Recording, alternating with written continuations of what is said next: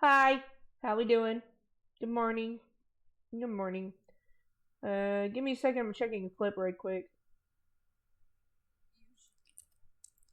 Give me a sec.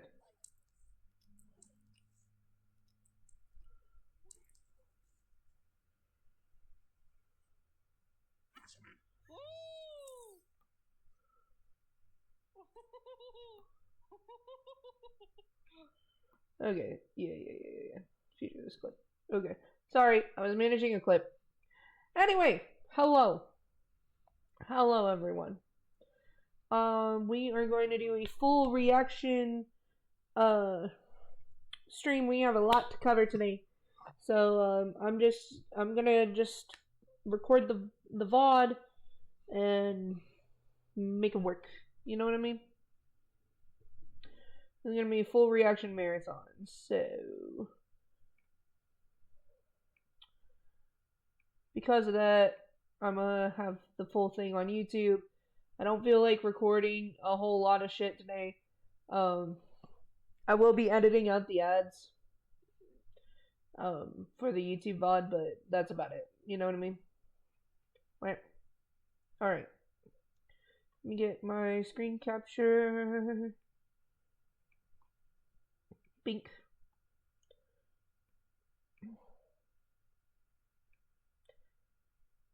We did a lot of deep cleaning of the den today, so it's been really good. Alright.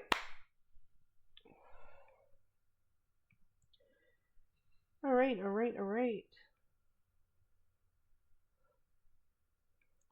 So the first one is when a sadomasochist starts a band.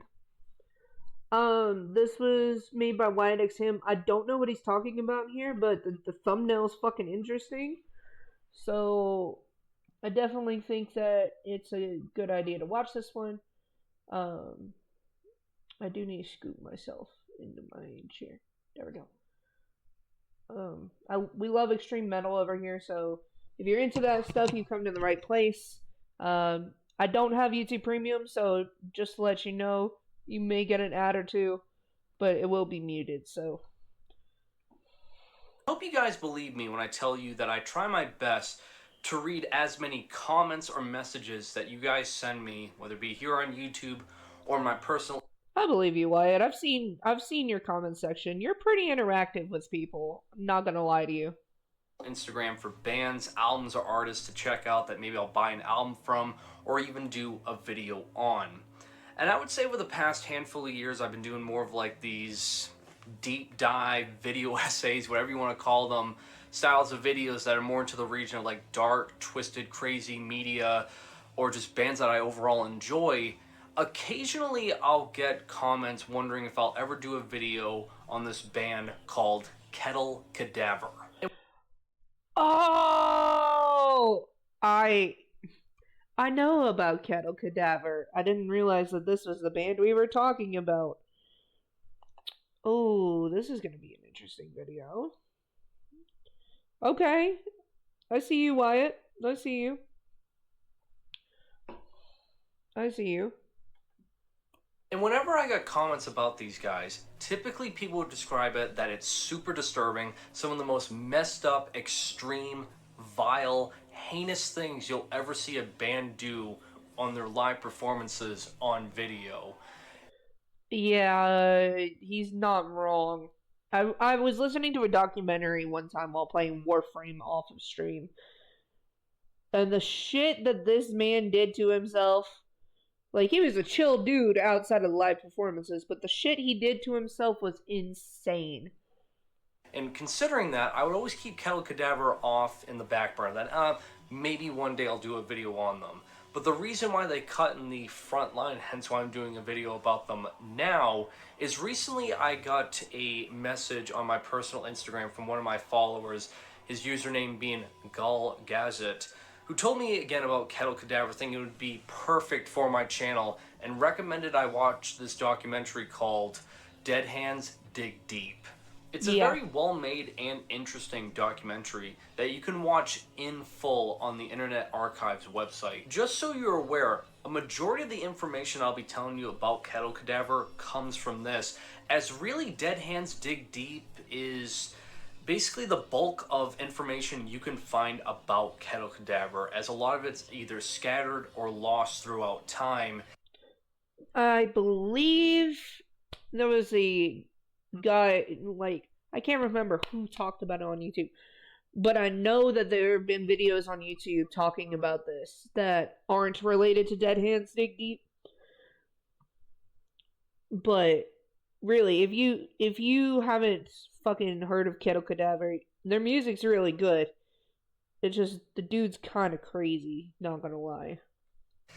That if you want to know about them, again, this documentary is the best place to start out with. While Dead Hands Dig Deep talks about the band Kettle Cadaver, the main person of interest for it, of course, would be their vocalist, Edwin Borsheim. Yep. After watching the documentary and scavenge whatever else bit of information I can online about Edwin, I gotta admit, he is quite the enigma of a character in the most extreme way possible. Yeah. Of course, what makes Edwin have this just extreme enigma and aura attached with him mainly comes from all of the live performances he did as the vocalist for Kettle Cadaver. That I know I'm just echoing what you guys told me. The performances and stage antics are just insane and over the top to a whole new level. Yeah. From what I was able to tell online from video footage is that Kettle Cadaver performances are just basically forms of sadomasochism being unleashed in a concert environment. Most of these events, if not all of them, would be done by Edwin Borsheim.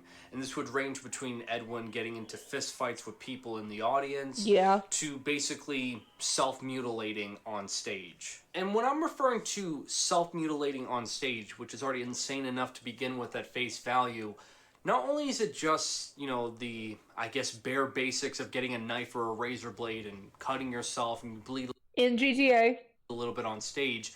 No, Edwin takes it a step further and does forms of self-mutilating that is, how do I put this, on the same level as those Pain Olympic videos from the early 2000s that were popping up on the internet. That, man, I don't care of any form of it. To see an individual nail a block of wood through his genital I have to keep pausing it because it's that gruesome region, it's not really something you're going to forget anytime soon. If you don't believe me and you have morbid curiosity that you want to see for yourself, just know that a majority that I'm talking about you can find on their video release that was put out back in 2002 called A Taste of Blood. Which it is uploaded here on YouTube, but obviously it's a censored version because the uncut version would get taken down immediately. And there are individuals out there on the internet that have uploaded it elsewhere that's uncensored. If you are so inclined to look for it, just all I can say is God have mercy on your soul if you watch it in full. Seeing all the extreme and explicit videos by Kettle Cadaver to all of the online conversations of how people describe them, one would immediately connect the dots and notice the similarities between Edwin Borsheim and G.G. Allen. In terms of stage antics and overall attitude, Edwin and Gigi share a lot of similar traits of having that mindset of let's make rock and roll dangerous again. It's just what I truly do wonder is when it comes to these artists that have this persona of this violent kind of like environment they're trying to create, why does G.G. Allen get so much more attention than anyone else compared to him? Personally, I think what... Hold on. I have to look something up right quick. There is a reason behind it, but I can't remember why. Okay. It's because he's a pedophile. That's why. G.G. Allen was a pedophile. That's what makes him so controversial, because he literally was a paradox in the punk community. You can't be punk and be a predator. What separates the two in terms of recognition here is G.G. Allin was a trailblazer with this approach of like violent concert shows and making rock and roll dangerous again. That gave him more notoriety, that really he got a lot more infamy attached with it that he used to his advantage. He toured a lot more. I think it's a huge reason as to why he got arrested in all these different states as the story goes with him. And the biggest difference is, as well, G.G. Allin was documented a hell of a lot more than really anyone else. I mean, still to this day, there are people making videos. Well, yeah, but also, like we said, he was a ped. And fan documentaries and blogs and stories all about him, still continuing the legacy that G.G. Allin left behind. Whereas when it comes to the story of Kettle Cadaver and Edwin Borsheim, I think a huge reason as to why they're not talked about as much is one, they weren't documented nearly as much as G.G. Allin, and that mainly has to do with the fact that when it came to their live shows and performances, they would stick to their home turf. So they would mainly tour on the west coast of like California, that being their home state. Oregon and Washington was really the only other states that they would venture out to. Yeah, I remember in the doc I was listening to that um it was very unlikely for uh Cattle Cadaver to leave their home turf. There just wasn't a, I think Borsheim said that there just wasn't enough black metal in California, and also the town he was in had barely anything to do. Like, so he made something to do. Thus, when it comes to the legacy of Kettle Cadaver, it's mainly rooted within their home state. Though there are similarities between the two that's undeniable, I do feel like Kettle Cadaver is a hell of a lot more than just a G.G. Allin worship knockoff band, as when it comes to their influences, their overall persona, image, and what they did musically, there's a lot more layers to it. Obviously, Yeah. in order to understand all of the layers of Kettle Cadaver, we need to understand Edwin Borsheim. It's mainly known that Edwin resided in Temecula, California, but his place of birth would be Klepp, Norway. Edwin would be the son of Pierre Louwens Borsheim, a Norwegian guitarist who was in a blues rock band called Nerk Twins. There Oh, isn't much information about Pierre other than he was a widely respected guitarist in the Norwegian music scene, and that sadly he passed away in the year of 1985. It doesn't say the exact specifics, but he was only 38 years old, meaning damn. that Edwin was out a father only at the age of 8, sadly. Their relationship has never been talked about, and you can't find any information online about it, so again, I'm just going to assume they keep it private, which total respects to that. Other than, I'm just going to assume that Edwin, growing up at such a young age, he was already surrounded with the, artistry of music to begin with, if Yeah. his father was a widely respected musician. And that makes sense. A lot of people whose, family members were musicians, they already have that knowledge, No matter what your circumstances are, you already have that understanding of how music works. Shortly after the passing of his father, Edwin and his mother would then move to California. From what it showcases in the Dead Hands Dig Deep documentary, is that his life growing up was quite difficult for him, considering he's this outsider of the bunch in the surrounding community, really only finding comfort, whether it be with social interactions with his stepbrother or certain movies, music, and wrestling. As he matured into a young adult, he used the inheritance money that he got from his father who passed away to buy up a half acre of land where he would reside and host wrestling matches. Well, damn. That's a wild way to, start a life. And when I'm talking wrestling matches, I'm not saying in the style of like WWE or WCW where it's like all professional and everything safe. I'm talking backyard wrestling where it's bare knuckles, anything really goes, weaponry, barbed wire, ultra violence is like the norm. And I really do feel like this is one of the key components that really started to the fascination for Edwin of making things not only just ultra violent, but also using a lot of forms of realism in the most extreme way possible as well. That As makes Edwin sense. Borsheim himself describes in the documentary, is that when it came to these wrestling, backyard wrestling types of matches, he would just allow anything to happen. If people wanted to go on his land just to beat the crap out of each other in this wooden makeshift ring, he would allow it. If people wanted to bring their own weapons, he would allow it. If people wanted to fight Edwin himself, he would do it on the spot. He had this attitude of just no holds barred was just the norm when it came to these backyard wrestling events.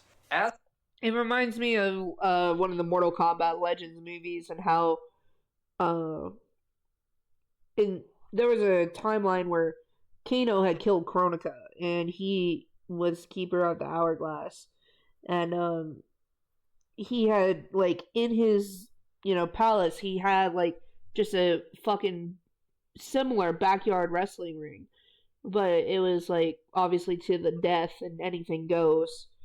But if somebody doesn't die, then he kills both contenders.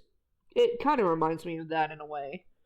As for the half-acre land that he purchased, it really didn't look like there was anything on it. It just looked like nothing, dirt, sand, and like one or two like DIY looking cabins, and that's really it.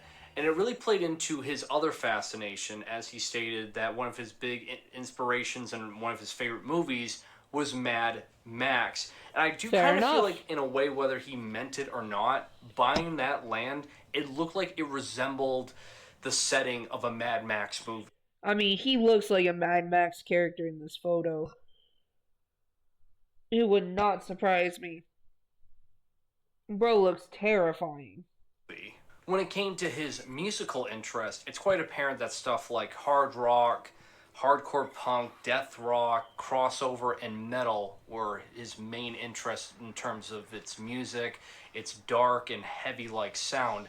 But whenever Edwin discussed it in the documentary, he would seem to have a lot more fascination with the band's image and persona, almost in a sense as if a band has to be true to what they are singing about or they're fake. An example of it would be when he discussed Slayer. Slayer has a song called War Ensemble. It's a band that he enjoys in terms of its sound, and they have lyrical themes with something he's interested in, but Slayer themselves, the band members, never experienced war firsthand. So what do they know about making music all about these themes? Thus, to Edwin, it's just fake and nothing he had interest with anymore after learning that. Okay, so he was a guy who was like, if you're gonna talk about something, you need the experience to back it up, because otherwise it doesn't sound genuine at all. Yeah, that's understandable. Oh shit, I think my do-rag's in here. Do. It's almost time for stream. I still got a few hours to kill though. What's on the television right now? Oh no! I was invited to a rave and I don't have a good outfit for it. I can't find any online and I don't have the time to DIY because I was offered last minute.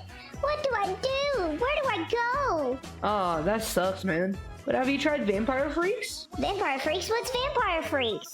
Vampire Freaks is the original alternative clothing store and used to be a social media market for all alternative people everywhere. They have a wide range of products that you can choose from, and it's really, really helpful for those who need an outfit in a pinch. Not only do you get free items like an enamel pin after you spend $25, you also get free shipping on $75 and more. And if you use the code in my description for my videos, you'll get 10% off your purchase. Oh, okay. Thank you. My package is on its way now. Hopefully that helps you, little slimy dude. And for anybody else that needs a Vampire Freaks order, use the referral code in the Twitch chat or in the description of my videos to get 10% off your purchase. And with that out of the way, I hope you enjoy the rest of the video. Thank you. Had to feed the boy. It seems to me, from what I've gathered with just Edwin's portrayal of all of this, is to him, if he has interest or inspiration from something, he will go 110% with it. It's either all in or nothing. Thus, he really seemed to have this fascination with. And that's what's so interesting about Kuro Cadaver is that Edwin just committed 100%, refused to be anything less. Like forms of like realism and the most extreme, brutalist ways possible when portraying it. Which, of course, having that mindset would carry over to the music making of Kuro Cadaver. The band wouldn't be that prolific, only having a handful of releases in their discography, but there are some worth checking out, one of which being their sole full-length album, Halloween. I ended up listening to this album quite a handful of times before making this video, and I gotta say, I'm quite surprised at how much I enjoyed it and the direction they're kind of going with this album. I don't know why, I don't know why people doubt, extreme artists. Don't get me wrong, there are plenty that are terrible. But the inclination to doubt somebody's music based on how extreme they are in their performances is something that I've seen on all walks of music, all genres. Like, I know that there are people that are extreme and their music is actually terrible, but, like, come on now. I'm just saying, take it with a bit of nuance.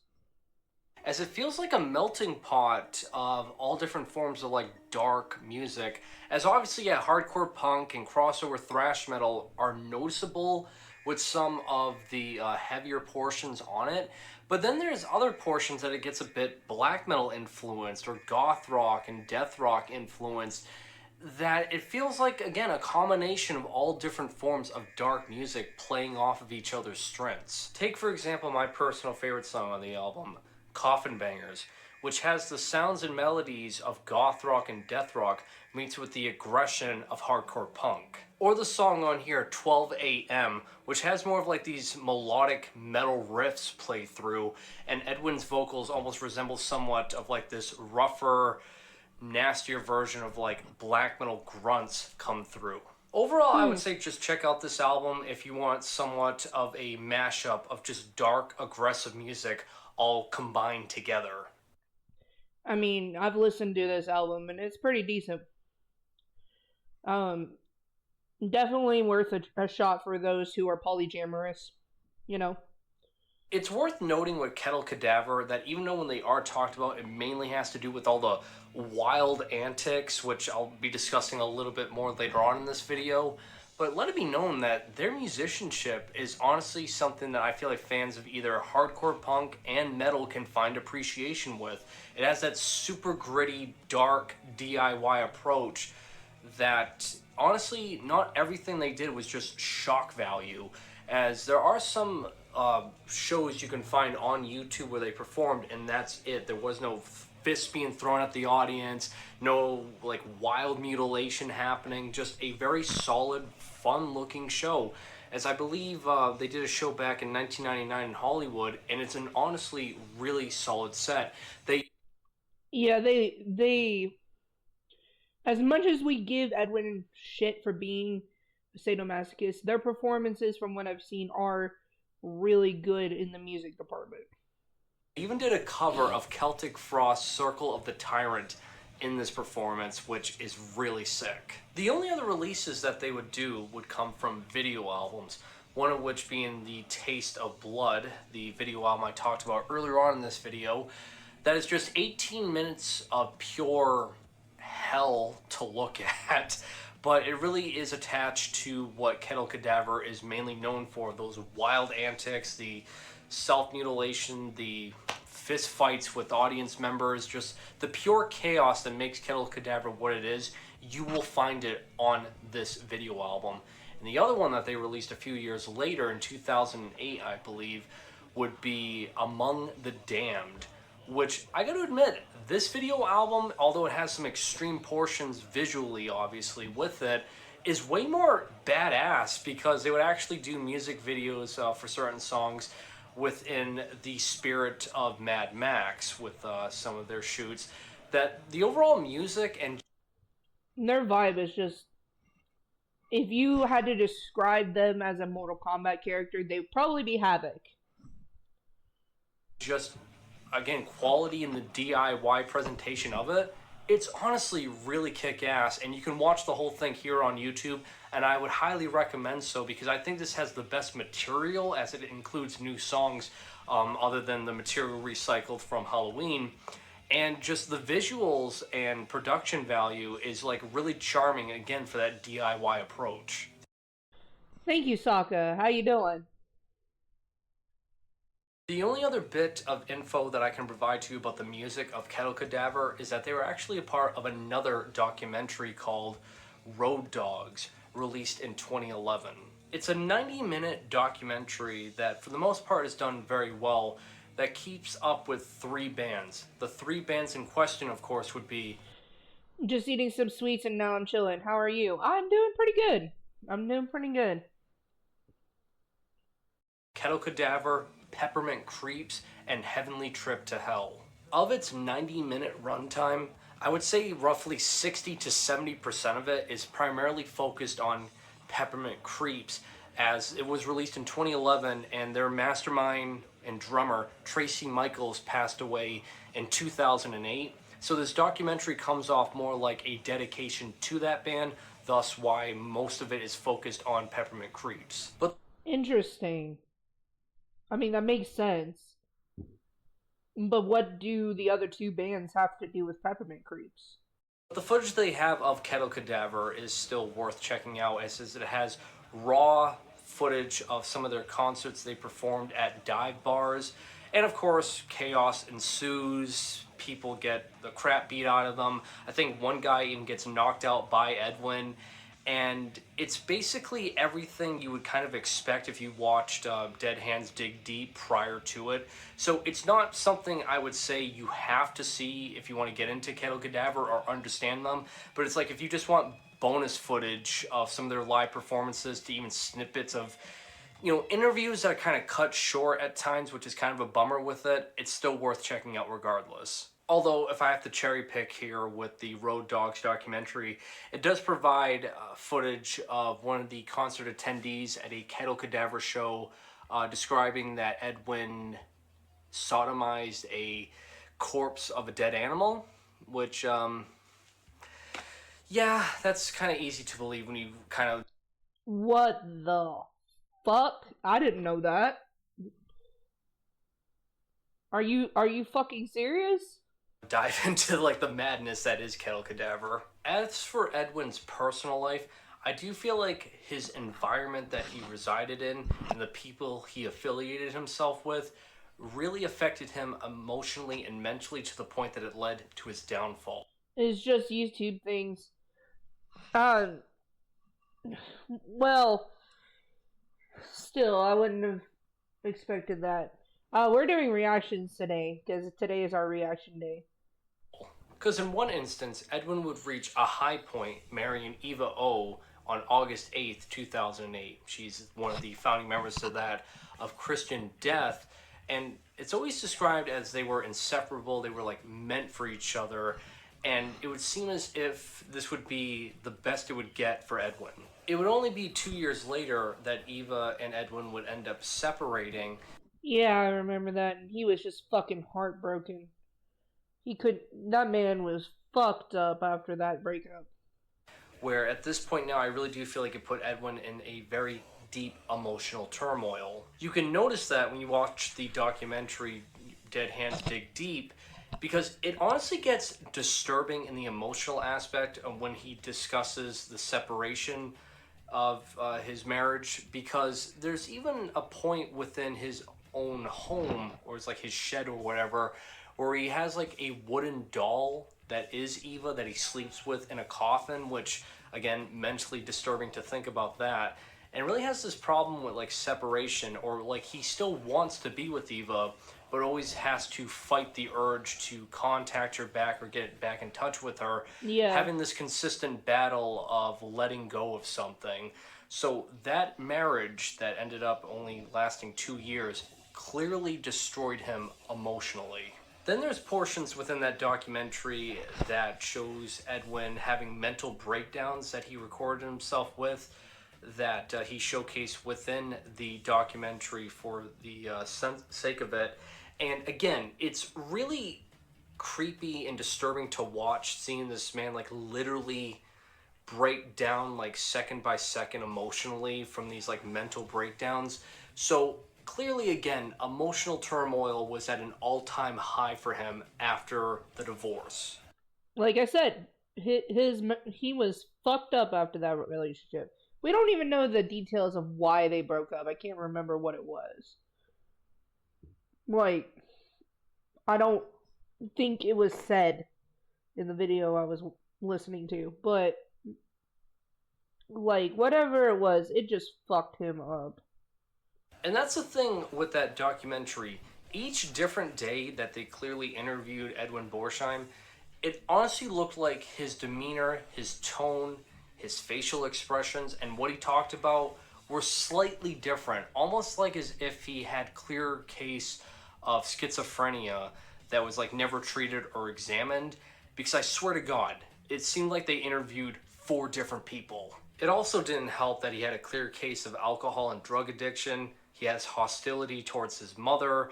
He was living off grid, I believe, at some point at the beginning of the documentary. It stated that they had quite the difficult time getting in touch with Edwin as he had no cell phone. So, again, just another form of isolation for him. Yeah. And that half-acre body of land that he owned, he stated that he had no visitors for over a year. So this extreme form of isolation was something he was dealing with. What you're really seeing with the documentary Dead Hands Dig Deep is somebody at their wits' end.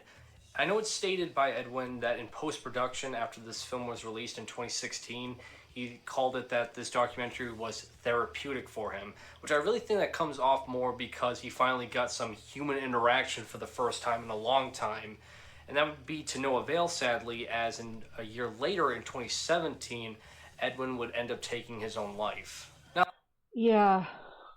It's fucking sad, bro. Somebody should have, spent time with him after the breakup, because I really think that fucking put the nail in the coffin. the last thing I want to do is end this video on a low note here and then just have my send-off and that's it. So to the best of my ability, I'm going to try to end this on a more positive note if I even can. Is that when it comes to the story of Kettle Cadaver and Edwin Borsheim, is that, yeah, at face value, it's very explicit, it's very violent, it has a lot of sadomasochistic just forms of ways of expression, basically, when you look at it at face value, from the live footage that is shown online to the video albums that they did. It's impossible to ignore that, and I get it. And what was the purpose of it? No one really knows, I think, because mainly, again, of just how, not really well documented Kettle Cadaver was. There's still a lot of things left up in the air in terms of information, like why did Eva and Edwin separate? That's still quite the mystery that's never been explained. Or like what exactly Edwin did in terms of like his problems with the law enforcement, as he was called on from the police quite a handful of times. There's still like a lot kind of unexplained here. But from what I gather, Edwin was someone who just got the crap beat out of him in life. Mentally, emotionally, spiritually, physically, any which way possible, this man got the crap beat out of him. And yet, he never really gave up in some sense. I mean, sure, it ended up to his downfall and demise, but what he did have, what he was able to do, he was able to be unapologetically himself. From all the influences and inspiration and interest that he would, again, just go full force with it 110%. He wanted basically realism in the most extreme, brutal, and unapologetic ways possible. Yeah. You can... I mean, how else would you get it, The way he did it was viscerally real. Like, we just have to keep that in mind. Just tell that whenever he had an inspiration. And I think it's because of that, what he was able to do with all of this extreme, explicit forms of art was unapologetically being himself and not... Huh? No. What? I didn't... not holding back any punches, and for that, he has my respect. So I would say for people who are looking for music that's extreme, not just in terms musically, but the persona, the image, what it represented, and just the insane stories that you can look into for a source of entertainment and enjoyment, yeah, Kettle Cadaver's got quite the back catalog of stories to tell that God knows what other stories have yet to be spoken about with this group. And it's still cool to see that in some aspects it's still remembered, as I believe there's a fan-made Instagram page that is trying its best to showcase any forms of like dedication or memorabilia to Kettle Cadaver. So that's pretty cool of like that kind of legacy. And yeah, again, it's just really explicit, insane stuff that really pushes boundaries in that violent way, but still Kettle Cadaver is unlike really anything I've really come across in terms of stories to cover here on my YouTube channel. So I thank you all again for the... Thank you, Wyatt. Appreciate it. Yeah, Kettle Cadaver is a wild band. They've been a wild band. But their music is really good, and I just kind of wish that Edwin had gotten a better fucking lot in life. He kind of deserved better than that. But it happens. Alright, so we're going to be reacting to Mac Does It now. Mac Does It is they've been around since like the early age of YouTube. He does a lot of chaotic videos now. And this one is guessing crimes based on their mugshot, which I think is going to be hilarious. Life is sometimes too hard for other people. That is true. That is very true. Boots and cats and boots and cats and boots and cats and boots and cats and... Especially when you're not around the right people, what can help you? Yeah, exactly. Boots and cats and boots and cats and boots and cats and boots and cats and boots and cats and boots and cats and boots and cats and boots and Mac is going to Greece. Trova trip. It will be very neat. September 1st to September 7th. If you come to Greece, 7 days, 2 cities. Just pay if fee. Payment plans are available. You'll be staring at olive trees and other stuff on this list across the country. Actually, Athens and Mykonos. If you come to Greece, trovatrip.com. Please. Local guide and hotel accommodations throughout the whole trip. Flights not included. Cats and boots and cats and... What the hell? I hope you had fun with that crazy AI beat. It wasn't AI, it was speech to text, but still.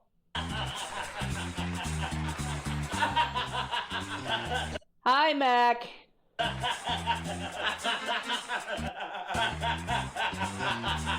Your chaos is enjoyable.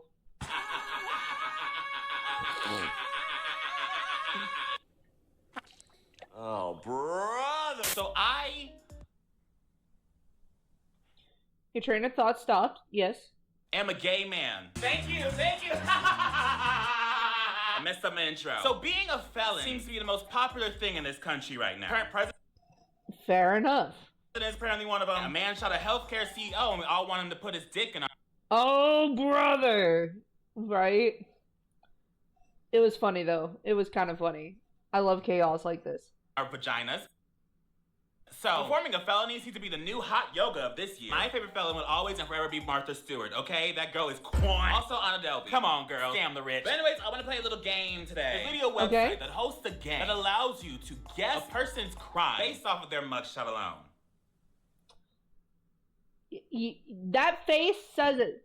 You're a Chaos Dragon. That doesn't count. Okay. That face says it all. Max told me and calls him some chaos today. Alright. I'm here for it. Yeah, girl, the smoking gun. A friend of mine has shown me this website that has existed since the beginning of time, apparently. Look at the home screen, girl. Can we say 2000s? I think we can. I think we should. I believe it's a news website that primarily focuses on crimes that have been done by people, specifically weird and odd crimes. Like a man stuck a GPS tracker on the car of a woman that he hooked up with years ago, just so he can track her location to, like, casually run into her to reignite the years long ago fling. Insane. Because men are weird. Men are so weird. Oh my god, I'm so sorry. This website has a little game it's been doing since 2009. The Friday Photo Fun Matching Game. And can you guess what it is based on the photos alone, sissy? Today, You are too eager for that, and honestly, I'm ready. I'm here for it. I'm here for it. Let's go. we're going to guess people's crimes based on their mugshot. Very simple, very sweet. Okay, this is gonna be fun as fuck. I know that for a fact. What? I thought I was joking when I said they've been doing this since 2009. Look at this. Press laugh. Ba-bow. Ooh. Bam. Every Friday since 2009, girl. This is gonna be fun. Ooh. It's gonna be so fun. Oh wait, I'm so sorry. You're matching the arrestee with their alleged crime because some of them are still on trial, apparently, girl. Let's go. Let's start with the latest one. Oh, whoa, wow, oh. Damn. All right, we got travel to meet a minor to do wow. Wow. Girl, math? Oh. Hell no. Okay, so these aren't cute crimes, baby. These are not cute crimes. We are talking full-out felonies on some of these. Video voyeurism? Girl, I was thinking more like, jaywalking. You should have known. You should have known what you were getting into. Peed in a bush or some shit. No, we're doing like full-out statutory rape. In GTA. TW, I guess, girls. Who here seems like they would travel to meet a minor to do unlawful acts? Well, first of all, driving under influence, you girl, 110%, you just look at you. Damn. Damn. Girl, that girl was drunk 2 seconds ago. Traveling to meet a minor to do unlawful acts. I go into chaos as a neutral person. Fair enough. Party wants to say tattoo man, because tattoo man's getting crazy, but also tattoo man is giving meth. I know meth causes like a lot of face problems, but no, he's young. And I feel like young guys that look like that love to try to meet up with 13-year-old. Hey, okay. I was gonna go for this dude over here on the right, but okay. Girls, so there you go, you get that gift. So on that note, video voyeurism, naked woman, meth possession to tattoo boy, and battery to guy that looks pissed the fuck off. Okay, Yeah. let's see. Bow. Oh. Whoa. See, I knew it was gonna be this dude who did the shit with a minor. Okay, but I got meth right. You're welcome. I know a meth head when I see it, girlie. I know. Man, got too many of them down here. A meth head when I see it, okay? Because I used to do it on the daily. I'm joking. I'm glad you said you were joking, Mac. Jesus. I never have. Look at his face. Shut up. Okay, so she's battery. Okay. She does look a little tired, like she was like beating ass for a bit. Video voyeurism, all right. Don't fully know what that means, but how dare you travel to meet a minor? Okay, he does very much. Like when you like describe what you will. He kind of fits the stereotype. Okay, what a great way to show y'all that I cannot profile a motherfucker if it killed me. Understandable. All Ice Cube. What? They're all wearing Ice Cube shirts. Wait a minute. What is going on? Girl, why are they all wearing Ice Cube shirts? Did they go to the same concert? What the fuck is happening? Oh, Smoking Gun got jokes. Okay, Smoking Gun doing themes, girl. What the fuck? Littering? Dissemination of private images? Girl, what the fuck does that mean? Endangering the welfare of a child. Battery and domestic violence. Oh, Jesus Christ. Littering, girl. Why are you in this lineup? How much did you litter to get arrested for littering? Where did you litter? That's the big question, actually. Usually you just get a fine for littering. You don't go to jail for it. You have to litter a lot. Were you like pouring a bunch of shit into the ocean? I'ma say homeboy that's giving a little smirk. The smirk's giving like, girl, why am I here? You know what I mean? Girl, oops, I didn't know this was gonna be that bad. Dissemination of private images, I'm gonna give to him. He's giving very much a guilty face, like if he did something terrible. You know what I mean? Child, him. Battery, her. Domestic violence, him. Okay, Ice Cube fan club. What we get? Bow.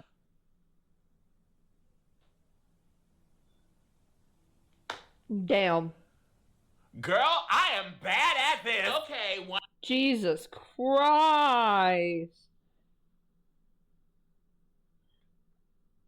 1 out of 5, once again correct, that's fine. So you did the littering. All right. I wanted to originally give him littering, but I thought I was being like racist, but apparently I'm just supposed to be a little bit on this website. Oh, ooh boy, you sure with that mustache? What happened here? Did they not give you like a mirror to look at before you take a mugshot? Probably not. Ooh, Mr. Mustache. And also Mr. Mustache? I would like to know what that feels on my asshole, actually. That looks like Hey, yo, in GTA. Be a very interesting experience. Food and lascivious exhibition? Girl, what are the Lascivious. laws of the land? What does that mean? What did he do? What did he do? What did he do? Or what does she do? Okay, I'm sorry, let me not. The intentional act of exposing one's genitals or performing a sexual act in public setting. So jerking Hey, yo. off in public. Who would jerk off in public? Mr. Mustache. I'm sorry. I'm gonna give crazy looking man stalking. Identity theft is gonna go to Mustache Boy. Aggravated assault with a deadly weapon. I'm gonna go to this girl because she looks mad. She looks like she was carrying a weapon 2 seconds ago and then battery to her. Come on. Oh.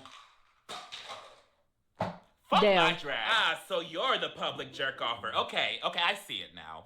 Stalking or jerking off in Damn. public. That was the vibe I was getting from you because of that weird-ass mustache. The look is very much giving someone doesn't know boundaries, okay? Girl, I feel so mean. I mean, you're just analyzing people, so... An assault with a deadly weapon? What deadly weapon, girl? A purse? That looks like a soccer mom. That is an Orange County woman if I've ever seen one in my entire life. And I've Damn. seen many in my entire life. Damn. Oh.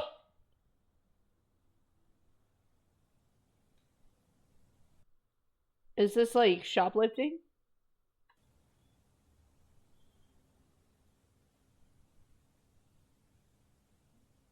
What? Match of the defense with a respective item they allegedly swiped. So what they stole? Someone's in jail for stealing Damn. pajamas and boxers? If someone's stealing boxers, let them steal it. Okay, they need it. If someone's stealing children's pajamas, let them steal it. Okay, If you saw somebody taking diapers, no, you didn't. they need it. Like you stole this, and you look like you stole some boxers. Come on, give it to me. Ah! 2 out of 5, girl. Give me the A. Give me the A. Just give me the A. Baby crib, mouse, bag of chips. Come on. Bow. Oh. At least I got the bottle correct. That boy looks drunk in the photo. Yeah. He looks so innocent. And she looks dead. Okay. Indecent exposure, digital voyeurism, driving without a license, grand theft auto. Yeah. Yeah. And stalking. All right. Who CJ. do I think here be stealing cars? You. Digital voyeurism, her, and then stalking you. Give it to me. Oh. All right. He was exposing himself in indecency. I can see it. He's giving that face being like, what do you mean she didn't want to see my dick? You know what I mean? Girl, this Hey, yo. is problematic. What am I doing? Indecent assault.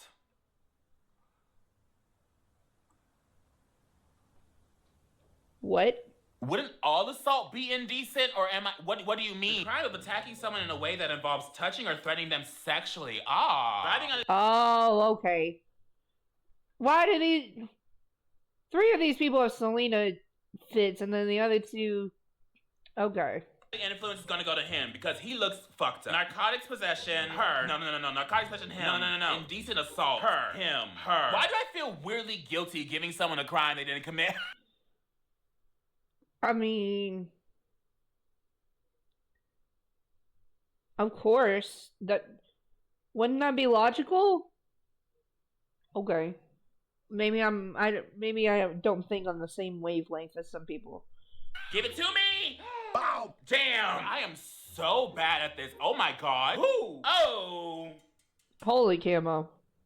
Okay, Camo! Armed robbery. Knowingly burning or exploding? Yourself? What? Who be robbing? Who be robbing while armed? Tattoo man. Who is knowingly burning or exploding? Now here's a guess, here's a good guess. Probably the one with soot still on his face. I would think that I would guess that. I would 100% put my money on that and driving while intoxicated. Give it to me, I got this. Bow. Oh. Boy, what were you burning? And boy, what is all over your face? Okay, I guess you're drunk. That makes sense. Now, at least I got armed robbery, okay? I know a man with a gun when I see one. Delivery of a controlled substance, so like what, opioids or something? What's a controlled substance? I don't be committing that many crimes, okay? So I don't really know the shit on like the back of my hand. My family owns Controlled substances, I believe, are prescriptions. a law firm, girl, and I still don't know laws. I don't need to. I have lawyers. Oh, dreads. All right, dreads. Those ain't just dreads. Those are dreads, girl. Yeah. My favorite kid bought me this shirt. That's cute. Glad you wore that to jail. So we got failure to comply with Halloween restrictions for sex offenders? I get it. Okay, I get it. Can sex offenders not allow people to trick or treat at their houses? Because that makes sense. What are the That makes perfect sense. Halloween restrictions for sex offenders. I like how in this video we're just learning right now. The CIA spy track in my computer history must be very confused off the shit I'm Googling right now. Lewd act, indecent assault, Halloween restriction for sex offenders. What is he planning? I would have a knock on my door in 2 minutes. Stay in their own home. FBI, open up! Not answer the door for anyone except law enforcement. Keep all exterior lights off. Okay, yes, you can't answer your door. So you can leave like a bucket of candy in the front, which makes you think, were some people that left a bucket of candy in front of their house as sex offenders? I'm gonna go with Dread Boy. Cocaine trafficking, I'm gonna go with Homegirl. Because her face looks like... Mac. Let me shut up just in case I'm wrong, okay? I was gonna say, if I was being mean, that her face looks like someone that does or has done a lot of cocaine in their life. If I was being mean, submit, give it to me. Oh. The way I was wrong. All right. But I was right about a cocaine girl. I know a cocaine girlie when I see him, okay? I am from Los Angeles. Everybody be doing it. Everybody be doing it in front of your face. And I'm sitting there like, girl, why is everybody doing this in front of my fucking face? I don't like this shit. I don't do cocaine. Just in case anyone was wondering, I do not do cocaine. But I'll tell you this right now. It's gonna be the whistleblower. Allow your favorite creators, allow your favorite TikTokers be really enjoying that white snow. That's all I'm gonna say. Be really enjoying that white snow. If you have a random influencer in LA being like, my face collapsed. Ooh. That is some fucking shade, Mac.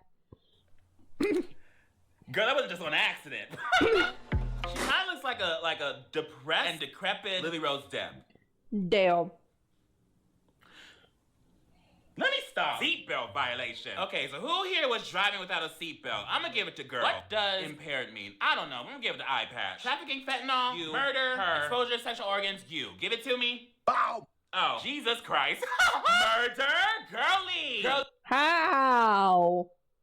Who did you kill? You look like a social studies teacher, girlie. Why are you picking up the knife? Why are you picking up the gun? Why are you smothering people in their sleep? What's happening? Seatbelt violation. Okay, that makes sense. You know, I feel like when it's like the smallest, most least destructive crime in the list, it would probably go to the one black person. Unfortunately. Because as we know, in this country, shit most people get off on a simple little warning or a ticket for, we go to prison. Mac's not wrong, and it's kind of sad. It's really sad, really. It's bullshit. Yeah. Okay, Dodgers. Y'all got arrested at the game. Sexual abuse of a child. Okay, I hope that was in GTA, Jesus. Wasn't that a game? Jesus Christ. Who out here touching kids? Who out here gives the vibe that they touching kids? That they bumping and grinding upon children? Parole violation? In GTA. You. Driving under the influence, the guy with the messy hair, and obstruction of justice. Give it to me. Bow. Oh. Damn. Mac, you're so bad at this. I don't think I want to play this game anymore. This one I got. This one I'm gonna get, okay? We're gonna actually think it through. All right.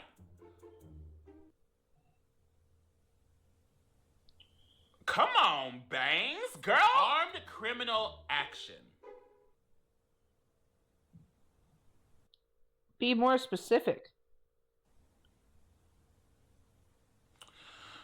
Felony charge that involves carrying a loaded weapon while committing or attempting to commit a crime. Okay. Criminal mischief.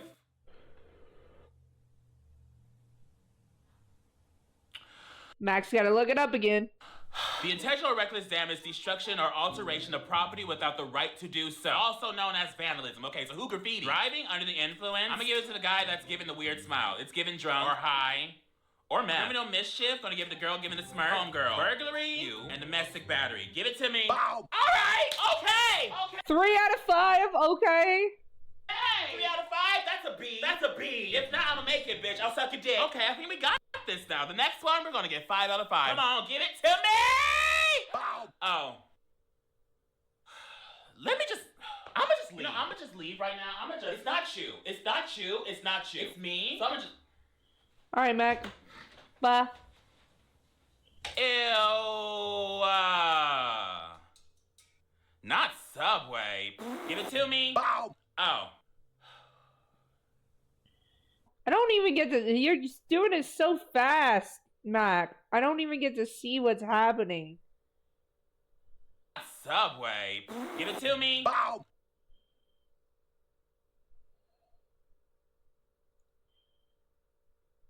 Damn. Damn. Oh.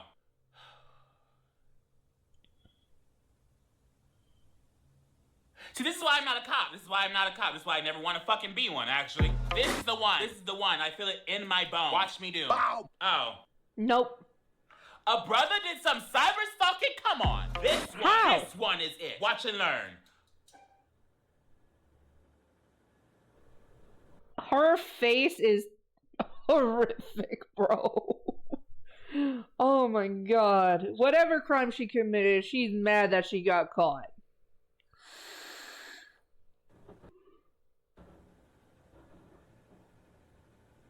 Why is she staring at me like that? Lewd and lavish behavior and battery on a police officer. Give it to me! Oh. Nothing. Am I getting worse? I want to keep on going until I get all 5 correct, but I cannot here all day, girl, okay? They have these all the way until 2009. Girly time! Girly! Contributing to human trafficking. Oh my god.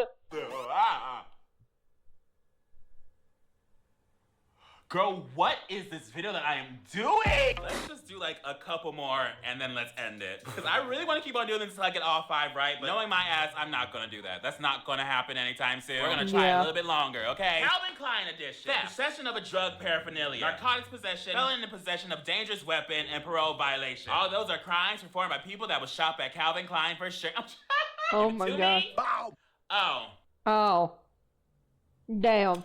Okay, you know, maybe they just don't want me to win, okay? They just don't want me to succeed. But I'm gonna prove them wrong, so this is gonna be the one. Everyone's gonna be like, oh my god, Matt, you're so good at profiling people. This is the one. Jumping in influence, I mean, look at her. She's smiling, she's giggling, girl, she is fucked up. Give it to me. Boom! Scratch that. This is the one. Public nudity. Oh, I wonder. Who might be arrested for public nudity?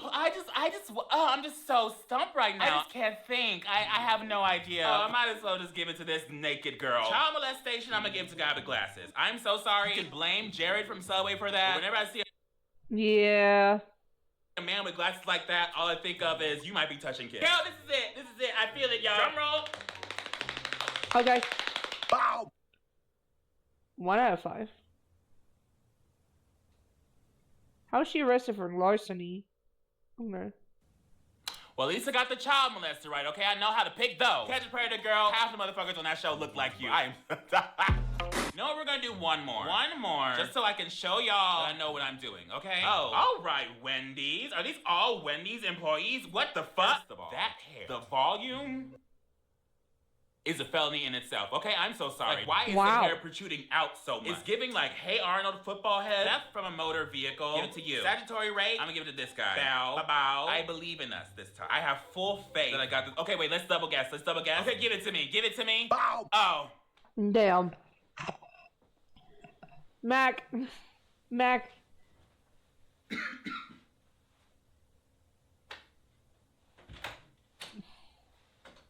Bye. Bye, Mac. You failed. Sadly. Bye. Well, I quit. That's the smoking gun, ladies and gentlemen. If y'all want to play it by yourself, go ahead. Should I do this again? Probably not. This was very interesting, and I'm not gonna lie to you, I was a lot more into it than I expected. What did we learn today, kids? What did we learn today? We learned that Matt can't profile people for shit, but that's a good thing, honestly. I thought this was going to be a lot easier than it actually turned out to be. Now I'm a little bit... Profiling people is not a good thing. Like, regardless of, like, what context you put it in, it's not a good thing. So... disappointed in myself, not gonna lie. Comment down below, who is your favorite felon? I already said mine, Martha Stewart. Hit me up, girl. Anna Delvey, Martha Stewart, Luigi Mangione, what's his name? Tell me in the comments. Other than that, I'm going to go. It is hot as hell in this room. I am sweating. I probably should show my pits. I probably shouldn't show my pits, because some of you pigs like that. Some of you pigs like that. Y'all are wild. Damn, Mac. Thank you for the humor. We need it. We need it in this trying time. Alright. I am going to make some chicken nuggies right quick. I will be right back. Just give me a sec. I do apologize. But I am hungry still after these burritos, so I'm gonna go make some chicken nuggies. Alright, I'm back. Sorry about that wait. My nuggies are cooking. Alright, next video we're gonna watch is about Louis McClung. Louis McClung is a commentary YouTuber who makes a litany of false allegations towards people.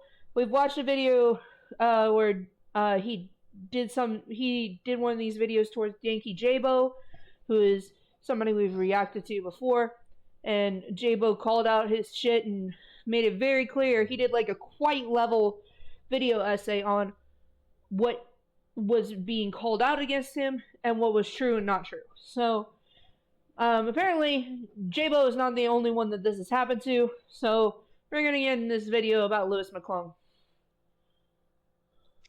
Hi guys, how are you doing? I hope you Good. are all doing very well. How are you? I am very much tapping into the Y2K aesthetic today with my little crop top and my baggy jeans. Hell yeah. I'll put a video up here. It does look fabulous, but I don't want to stay on that too long. I want to get into this situation. And Danky Jabo did not age quite well. I went into that video trying to give a little bit of a more nuanced perspective. A lot of creators I noticed when they were responding to that whole situation, they were very, very, very, very harsh with both Louis and Cataclysm. And don't get me wrong, they f***ed up, right? I'm sorry. I tried to have nuance, but when I found out that these people are serial liars, I can't. Cataclysm and Louis both have major problems that they need to fix. I'm acknowledging that, but what I initially thought was just an isolated instance of negligence as far as like researching and jumping to conclusions, it turns out I was completely wrong, because actually it turns out it's a pattern of behavior for Louis McClung. So yeah, this is in fact not an isolated instance, but a consistent pattern of behavior. Okay. It seems Louis has made very similar allegations against other creators, like with Danky Jabo in the past few months, and I think this is something that needs to be called out. You know, I wanted to be careful, right? Because obviously people just keep talking about Louis and every single new thing I see. You know, initially I kind of was like, you know, okay, like everyone's just sort of dogpiling on this kid. Like, yeah, I mean, it can be seen as dogpiling or clout chasing, but when you really dig into it, you know, it's deserved, because he's making these same videos towards multiple other creators, lying about them. Huh? Your nuggets stink. I told you! No, they stink now while they're in the microwave. I told you they stink. When they came out of the bag, they smelled like straight egg fart. They smelled like just chicken when you had me smell them. But now that they're cooking, they stink. And I think Sonic has given up. Okay. Yeah. Did you bring me my nuggets, love? You were salsa, unless you're planning on using it. I was. Okay. But yeah, I think Sonic's pretty much given up. No more salsa de Sonic, I guess. Apparently, isn't it? Picante salsa. You get what you get, goddammit. These stink. Don't put these in the microwave.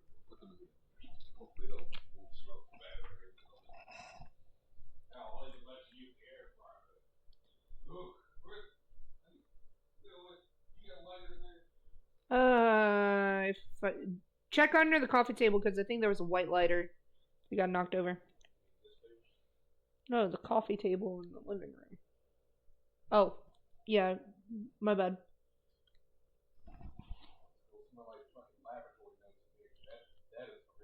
I'm so sorry. I thought it was just the bag. I thought it was just the bag the nuggets were housed in. Like I said, you had these they didn't smell bad. They just smelled like chicken. But what you put some heat over there in this, game over. They taste like chicken. And they don't taste like what they smell like. I think it's the bag. I really do. Well, you get a moment. Mm-hmm. Take those nuggets out of that bag and put them in a regular plastic freezer bag. I will. Hopefully that'll help you. Good Lord. I'm so sorry.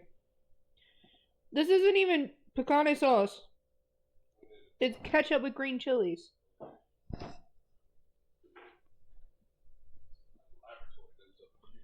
I'm so sorry, baby. This is why we can't. This is why you can't hit the stinky movie. I didn't know. I just wanted dino nuggets. I didn't know they were gonna smell like fucking bird anus. You got dino shit nuggets. Or at least they don't taste bad. That's early. For context, guys, I got two $50 Walmart gift cards for my college grades and also for Twitch. But dinos are gone. They're in my hands right now. Anyway. They should have stayed though if they smelled like that. I got some dino nuggies because I haven't had chicken nuggets in a while. And I opened the bag, and it's like just a few minutes ago, and it smelled like straight up bird booty. Egg dookie. Egg Dookie. duty. Egg dookie. Egg duty. Well, now I know you can time travel. Yep. Anyway, She should have left them back. I had Kuro smell them because I was like, please tell me I'm not tripping. He smelled chicken. I just smelled chicken. So it was fine. Right? We put it in the microwave. The funk. And the fucking egg fart smell expanded. I can't smell them now, but the microwave smells like egg doo-doo. And they taste like chicken, but I'm never buying this specific bag of dino nuggets again. Lord have mercy. I mean, they taste good. They're fine. But they smell like dookie butter. Straight doo-doo butter.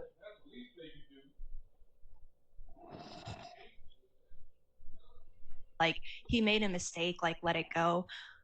But it's different when it's a pattern of behavior, and this was only brought to my attention literally today.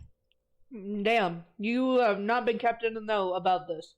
So I want to talk about it because I think it's very important, and as I'll get into later on, it's incredibly dangerous to carelessly and recklessly make allegations against creators with very little research and evidence just to get content out there and to get engagement and views. Exactly. That's fucking bullshit. You shouldn't be doing that. If there is a genuine problem with a creator, make a video so that people are aware. But making false allegations for clout is stupid. So that is what we're going to be talking about today. And just to give you guys a trigger warning, we are going to be talking about themes of pedophilia, racism, as well as body image and things like that. So just keep that in mind moving forward. So recently I was scrolling in the r/YouTube drama subreddit because... Why? That's like the worst place for a YouTuber to be. I am a degenerate who goes on Reddit 24/7, not 24/7, but I go on Reddit a lot, right? And I just want to see what people are talking about. And of course, everyone's like kind of talking about Destiny because that's like the big thing that's happening right now. But I start seeing these threads, and these threads with the title that Lewis McClung is dangerous and he needs to be stopped. And I'm okay. That's the first good thing I've seen out of YouTube drama in a fat minute. Like, okay, guys, like, come on, like, this is just a little tad over the top. Like, I think we need to relax. But curiosity got the better of me, so I start looking at these screenshots, and they are in reference to a video he had made 4 months ago. And basically, what people were saying in these comments was that he got a lot of this information wrong. And I'm like, this was from 4 months ago. And people, like, there were tons of comments. And actually, Lewis was kind of pushing back on it. Like, people were claiming, hey, you didn't do your research. A lot of these claims you're making have been proven false. And he's, like, coming back being like, well, I did 4 hours of research. And, you know, just kind of doubling down. So I start looking into it. And oh, boy. Oh, he got it wrong. Holy shit. Is that bad? He got it wrong. So about 4 months ago now, Lewis made a video making allegations against a creator known as Pumpkin the Gentleman. Now, Oh! Okay, I know Pumpkin the Gentleman. There's a very nuanced take with his behavior, but the thing is, he fights against like predators on TikTok all the time, especially because one came after his little brother, and so there was a lot of bite the curb memes for a while about that person that came after his little brother. So we are just going to call him Pumpkin because I am not saying that mouthful every time I need to address this person in this video. Now, Lewis has since deleted this video, but someone did re-upload it, and I will include clips in reference to some of the claims he makes and when I'm addressing them. But despite deleting the video, he has yet to make any kind of apology or statement going back on the allegations he made. So 4 months ago, Pumpkin faced a lot of allegations dealing with, like I said, pedophilia, as well as possibly faking his race and his body type, which that's a lot, okay? That's like, holy shit. Like yeah, that's a lot. Like what's going on? Like what's going on? So many tweets and DMs had surfaced that suggested that he might be attracted to children, that he might be lying about his race. As it turns out, a lot of these instances were either taken out of context, or the people involved were not proven to be minors, or some of it was just straight up fabricated evidence. Damn. So I'm going to go into Lewis's video, and what I'm going to do is every claim he makes, I am going to then rebuttal it with the claims that Pumpkin makes in his response video to the allegation. So bet. Let's see it. So Lewis first starts his video by drawing parallels with Pumpkin to people like Ava Chris Tyson and Why? Dr. Disrespect. And this will become a little bit more relevant later on once we go through some of the allegations. This is something that Lewis actually does a lot. If you look at a lot of his content, when he's dealing with themes of like pedophilia and grooming especially, he will often compare whoever he's talking about to other groomers, pedophiles within the creator community. The Ava Chris Tysons of the world, all the Dr. Disrespects of the world. So he then goes on and brings up the fact that Pumpkin is a hypersexual or experiences hypersexuality. Now, yeah, which means that Pumpkin has probably gone through some trauma in his life. What does that have to do with predatory behavior on this context? I don't know. I know that some people who are hypersexual become predators, but it's not all of us. Now, hypersexuality is a condition where a person might experience significant distress as a result of uncontrollable urges to engage in sexual activity. Now, this is something that negatively affects a lot of people who experience it, but according to Lewis, he makes the claim that Pumpkin kind of identifies with it more as a sexuality versus a condition or a disorder, and that he flaunts it. However, he does not provide any evidence to support this. And in his own words, being a hypersexual, which if you don't know what a hypersexual person is, also known as compulsive sexual behavior, it really means just somebody who is unable to stop themselves from having urges. It really is a disorder, okay? It's something that people struggle with, and it's something that people have to deal with in their day-to-day life. You know, they have to learn how to work around, like anxiety or depression, okay? But the way the gentleman pumpkin, or pumpkin gentleman, more like pumpkin doofus, am I right? The way he explains it is it's like a sexuality, right? It's like a thing that he chose, all right? It's who he is. It's what he wants to be. As far as I know, he's just accepting the condition that he has. When other people in the world actually have to, struggle with it. Now, the hypersexuality claim is something that Pumpkin will address later on in his video, and Lewis brings this up once again, so I will address that a little bit more when he brings it up later in this video in regards to the allegations that he makes. So Lewis goes on to then cite his first example of Pumpkin possibly being attracted to children or being a pedophile.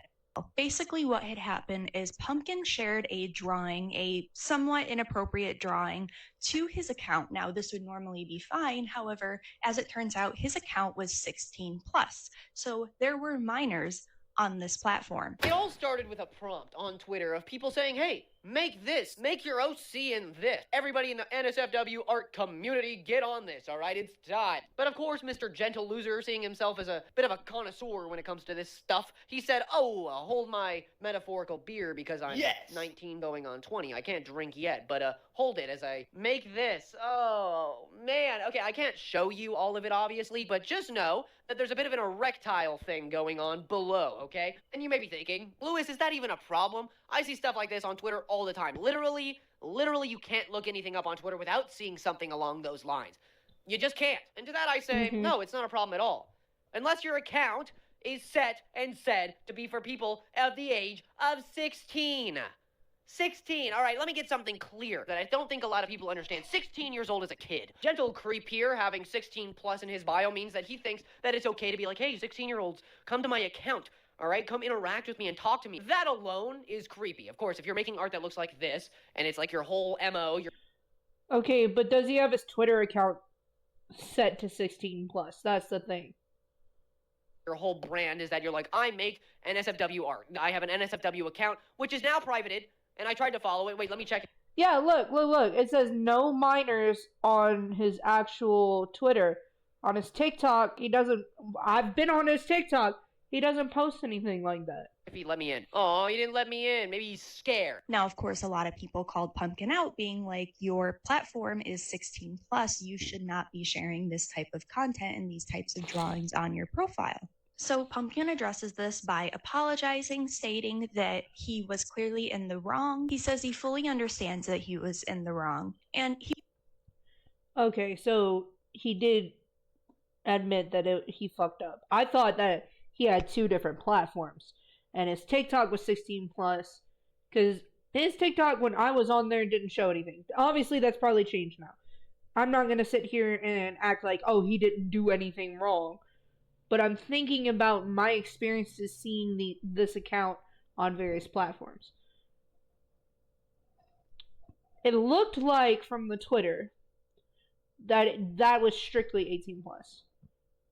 It may not have been. I fucking don't know.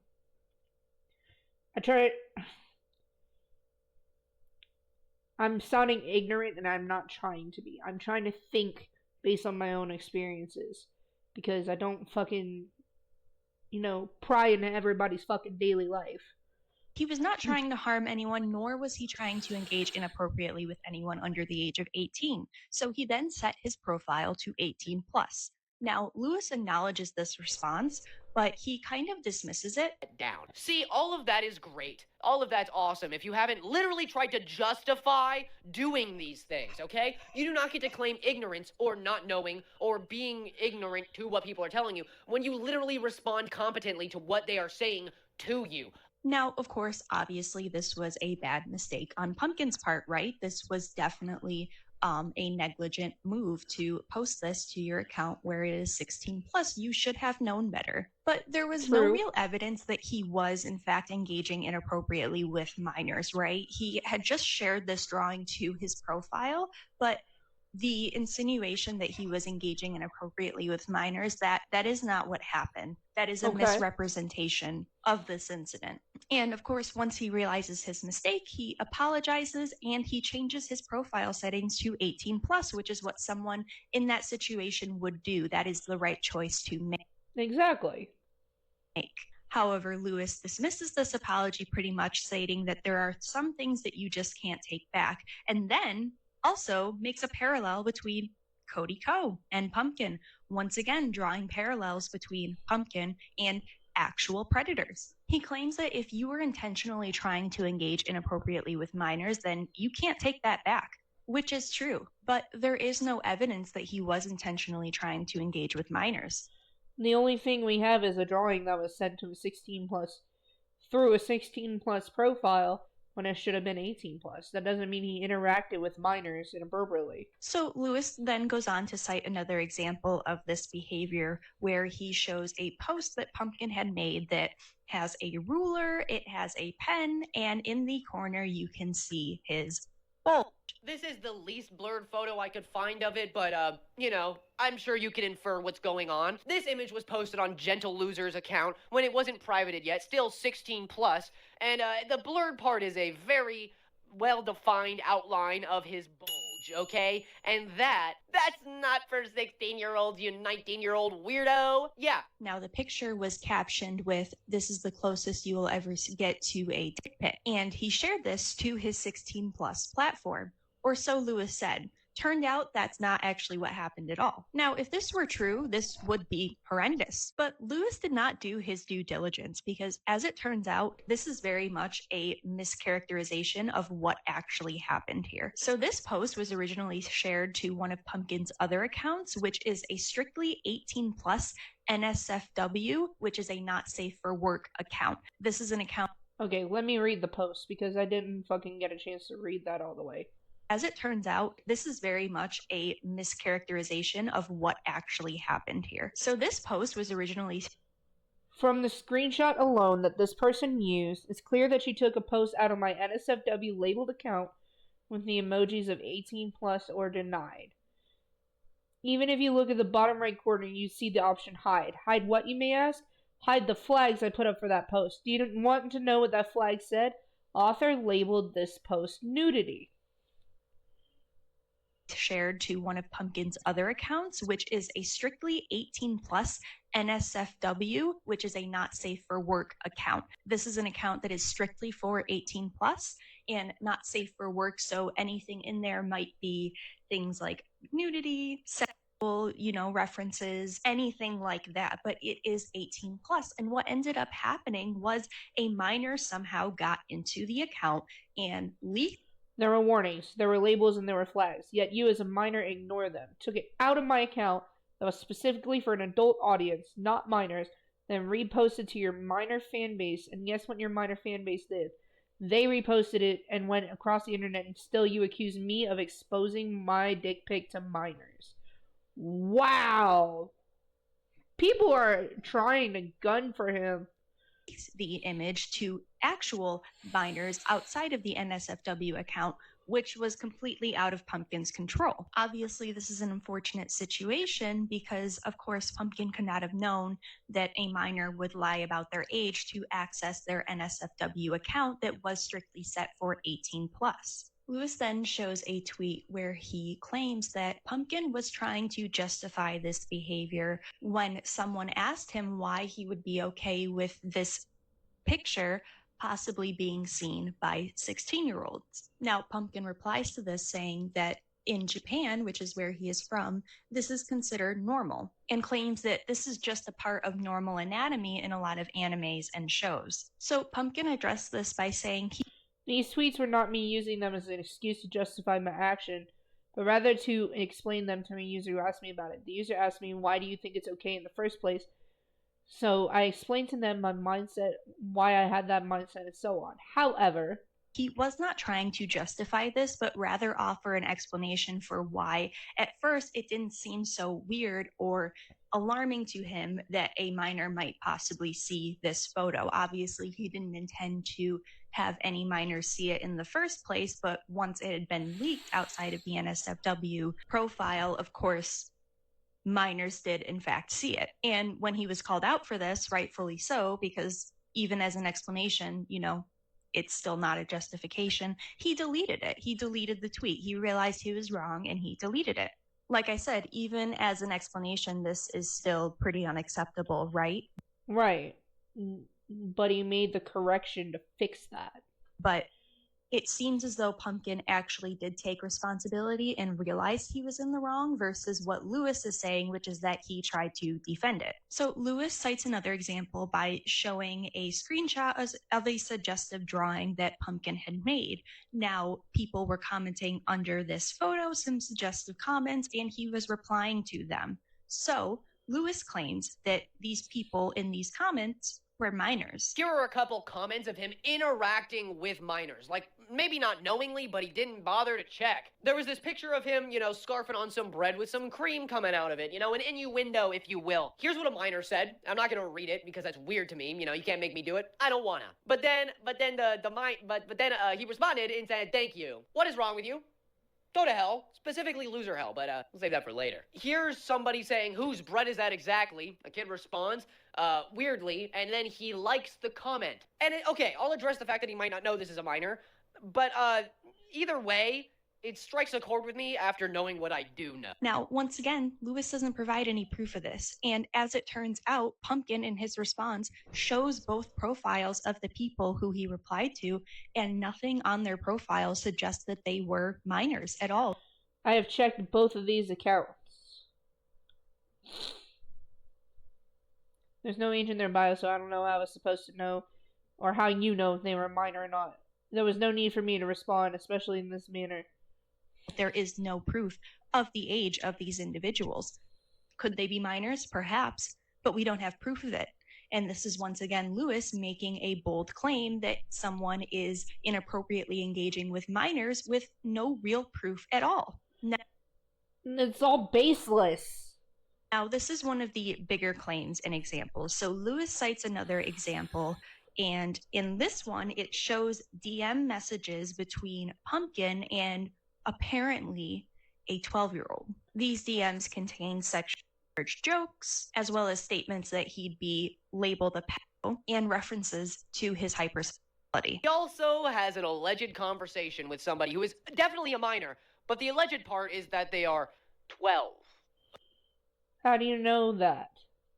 Oh, God. Oh, whoa. Okay, we're jumping from 16 all the way down the ladder to literally a baby. You're but a little child, and you're not allowed to talk with them, let alone say all this bullshit. And I'm gonna read it in good faith. "Thank you, Pumpkin. I weirdly want to kiss you."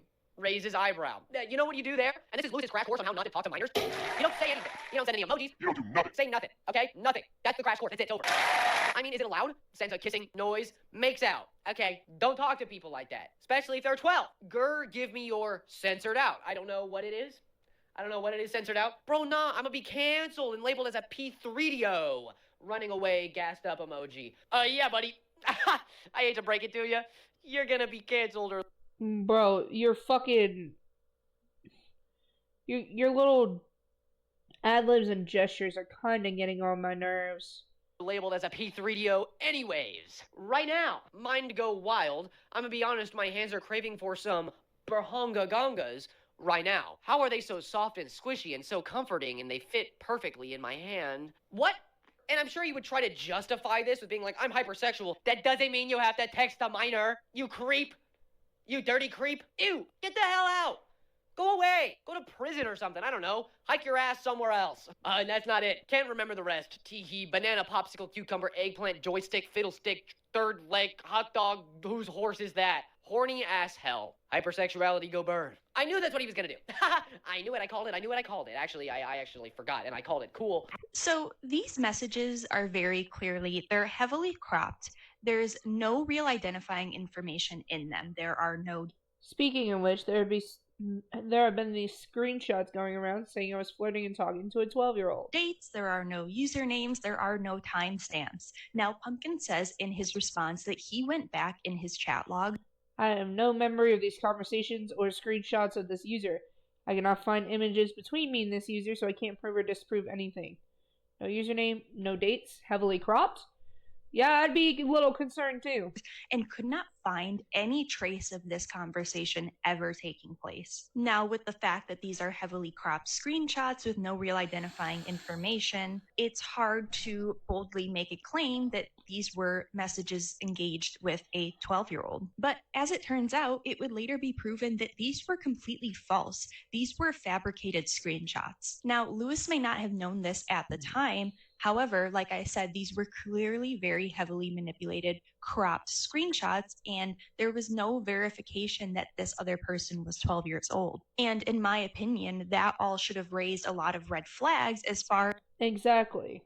as the validity of these DMs. Now, this is where we transition into the claims of Pumpkin lying about his race as well as his body type. Pumpkin has claimed to be half black and half Japanese, and in many of his drawings, he depicts himself with a heavier body type. Lewis shows a drawing that Pumpkin's brother had made of him and Pumpkin, where he draws their skin tone to be darker. Lewis then shows a picture of Pumpkin gripping a plushie where you can see his hands are a lighter skin tone, as well as the fact that they are a bit slender. Lewis claims... Oh god, here we go. For those who don't know, I'm mixed. Like, I'm pale as fuck, but I'm mixed. So this is gonna be kind of irritating for me to talk about. But we're gonna come at this with nuance and see what's up.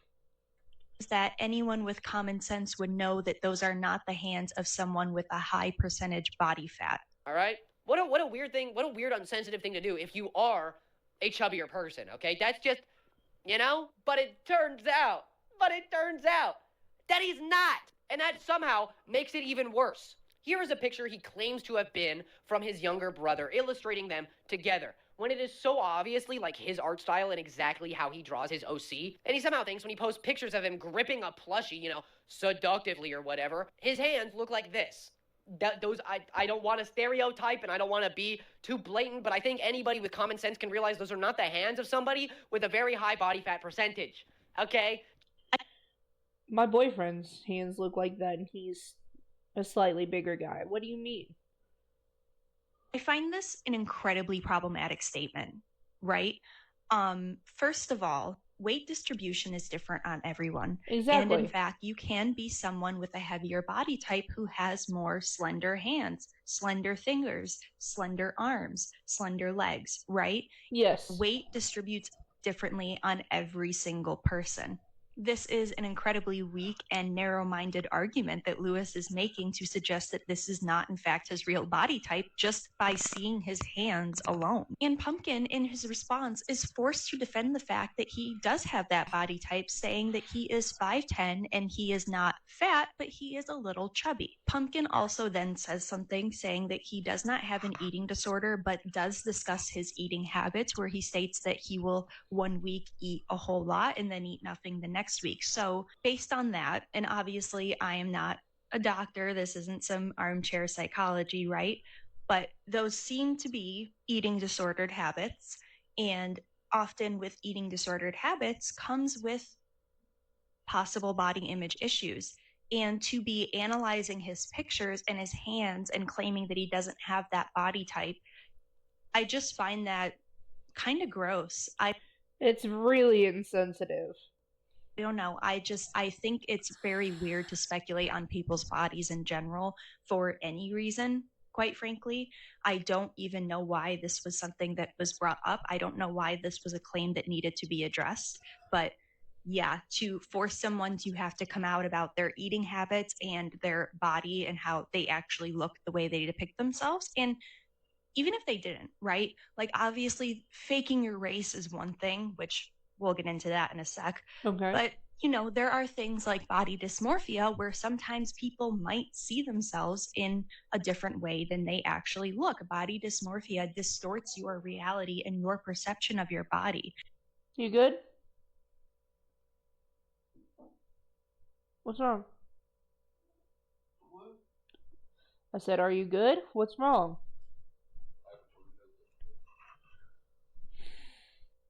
And how do we know that Pumpkin maybe has a distorted image of his body? Like, I'm not trying to, speculate, but what I'm trying to say is sometimes people depict themselves how they see themselves. Huh? Oh, no.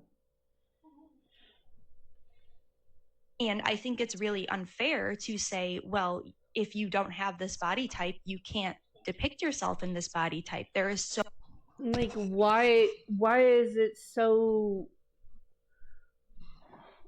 How do I say this? Why is it so necessary that we have to judge people based on what their OCs look like compared to them?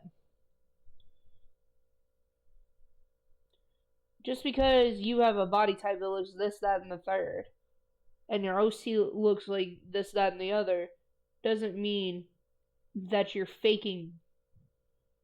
You have this character that has its own identity, and thus its own body type and personality.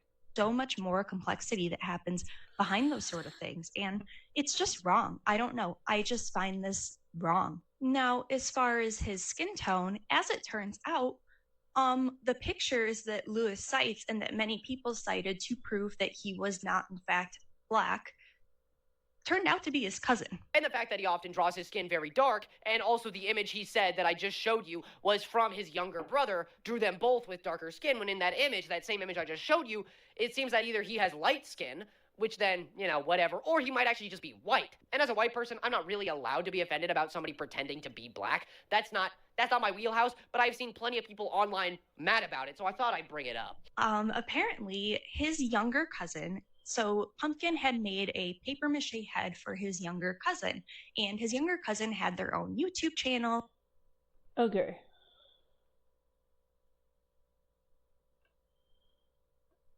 Papier-mâché head. Alright. So, quick story on how this account started. Halloween 2022, my cousin wanted me to papier-mâché her pumpkin head, so I did. Along with that, I gave her my suit, which is too tiny for me at that point. After she wore it, she made an animation for it, and she posted a picture for me with her in my costume on her Insta. Remember, for me, not of me. For his younger cousin, and his younger cousin had their own YouTube channel and Instagram. After she did, I realized, wait, this could potentially become a character. And given her already having a YouTube channel and Instagram, she already knew about social media, so she was willing to help. Also, given that she was quitting her YouTube channel that year because she was burning out, she was enthusiastic and pitched it on. Hey, how about we start an account together? So we did. Okay, that explains it. And they ended up making a character out of this papier-mâché pumpkin head for his cousin.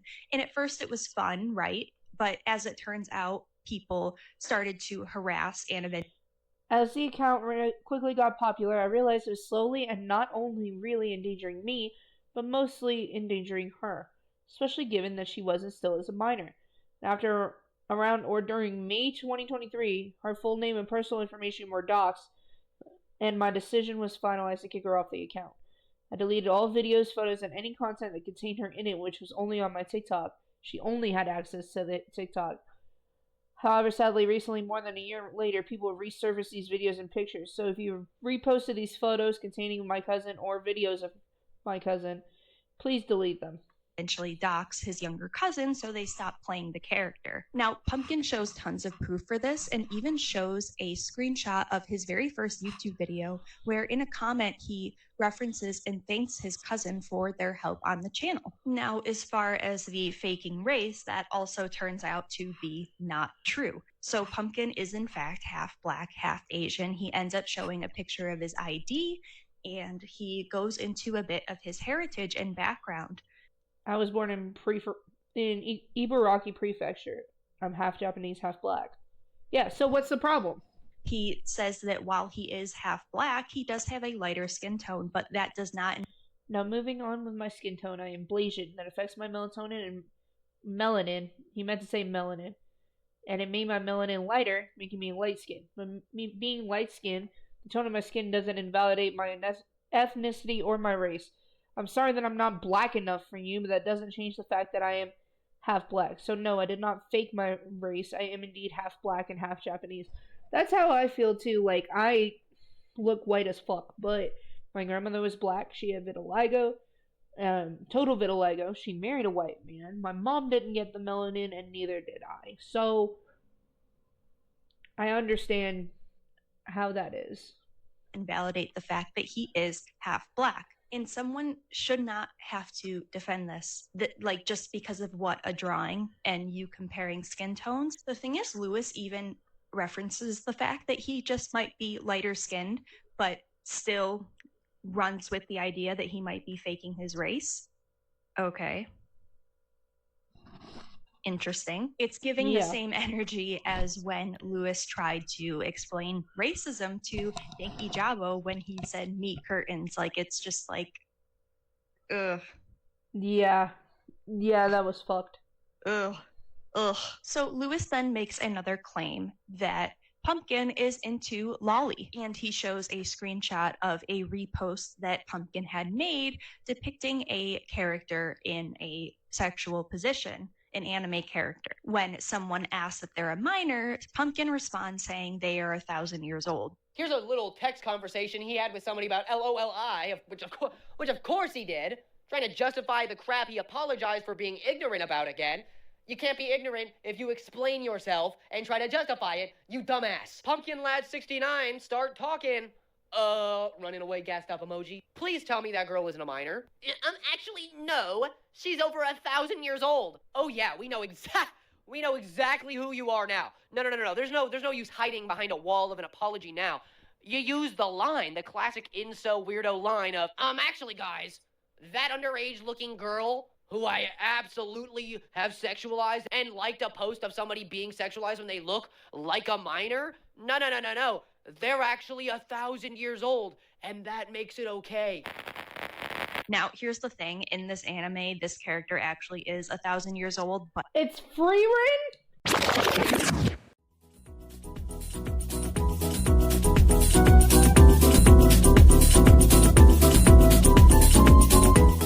Did you do any research? Freerin is a fucking elf.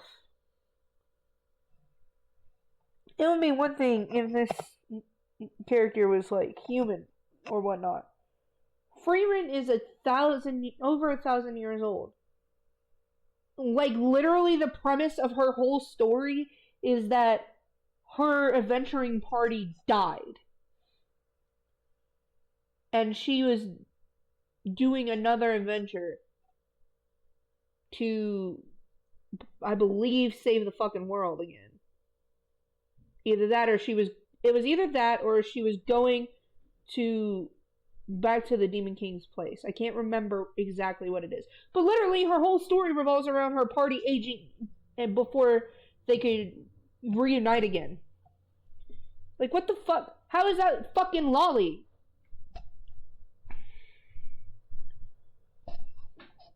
Well, yes.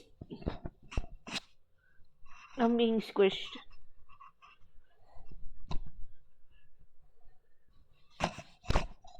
You're hitting my mic. Oh, but literally, has this dude never watched fucking Freerin?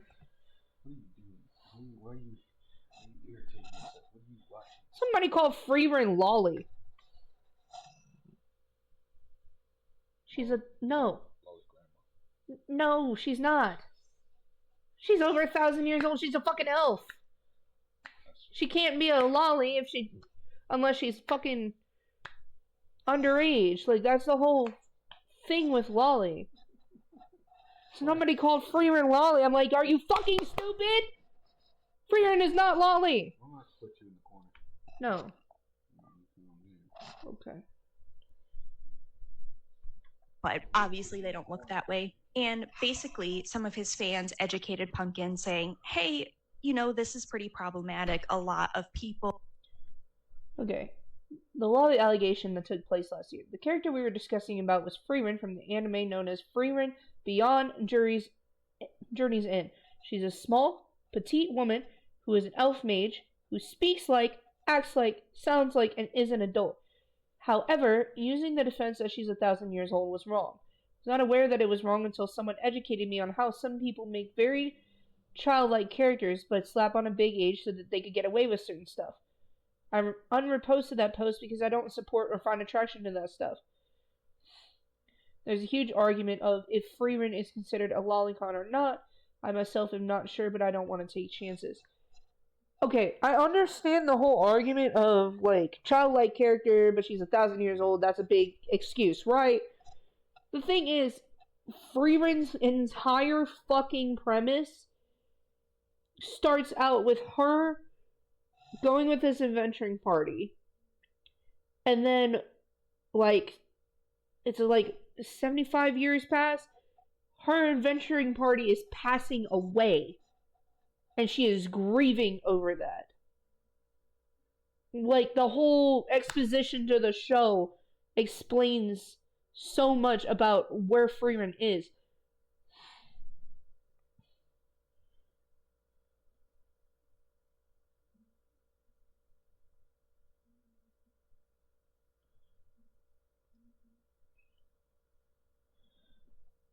I understand why people think that it is Lolicon, but she is.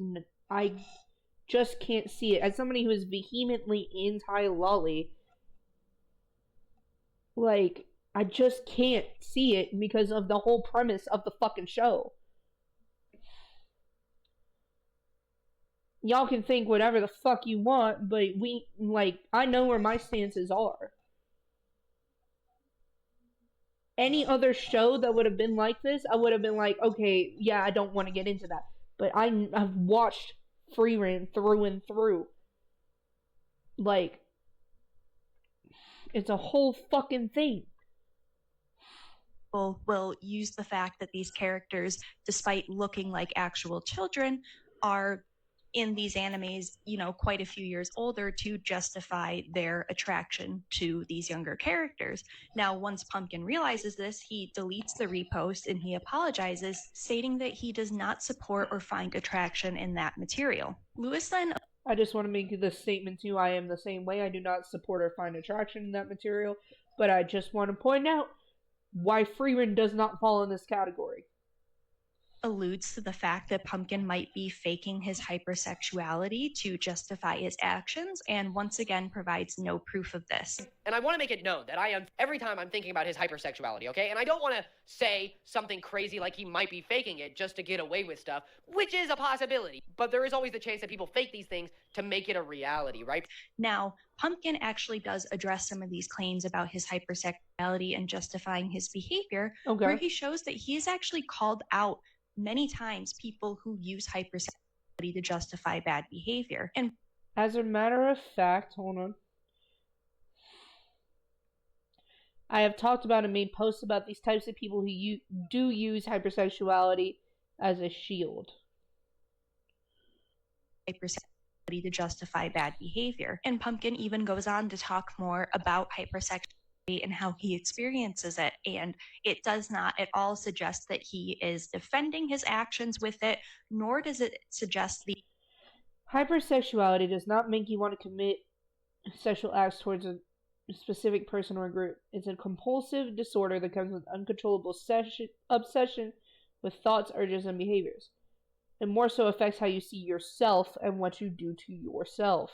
The claims that Lewis previously made, where he sees his hypersexuality as a sexuality and something to flaunt rather than a disorder. In fact, Pumpkin does describe it as a disorder. So Lewis then shows another interaction between Pumpkin and a fan who asked if they could join their NSFW account, being that they were 17 but they were turning 18 in a few days, to which Pumpkin agreed and let them in. Pumpkin at this time was a couple months older than this person. They had just turned 18, and this person was a few days away from turning 18. And Pumpkin says he didn't see a problem with this, being that they were going to be 18 in a few days. But here is some literal proof. This is the real proof of him interacting with minors in very inappropriate... So everything else was fake? Hi, Darth. Welcome in. ...ways. I'm 17 and turning 18 on the 23rd of August. Am I allowed? I'm working on fan art right now for you. How else would I send it? Sure, why not? Okay, all right, buddy. Okay, all right. You're an adult now. All right, you're an adult now. You have to think about these things. You have to make these decisions, okay? Now, obviously, this was an incredibly stupid move and an incredibly stupid decision to make on Pumpkin's part. Don't get me wrong. It doesn't matter that the person was going to be 18 in a few days. You don't, under any circumstances, allow a minor, even a minor an hour away from turning 18, into your NSFW account. This is true.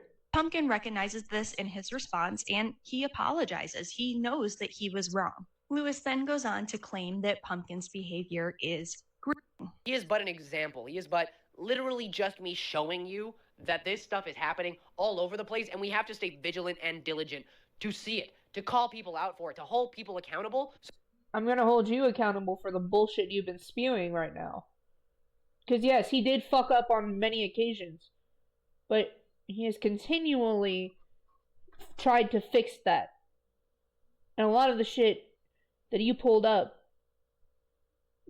is either fabricated or is out of context. Like, come on. So that the groomer summer of 2024 can go down in history and not continue to be our present. Look, obviously, I'm not going to sit here and say I'm not, a pumpkin defender 100%, right? Clearly, this many instances of mistakes and negligence when it comes to minors is something to be concerned about. It is. Yes. It's something to be addressed. However, as we've seen, most of these instances were taken out of context, didn't involve minors, or were just completely fabricated. Some of the most damning evidence that's supposed to prove that Pumpkin was interacting inappropriately with minors does not prove that they were minors. And the most incriminating evidence with him and the 12-year-old in the DMs turned out to be completely fake. And the things Pumpkin did that were genuinely wrong, he took responsibility and apologized for. Again, they were wrong, but... The Fluff Dumpster video, Senate and Council content, I will put it on the list. He doesn't try to justify it. He admits he was wrong. In every instance, he tries to correct it by deleting whatever he had posted or said. And that's pretty much all you can ask from somebody, is to just do better and correct their mistakes. And once Pumpkin came out with this response, responding to all the allegations, the overall consensus towards him was that, okay, we got this wrong for the most part. Clearly, this is not a pedophile. Clearly, this is not a group. This is someone who has had a few instances of comments being taken out of context or being lied about or just making really, really, really stupid, negligent mistakes.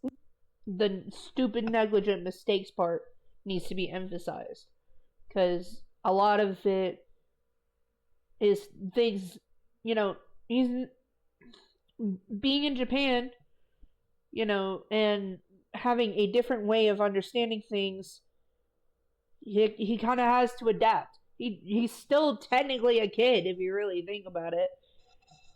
He's not a minor anymore, but he's still a kid. He's still learning how to navigate the space. And, he went and corrected the actions immediately after he figured out they were wrong. He didn't know. We cannot sit here and, I'm not defending the guy. I'm just saying that, he did fuck up on some parts, but he went back and corrected himself. It's all good, sheep.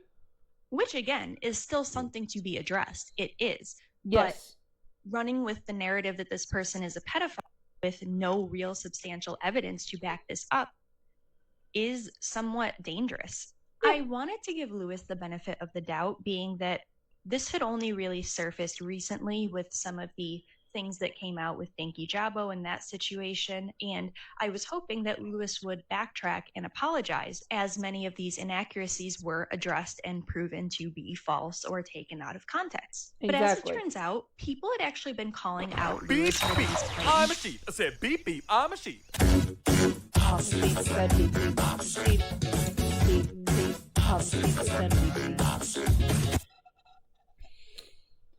God damn it, sheep. 4 months ago when he initially made his video. Now, Lewis has since deleted the video, but he has not issued a public apology. And he actually doubled down when people started calling him out for it, saying he had done 4 hours of research and that he was only relaying allegations. Okay, if you're going to relay thank you.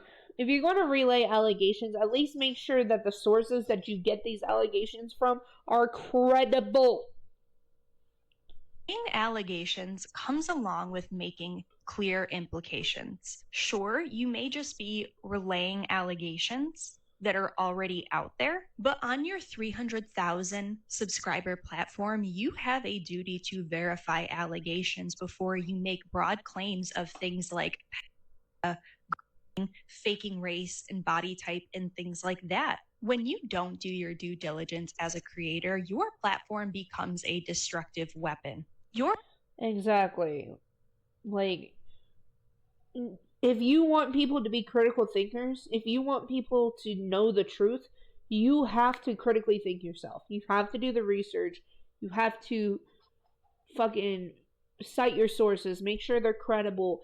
And on top of that, like, make sure that the people that you're pulling these from are reliable.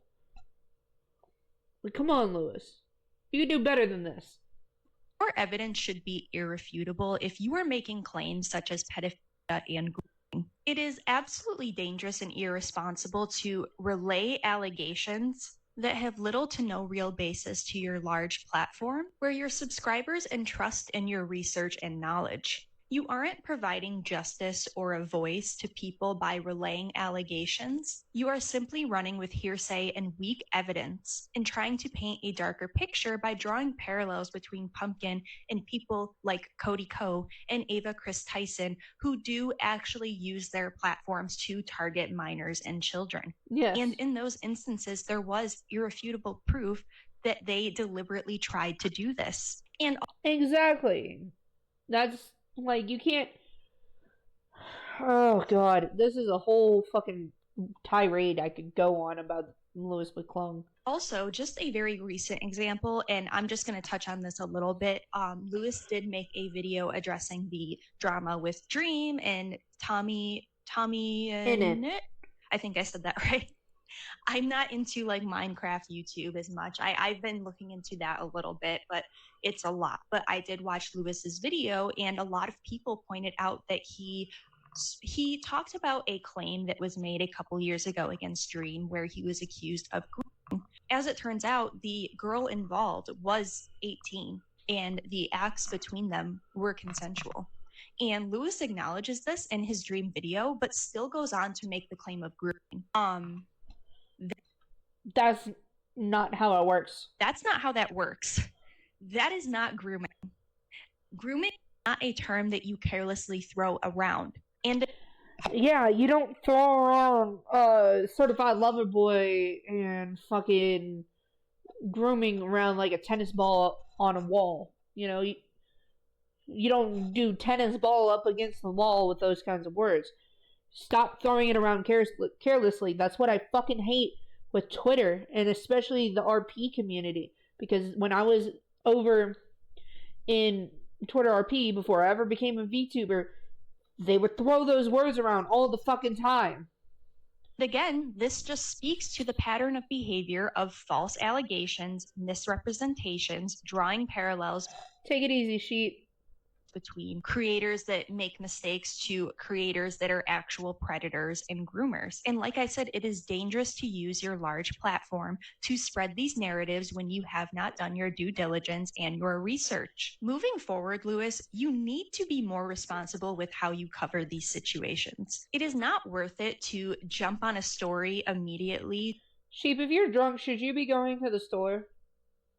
Just to reel in views and engagement, hoping that your allegations and insinuations are right, only to later be wrong and have your credibility shattered. How many times are you going to do this? How many times are you going to make this mistake?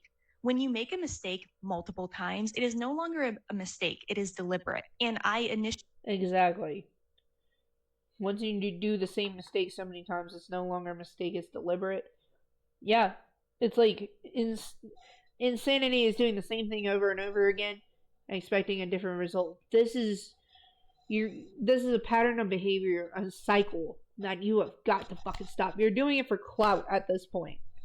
Initially assumed that you just did this once with the Cataclysm and Danky Jabo situation, and that it was an isolated event. And that's why I tried to offer you a little more grace than a lot of these other creators. But no, this is in fact a pattern, and it needs to be addressed and it needs to be stopped. Moving forward, Louis, I hope you from now on take your time when it comes to situations. You don't have to jump on situations right away. You don't have to be the new cards came out in Pocket today. I noticed that. First person to break a situation. And a lot of times it can be a lot more destructive when you hop on a situation and immediately run with whatever the popular narrative is online, only to later have that be proven wrong. And just to be... You could have just asked Pumpkin Gentleman about all of that. Seriously. quite frank with you, Lewis. If you keep doing this, you are going to open yourself up to a defamation lawsuit. You are absolutely going to do that. It might be okay now that you've done this a few times with smaller creators, but let me tell you, you're going to make this mistake with a bigger creator, and they are going to take you to court, and you are going to suffer as a result. So seriously, get it together. Do whatever you need to do to just stop making this mistake and to earn back your trust and your credibility with your subscribers. So that is all I have to say. I just think that at this point, his subscriber base probably just watches him and watch him fall apart. The boy is now goated. I pulled a god pack and an immersive card. Hell yeah. I used to be a fan of him, but I realized his feminism was performative and immediately disappointed me. He built his channel on being a feminist channel for everyone. The main example I'd say when he deleted his Katie Bugs video due to being called a soy boy by Turkey Tom. It's really upsetting to see. I hope he learns that advocating means the negative criticism and you have to deal with the negative criticism.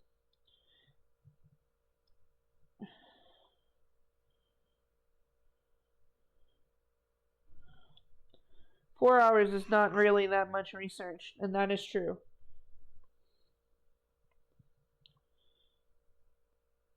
This video is the main reason the pumpkin is still getting hate and false allegations thrown at him to this day.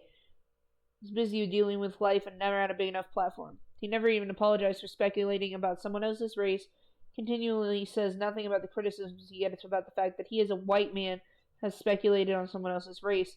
Not only that, but it was extremely wrong about it. I wish the video that Harley TBS had done had been enough for people to stop trusting him, but he swept it under the rug. I didn't know Harley TBS made a video on him. I haven't liked Lewis since his video on the surviving Sedona situation. Hearing him repeatedly crack jokes in a video of some girls describing her partner cheating on her and attempting to unalive her made me feel so gross. His entire channel is talking about serious situations while undermining the people involved by making jokes. It's disgusting how he does this and came up with a smear campaign against Dinky J-Bo for Jesse making a joke. Lewis is a freak and I'm glad people are finally switching up on him.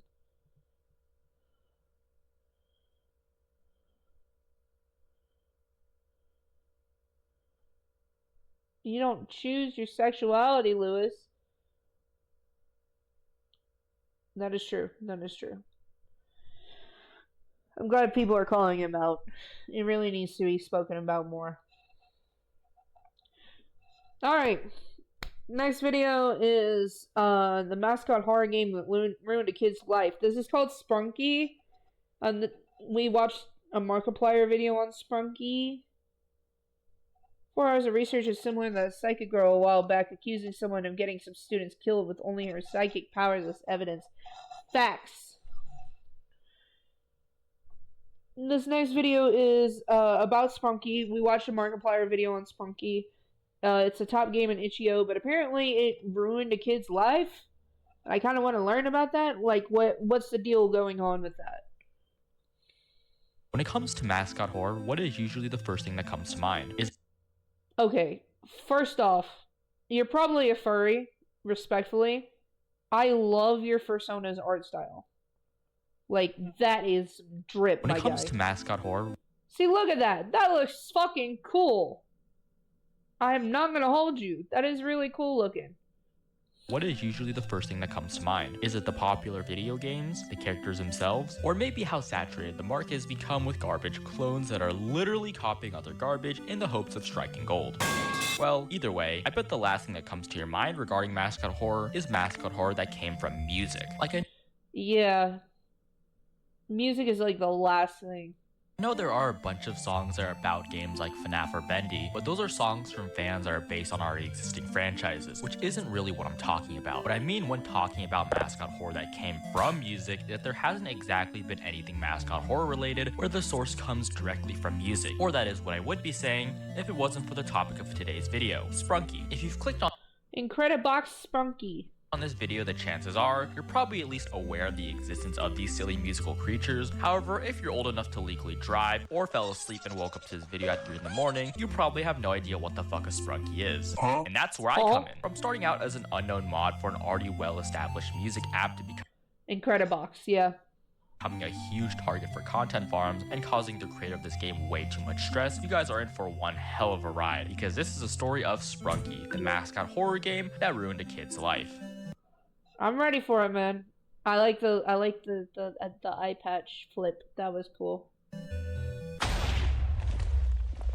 Oh, you turned into a Sprunky character. What the fuck? Before I get into dissecting Sprunky, first I need to provide some background knowledge on how this game came to be, starting with what this game is based on, the site it first appeared on, and who the creator of Sprunky is. As I just said 15 seconds ago, Sprunky started out as a mod for an already well-established music app, that being Incredibox. Now, if you have never had the pleasure of being shown this program during an elementary school media center trip, allow me to introduce you to it myself. Incredibox is a simple drag-and-drop beatbox game created in 2009 by the studio So Far So Good, where you're given a bunch of these different characters that make different sounds, and when you combine them, it makes music that does sound pretty good. It's a very straightforward concept, and you're actually able to try it out for yourself right now.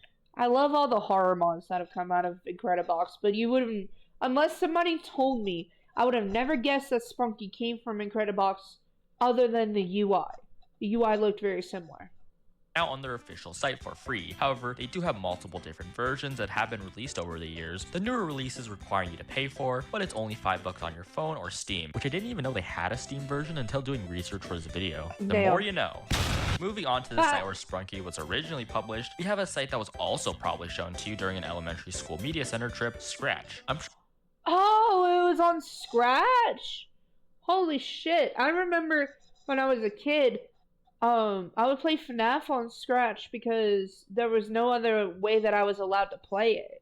A lot of you are probably more familiar with Scratch, so I'll keep things short. If you don't know what Scratch is, it's a coding platform that is marketed to be more for kids. With how simplistic the nature of the coding is, considering that the actual coding language isn't anything that's already established, like yeah, it was made by MIT.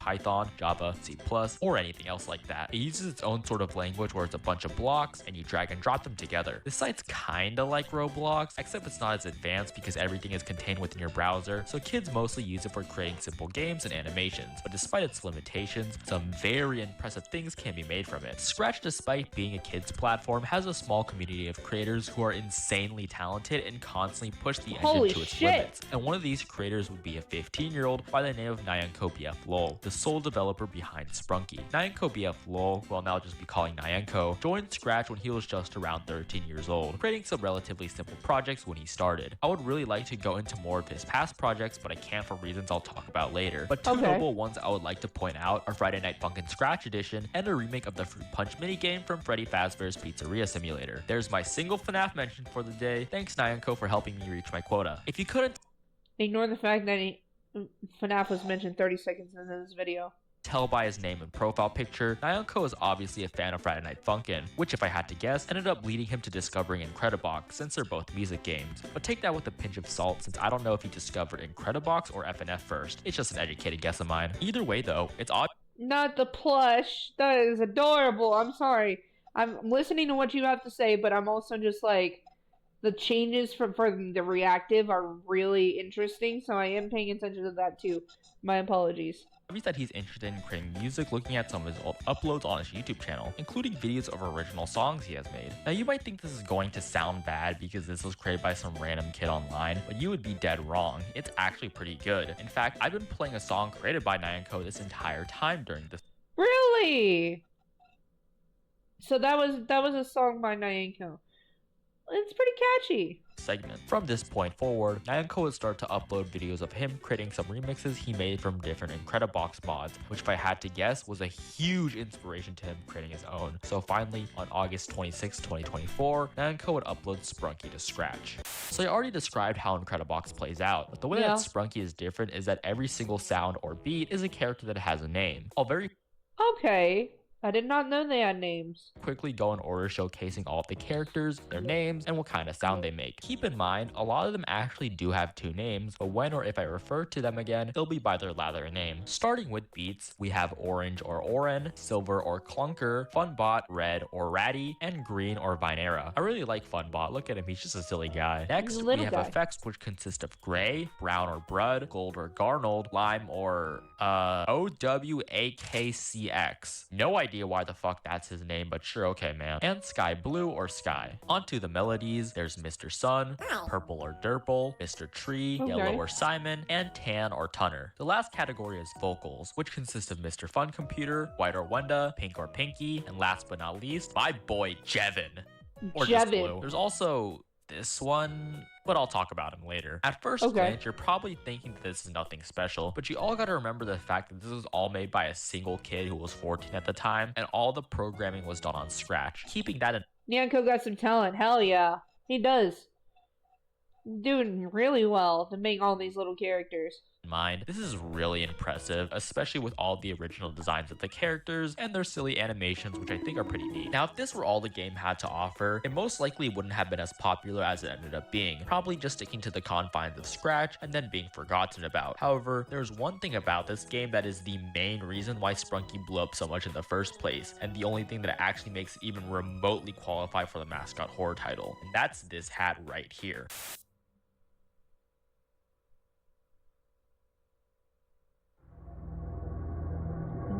Yeah. Man, I knew I shouldn't have taken those Benadryls. Now, I know you're— oh, hell no. Wenda took 40 Benadryls. Probably looking at this and rolling your eyes because this is the 5 billionth time you've seen a mascot horror game pull this trope of, hey, it's a bunch of silly guys, but they turn evil. Especially with how common things like .exe FNF mods have become. But as corny as this comes off as, Sprunky does this trope better than a lot of modern mascot horror. It's like Happy Tree Friends meets Incredibox, really. And I am being 110% serious when I say that. Like, not only does the game come off as nothing but a simple Incredibox mod, but I really like how none of the horror aspects are really forced whatsoever. No cheap jump scares when you enter the horror version or anything like that. Speaking of which, what is the difference between these versions? The two main differences between the versions are exactly what made the game stand out in the first place: the designs of the characters and sounds. Dragging a character onto the screen, you can see that, some of them look like they probably had better days. All the characters either look traumatized or mutilated, which as someone who really loves stuff like body horror and practical gore effects in movies, these designs are honestly pretty cool. The two that stand out to me the most are Sky and Pinky, with Sky's being probably the most gruesome out of all the characters, and it really is. Pinky's just being kind of funny to me because I was— Pinky looks like a Happy Tree Friends character. Immediately able to link your face to Happy Tree Friends, which is— thank you! It's just really funny to me because the game's gallery literally shows it being an inspiration to the design. Side note, you're a real one if you're also traumatized by that show as a kid. Gotta love unrestricted internet access, am I right? When it comes to sounds, they're kind of just the same as before, except being a lot more dramatic with their tone and having more reverb. Or being the same beat but with a different instrument. An example being Brud going from a cowbell type sound to something more akin to breakcore. If there are terms for these things I'm describing, let me know because I'm kind of stupid when it comes to things like describing sounds and shit. I don't know.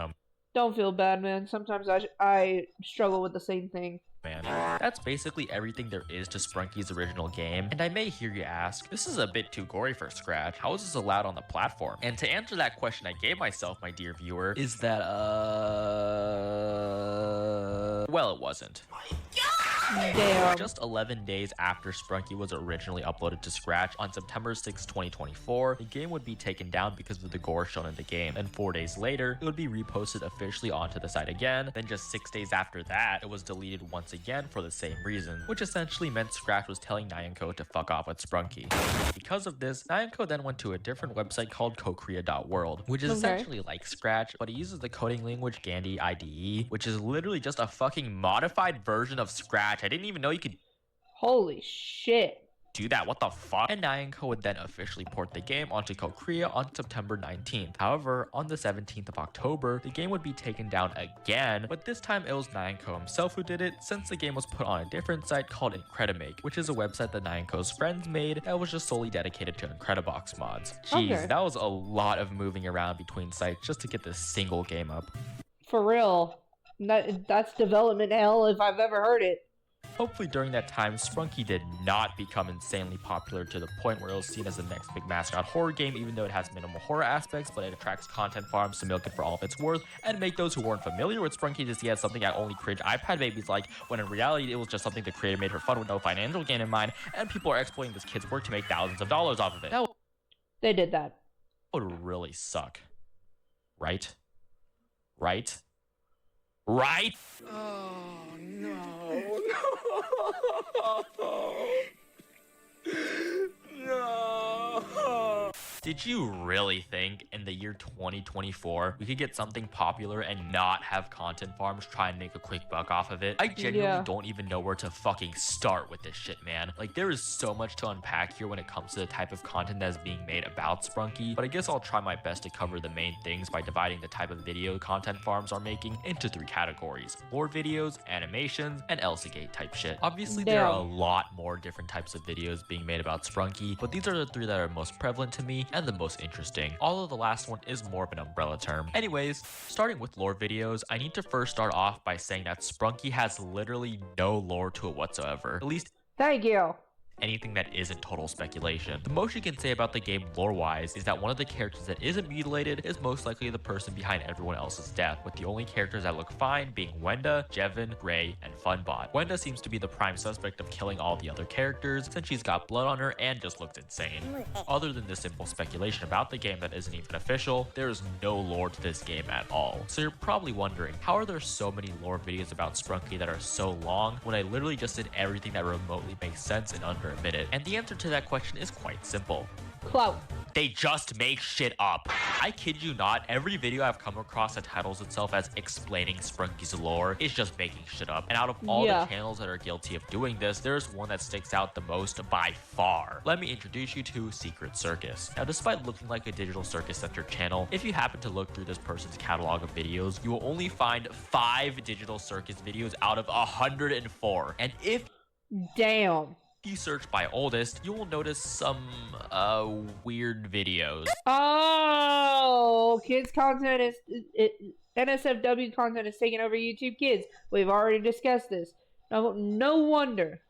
Yeah, that's right. Secret Circus started out as one of those Poppy Playtime content farms that would use very sexual thumbnails to get clicks. Like, these are bad. I have to blur out all these in one way or another. Going back to Sprunky though, while none of the thumbnails are sexual in their nature, the videos themselves are just complete and utter bullshit, posing as being an answer to part of Sprunky's lore, but in reality, it's literally just an AI reading a bunch of comments from the last Sprunky lore video they made and coming up with theories based on that. Speaking of AI, I have a really strong suspicion that whoever's behind this channel will just grab a bunch of comments from kids giving their thoughts on the lore and then just ask ChatGPT to come up with theories based on what the comments say, because all of these theories that are being said in these videos sound completely AI generated. And it really doesn't help that for some reason they use a clone of Markiplier's voice. It's just so funny to me. They use a AI of Mark?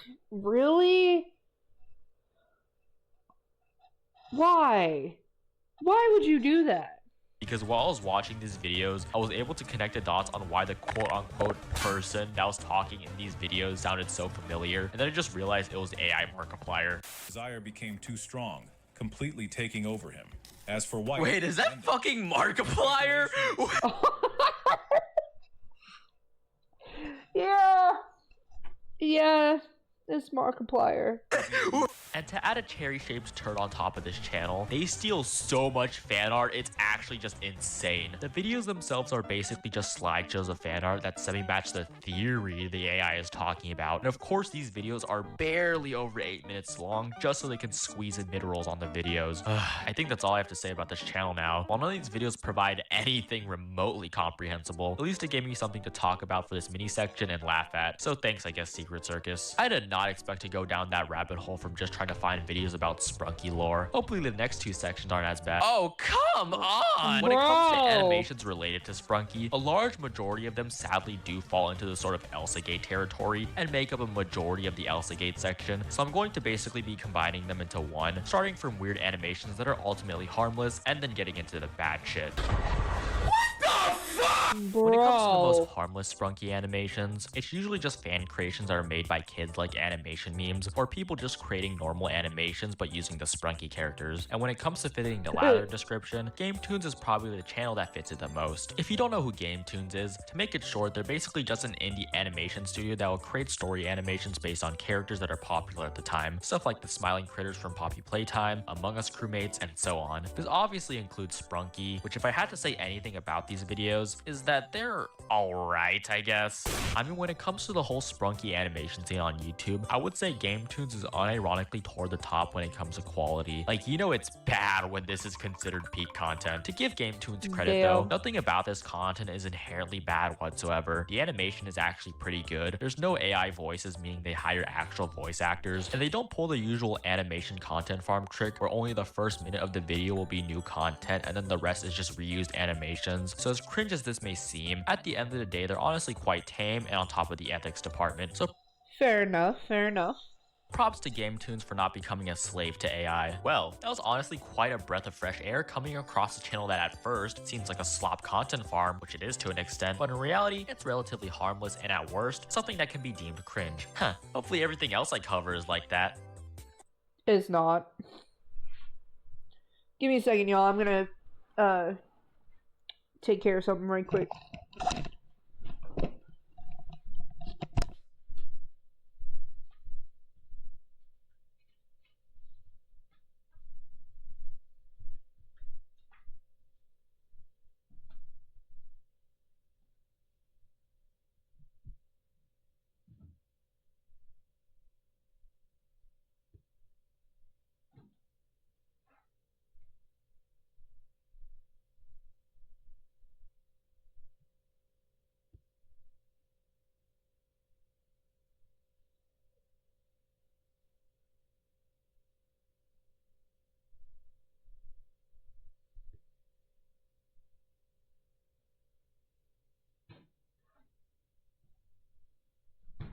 I'm just grabbing some water.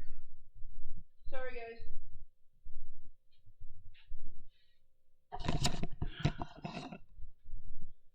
I'm grabbing some water.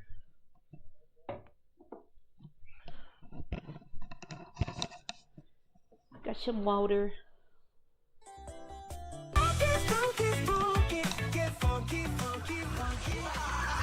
Oh my god. Out of any fan song to be made about Sprunky, why did it have to be this one that's the most popular? Okay, so context for those who are unaware. Why the fuck was Shin Sonic running? Why did I just see Shin Sonic running out of the background? Benji X Scarlet is an insane content farm channel that primarily makes original songs. However, the thing that makes them insane is the fact that not only do they upload a song with an animated music video once or twice a day, it's the fact that they all look and sound like this. If you told me that Benji kidnapped a bunch of workers from a Temu sweatshop factory and forced them to animate these videos without any proof whatsoever, I would believe you. Anyways, moving on. Okay, so these next videos aren't in any particular order or from a single channel. They're just stuff that I think is weird and on the level of borderline Elsagate stuff to shit that is genuinely worse than Elsagate. You have your usual stuff like animated mukbang shorts, which might I add, yes, that's the correct way to pronounce it. I am in fact South Korean. Please stop saying it like fucking mukbang. I have... Okay. Will do. I'm sorry. I have absolutely no idea why these types of videos are so popular where people just animate characters eating a bunch of food, but I mean, like, they are low-key fucking that shit up, so you go, Grand Wenda. This shit has 11 million views in the span of 2 weeks. The single short has quintupled my total channel view count. Why the fuck do I even bother, man? Speaking of Grand Wenda, I've noticed that it is like a really common thing to ship these two characters, which probably stems from the fact that 1, they both have really similar designs, and 2, they're both the opposite gender, so that means they're automatically a couple. Ooh. Either way, though, while this ship is ultimately wild shit harmless, the content farm vultures get a hold of this shit fast and start to upload like these really weird fetish videos using these characters. It's one thing to animate the two fucking wild shit, bro, as cats and they just kiss each other on the cheek, which is honestly kind of cute. But it is an entirely different thing to not only for some reason give Wenda a fat rack, but also make a really weird ass drawing of Gray getting crushed between her thighs and then upload it to YouTube for kids to see. It's so weird. Whoa! I cannot show this on YouTube. Yeah, I think that's enough of that. Jesus Christ, man. I really just can't imagine being the creator of Sprunky and having to see your creation become the next content farm cow in real time, with you being able to do literally nothing about it. Hopefully this hasn't ruined this kid's life and the Sprunky project. Oh, you gotta be fucking kidding me. Before I start off this segment, I need to talk about two things to set shit straight. First of all, I was exaggerating a bit when I said this game has ruined the creator's life. It's not like they were put into financial ruin or anything along the lines of that, but it's probably emotional distress, because this was a passion project for Nyanko. Has affected them. Secondly, I need to make it crystal clear that Nyanko is a completely innocent guy. He's done nothing wrong, and it's genuinely heartbreaking to see his creation get turned into all of this, all while not seeing a single cent from it. But either way, let me get into how this entire Sprunky debacle has completely fucked with Nyanko's presence online. From the start, Nyanko was very aware of all the slop that was being produced by content farms using his creation. In fact, literally one of his first community posts on his YouTube channel says, "Whoa, Nyanko, this brain rot channel got sprunky, we're doomed. I don't fucking care anymore." As time went on though, Nyanko would continue posting about infamous content farms using sprunky, such as the previously mentioned Benji X Scarlet and Lankybox, only really saying stuff like to dislike their video, which to be fair, as much as I don't like people weaponizing their audience, I can completely understand how they become. Here! Welcome, Bones Jangle. How are you doing, BJ? Oh, no, but I don't like people weaponizing their audience either, but if somebody is blatantly using your creation for straight up content farming and Elsagate shit, then I think it's a good time to weaponize your audience.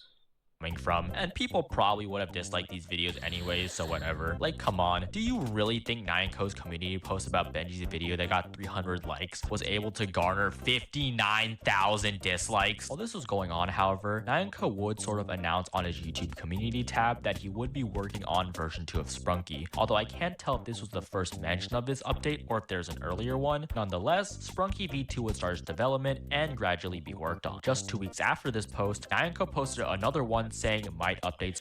Tired. Just woke up. Something about the day of people calling me left and right. Lol, what are you watching?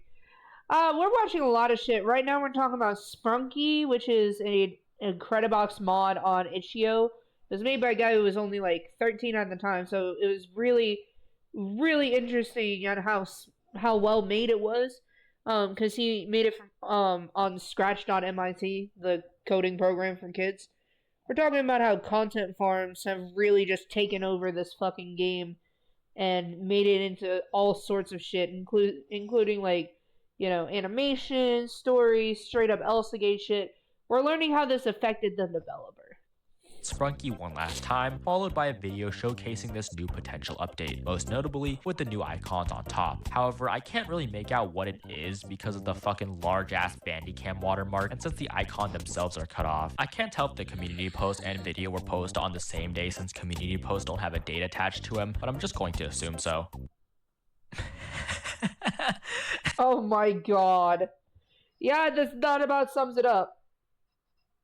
They made you pregnant. I'm not fucking joking. It was starting to become apparent due to content farms that Nyanko was really starting to hate his own creation, which was further explained why in another community post he made, but this mainly stemming from the fact that Sprunky had started to become too popular. Let me explain. Because of how wide it's more popular than Incredibox, the original game. Damn. Spread Sprunky started to become, this meant it would actually be a lot of people's first introduction to anything Incredibox related, including kids who don't know any better and think that Incredibox actually originated from Sprunky, even though it's literally just supposed to be a mod for the game. A game, mind you, that at that point was already 15 years old. It also got to the point where YouTubers were playing mods of Sprunky instead of the original Sprunky itself, basically just squaring the original problem Nyanko had with the game. And although this just sounds like Nyanko complaining that his game was not being played, I can actually see where they're coming from, especially with mods like Sprunky's Sinner Edition, that basically just plays into the whole shipping characters with each other thing. Although it's a relatively harmless mod, it also starts a butterfly effect of more people playing said mod, and then content farms creating even more sexually charged content from it, as if they're all exactly already wasn't enough of that. And it's not like he can easily copyright strike these people either, as his fans have been suggesting, considering the fact that Sprunky itself was already a mod of a different game. Nyanko's only 15, so he has to deal with school, and he's not even from the US, so copyright laws are all over the place. Not to mention— yeah, exactly. mentioned that there's already like 15 billion mods of Sprunky, so good luck trying to get all of those taken down along with the content farm slop. The problem was even further amplified when the official Incredibox YouTube channel came out of a nearly year-long hiatus, announcing an update in 2025, to which there are kids in the comments section calling the game a Sprunky ripoff. Lord have mercy. And finally, what would become the final nail in the coffin for Sprunky would be not only the hacking of Nyanko's Discord account, but his Scratch account as well. Damn! For real? Around the 16th of November, Nyanko had to make a community post on his YouTube channel announcing that not only his Discord account got hacked, to which the person responsible deleted his Discord server, but his Scratch account as well by the same person, who would then proceed to start posting some stuff related to Nazis as well as changing his profile picture, leading to the permanent banning of his account. It was at this point that Nyanko then finally revealed that the V2 update for Sprunky was actually cancelled for a while at this point, due to all the reasons I said above before relating to content farms and becoming too popular. The V2 update was apparently supposed to be an April Fool's joke anyways, but Nyanko did end up releasing this cancelled version onto Korea, marking the end of his involvement with Sprunky. Now, although Nyanko has cancelled Sprunky, he still is actively working on creating new Incredibox mods for people to enjoy, which can be found on the Incredimake website I previously mentioned. However, Sprunky was taken down from the site, so don't expect to see that there. The only official version of the game that is up on the internet is the one on Korea of the cancelled update of V2. Wait, what about the one on Itch.io? Oh, the one on Itch.io is not an official one. It's just a copy and paste. And everything else is a repost or just fake. If you're a fan of Sprunky or just curious about the Incredibox modding scene, I really do highly suggest you check out the rest of Nyanko's mods and keep up to date with his work on new mods by subscribing to his YouTube channel, which I'll leave a link to in the description of this video, along with the Incredimake website. As much as it does really fucking suck to see a young creator's work get turned into this content slop cesspit, I am really glad that Nyanko was able to come out from it relatively unscathed, despite the amount of pressure he was facing from literally all corners of the internet, from fans. Yeah, I'm glad he's still making Incredibox mods, because Sprunky was really interesting. Content farms, as well as people who just really fucking hate him for some reason, which if you are one of those people, just why? Just like get a job. Hitting on a 15-year-old who literally did nothing wrong and just had a personal project of his get out of control with popularity, which is something he couldn't control, by the way. What do you say fuck me for? Is genuinely just peak unemployment activity. And if you've partaken in Nyanko's harassment, generally just go fuck yourself. You're a loser. I also should just point out the fact that like Nyanko is genuinely an insanely talented dude. And not only does Sprunky make that evident, but his other works as well, such as Static, an Incredibox horror mod that not only looks and is way more impressive than Sprunky, but it is entirely created in Scratch as well. Nyanko has entirely in Scratch? Are you fucking kidding me? A lot of potential as an Incredibox modder outside of Sprunky. And quite honestly, he has legitimately hooked me back into Incredibox, and I'm excited to see what the scene has to offer, besides Sprunky, of course. Well, that's basically... I genuinely want to play his mods now. I genuinely want to play his mods. Basically everything when it comes to the mascot horror game that almost ruined a kid's life. Hope you can forgive me for kind of baiting you with the title there, but in all seriousness, I hope you enjoyed this video, and it really does mean a lot that you got to the end of it, especially since this is a deviation from my usual FNAF content and just a different style in general. But hey, I'm open to new things, especially since we're now in season 2 of the Kip Ashley Show with this new very stylish look. Like I said before, please go check out Nyanko's YouTube channel, and if you're interested, keep up with what he's got cooking in the future, because man, he really does deserve all the support, especially with this whole slop situation. Everything I talked about will be linked in the description as always, and while you're on your way there, go ahead and like the video if you liked it, subscribe if you loved it, and just tell me what you liked, disliked, or something else I should make a video on in the comments below. But I think... Thank you, Kip Ashley. I really appreciate it.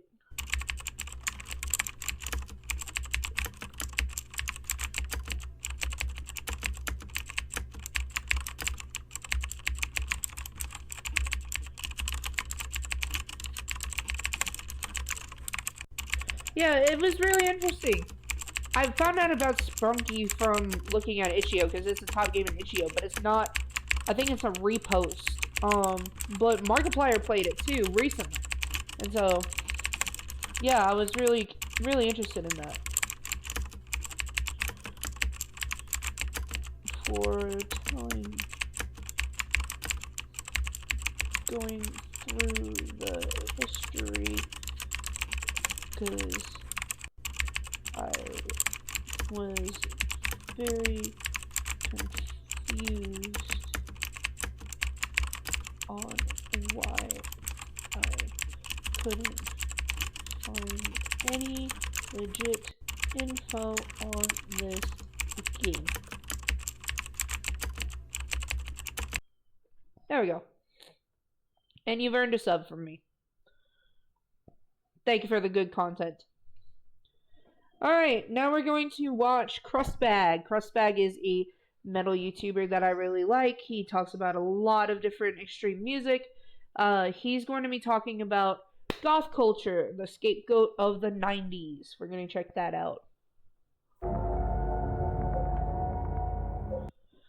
This is an educational video. It goes through serious topics, but the video, and it may show some photos of certain criminals. Just got some hot dogs. What I missed. We just went over Spunky, the Incredibox mod that a kid made, super smart kid made. So yeah, we're about to go into how goth culture was a scapegoat for the 90s and early 2000s. There's going to be some serious topics talked about, some criminal justice talked about. So keep that in mind. We're going in blind. If you're over the age of 20 and grew up in the 2000s and 2010s, then you know that one of the... I'm really upset that you showed me this Windows XP background, because I really want my background to be Windows XP again, or at least my UI. Very few unfortunate unifying experiences of nearly every single subculture is... I remember this. Goths are the devil. Ugh. Before that, video games. Before that, D&D. Yeah. Being called a school shooter for some reason, which makes...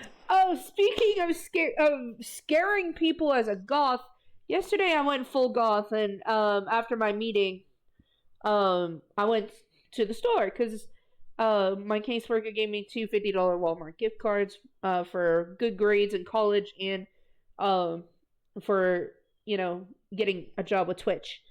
Anyway, we went to get groceries. I was in full goth makeup, full goth everything, right? I'm waiting for Kuro to come out of the Walmart restroom, and once he does, I approach him. This old white lady walks past us, and I didn't know this until Kuro told me. She looks at me, has to do a double take, looks at him, looks back at me, and just goes, "The fuck?" Like, she mouths it. Like, she thought she was taking some drugs or some shit, because apparently I scared the fuck out of her. Makes sense. I mean, if you take a look at all the people involved in these horrible crimes, a very obvious pattern emerges. I mean, this is nearly identical to a goth club. If I were to show you a picture of a goth person and a school shooter, you would probably...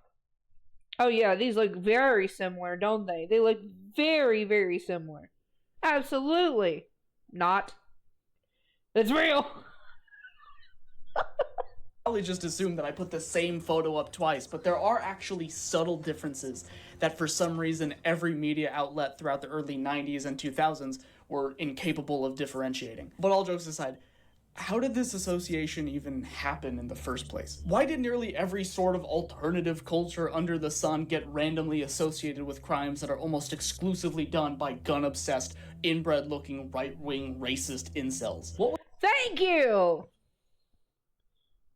What was the long-lasting harm as a result of this narrative, and what can we learn from it? The cultural last time I take those segments, goddammit! Association between the very loosely defined goths and school shooters seemed to materialize out of thin air and was accepted by seemingly everyone. It became a common joke born out of a common fear that reality never reflected, and it's been driving me insane my whole life that no one ever sat down and went, "Hey, what the fuck was that all about?" So, right. What the fuck is that all about? Even though this video will almost definitely get suppressed or demonetized by YouTube, I'm going to talk about it anyways because it's one of the most ridiculous examples of sensationalist journalism, scapegoating, and moral panics that no one ever seems to talk about. And yeah, people talk more about the satanic panic than they do the goth panic. The more I looked into it, the more insane and frustrating it got. So, let's begin. I was at this goth club in Ybor, Florida. I was BSing with the bartender. She's wearing a work shirt, jeans, and biker boots. Some kid walked up and said, "You don't look like you belong here." I replied, "Why?" "Because I don't shop in my mom's closet." Damn, BJ! Damn! To start off stating the... To be fair, my mom is a goth, and I'm a goth, and a lot of times she gives me, like, clothes she doesn't wear anymore. So, I get a lot of cool shit from her. They're scapegoats. No need to look at it more. God damn it, Darth! I am a goth, and I'm going to be nosy about it. I'm going to be nosy about why this is the way that it is. The obvious, goths and violence don't really have any overlap. I know you're taking the piss. I'm just messing with you too. If it was black metal fans, then honestly I'd get it a little bit, but goths? The ones with teased hair who love dancing and collecting things? Yeah. If you're gonna pick a scapegoat, that's a bad place to start. Goths are either the nicest people you will ever meet, stuck-up elitists, or a Frankenstein concoction of the two, but nowhere in that combination is there serious murderous intent. Pretty much for real. Anyone who associates with any sort of alternative music-based culture doesn't shoot people. They just make call-out posts on Twitter and post passive-aggressive stuff to their Instagram story, and that's pretty much it. But in contrast to actual data on gun violence, it's mostly racist, right-wing, gun-obsessed incels, and although a few of those can overlap with some goth dudes, it is, for the most part, the complete opposite in damn near every single way. Alternative culture is inherently left-wing, and anyone who tells you otherwise is lying to you. Okay? Hence why, when I made my video addressing all of you and talking about why I talk about politics, that is one of the reasons. Because it is against everything that I stand for, not only as a person, but as a goth. You know, a lot of people don't get that. You don't have to dress goth to be goth. It is all in the music.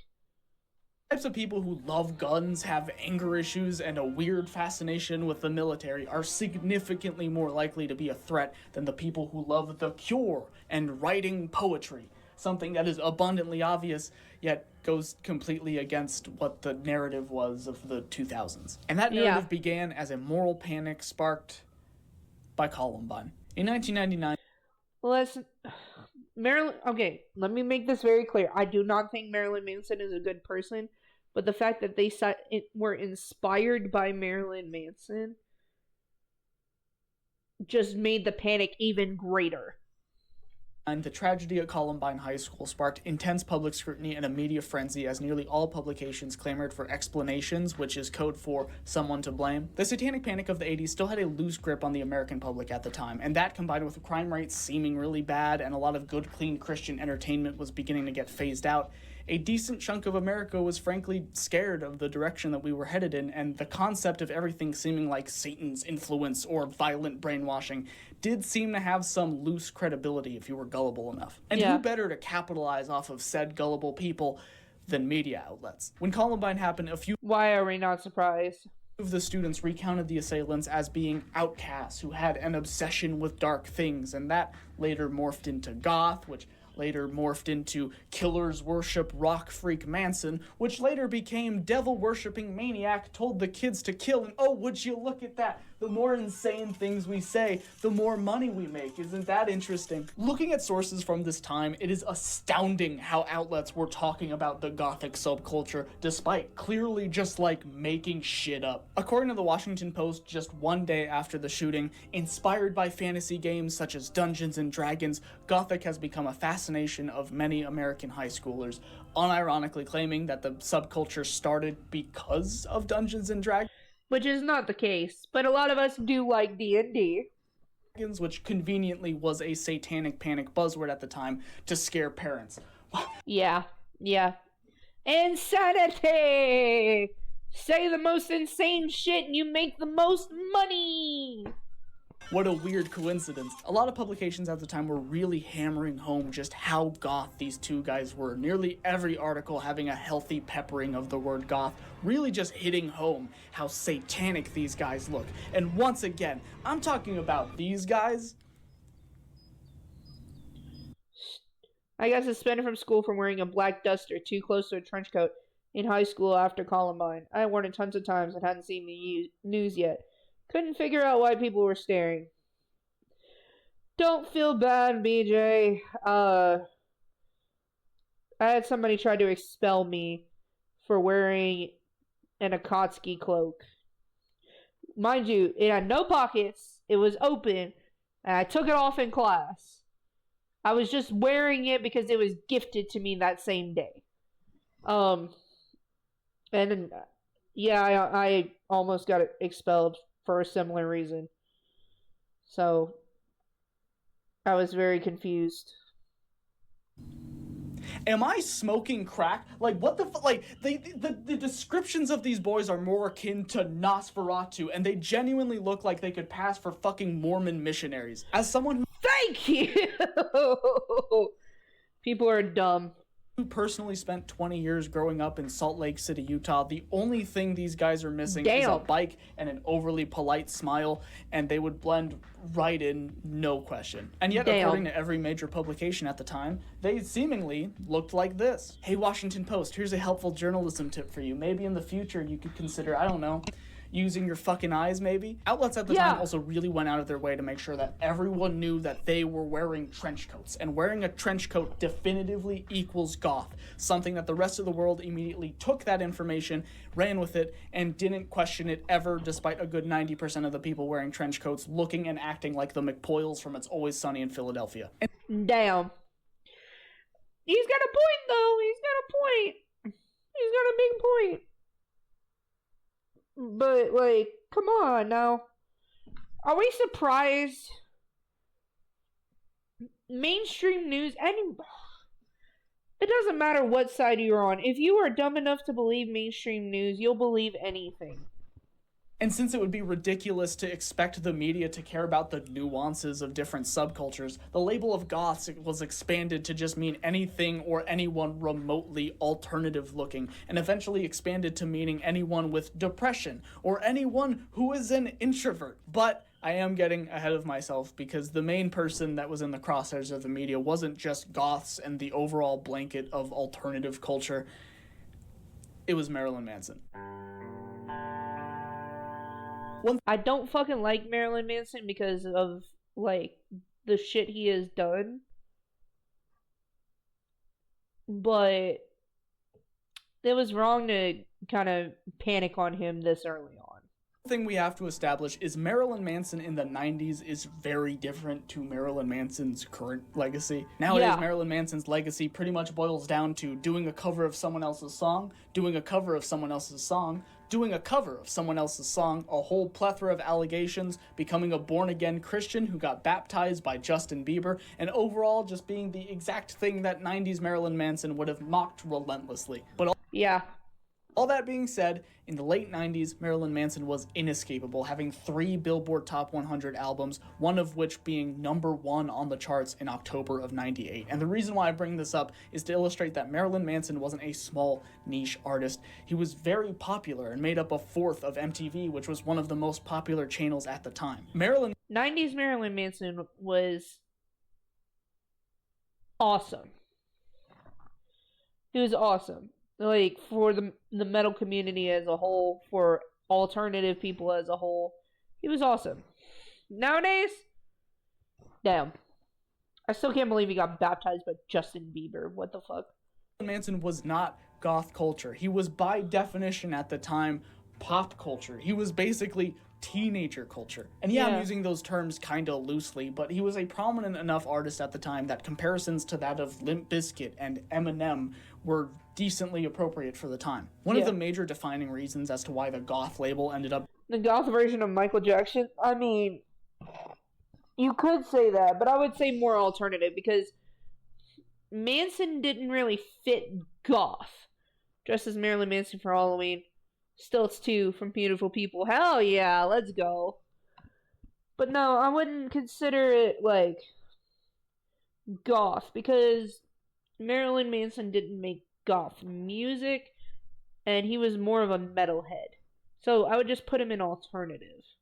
Being associated with these two was due to them owning a Marilyn Manson CD. But Once again, they were teenagers in the year 1999. It's really normal to own a CD that was #1 on the Billboard charts just a few months prior. Yeah. Although Marilyn Manson was undoubtedly more provocative in nature, having a media frenzy over teenagers listening to him in 1999 would be like having a media frenzy over someone listening to Billie Eilish in 2019, Exactly. Ed Sheeran in 2017, Macklemore in 2012, or LMFAO in 2011. And yet, despite that being true, there were congressional hearings dedicated to analyzing his lyrics and themes, which is something that LMFAO didn't have to worry about, but it would have been really funny if they did. If Columbine happened in 2003, it probably would have been blamed on 50 Cent, which sounds kind of ridiculous until you remember a lot of real-life violence has been blamed on rap music too, but... Yeah, that is true. He has a very good point. Tupac, Biggie... Shit, Diddy? Like, just because Diddy's shit came out now doesn't mean he wasn't doing shit back then. I mean, he had his hands all in the Tupac and Biggie beef. We'll touch more on that a little later. Whatever is wrong with today's youth will always be pinned on something other than shitty parenting and a system that does not value the needs of young people, because, to put it bluntly, society will never blame itself for its own problems. Pretty much. Exactly! See what I mean when I say, people, we don't understand it. It must be evil. Exactly. See what I mean when I say, when I don't talk about politics, the content that I am associated with is inherently political? This is what I mean. Like, the subcultures I associate myself with, the commentary that I listen to, all of it in some form or fashion ties back to politics and society not understanding what its people need. You know, that's like, I can sit here and be like, oh, you know, I'm not going to talk about politics right now. But at the end of the day, it's going to come up in what we are consuming. And as a goth, this is kind of the thing. You know, it's part of the subculture. Pretty much whatever scary looking thing the teenagers are into given a current year, it's only a matter of time before it gets associated with Satan's brainwashing or being in a gang. Also, if a parent disapproves of what their child is listening to, it's more likely to be explained away as something corrupting them instead of just a reflection of who they are, since it challenges the preconceived notions of what an American teenager should be. And not to mention that people have been blaming evil music for teenagers since forever. It's basically an American... Yeah, everybody thought Elvis Presley was the devil back then. Like, what, are we surprised?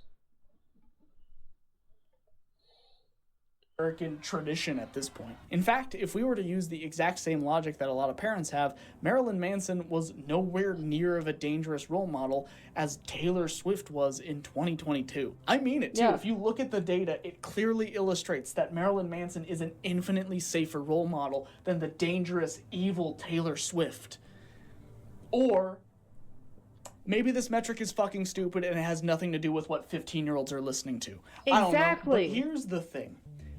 There is no evidence supporting that they listened to Marilyn Manson at all. The statement saying that they owned a Marilyn Manson CD, zero evidence for that. It was just one guy said it one time and then just no one really questioned it. There were some vague recollections from other teenagers saying that they liked Marilyn Manson, while some said that they hated Marilyn Manson, and then contradicting themselves again and again. But either way, pretty much all evidence that they were a fan of Marilyn Manson boils down to, did they listen to Marilyn Manson? I don't know. Maybe. And then that was enough evidence for the media to run with it for years. That's right, all this talk about Marilyn... Head empty femboy go, neow.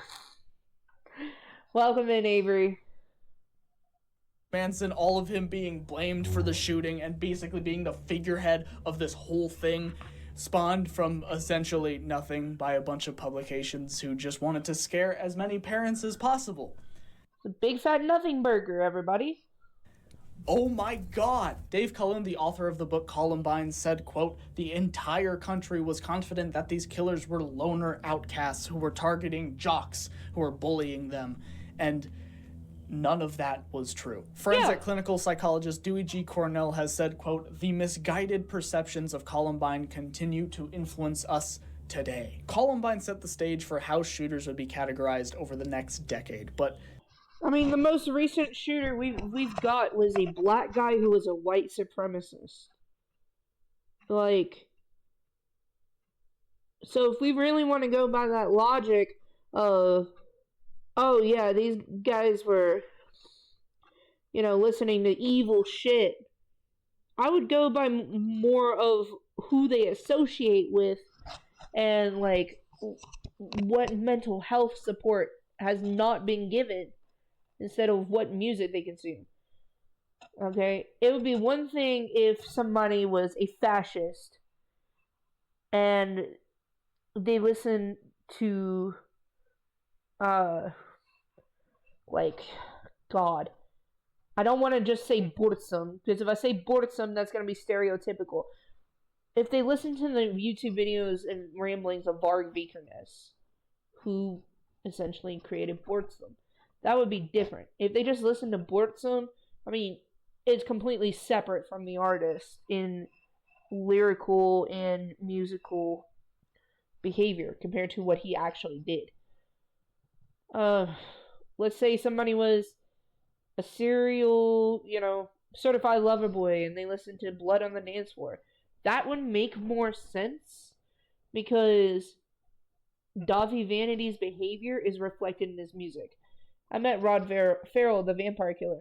He showed up to one of our vampire LARPs. We got complaints that he was creeping on girls and taking the game way too seriously. We had to kick him out. 2 weeks later, he committed the murders. News came to interview us because of course LARPs made him do it. Man, that's fucked. Like, people just want something. People don't like people having hobbies, regardless of, what they do with their lives. People just don't like people having hobbies. And when somebody gets murdered, they go after the hobbies first. Like,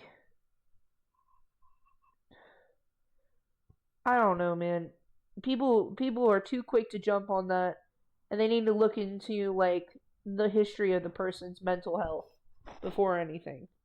The media refused to report accurately and pushed blame on music, which later became subcultures that weren't even loosely related. And the most chilling part about it is the descriptions of these boys, if reported accurately, are the exact same definitions we're still getting from shooters today. Yeah, exactly. Jesus. Fact, maybe part of the reason why shootings have gotten so bad is because instead of learning from Columbine, everyone just decided to be weird to people with black hair for 20 years, only to semi-recently go, maybe it's not them, actually. Which is something we've been saying for fucking ever. Now, I'm not saying that incorrect media coverage in 1999 is to blame for all modern shootings. It's a very complicated issue with a lot of difficult problems intersecting, but I can say pretty confidently that the general obsession with keeping an eye on you freaks almost definitely let a lot of actual threats go completely unnoticed. The notion of more visually striking subcultures being mental health, what's that? Society. Exactly. Labeled a potential lethal threat to the public was established heavily in 1999, but only really started to get phased out of the media, the news, and passive comments from others in around 2016. And personally, I haven't really heard any of it since 2020. We are, for the most part, on the other side of this issue, but it's still fascinating to look back on and just how abundantly wrong and shitty it was. In terms of God... That is true. I mean, if we look at pretty much every, pew-pewer that has come forth since then, there hasn't been a goddamn one that's been, like, an unaliver. There hasn't... When I say there hasn't been a goddamn one, I mean there hasn't been a single goddamn goth that has been, a pew-pewer, really. Goth shooters, if we use the loosest definition humanly possible like the media did. Yeah. There's like 3? Granted, it is difficult to find solid data on music scene. Okay, so There are at least 3.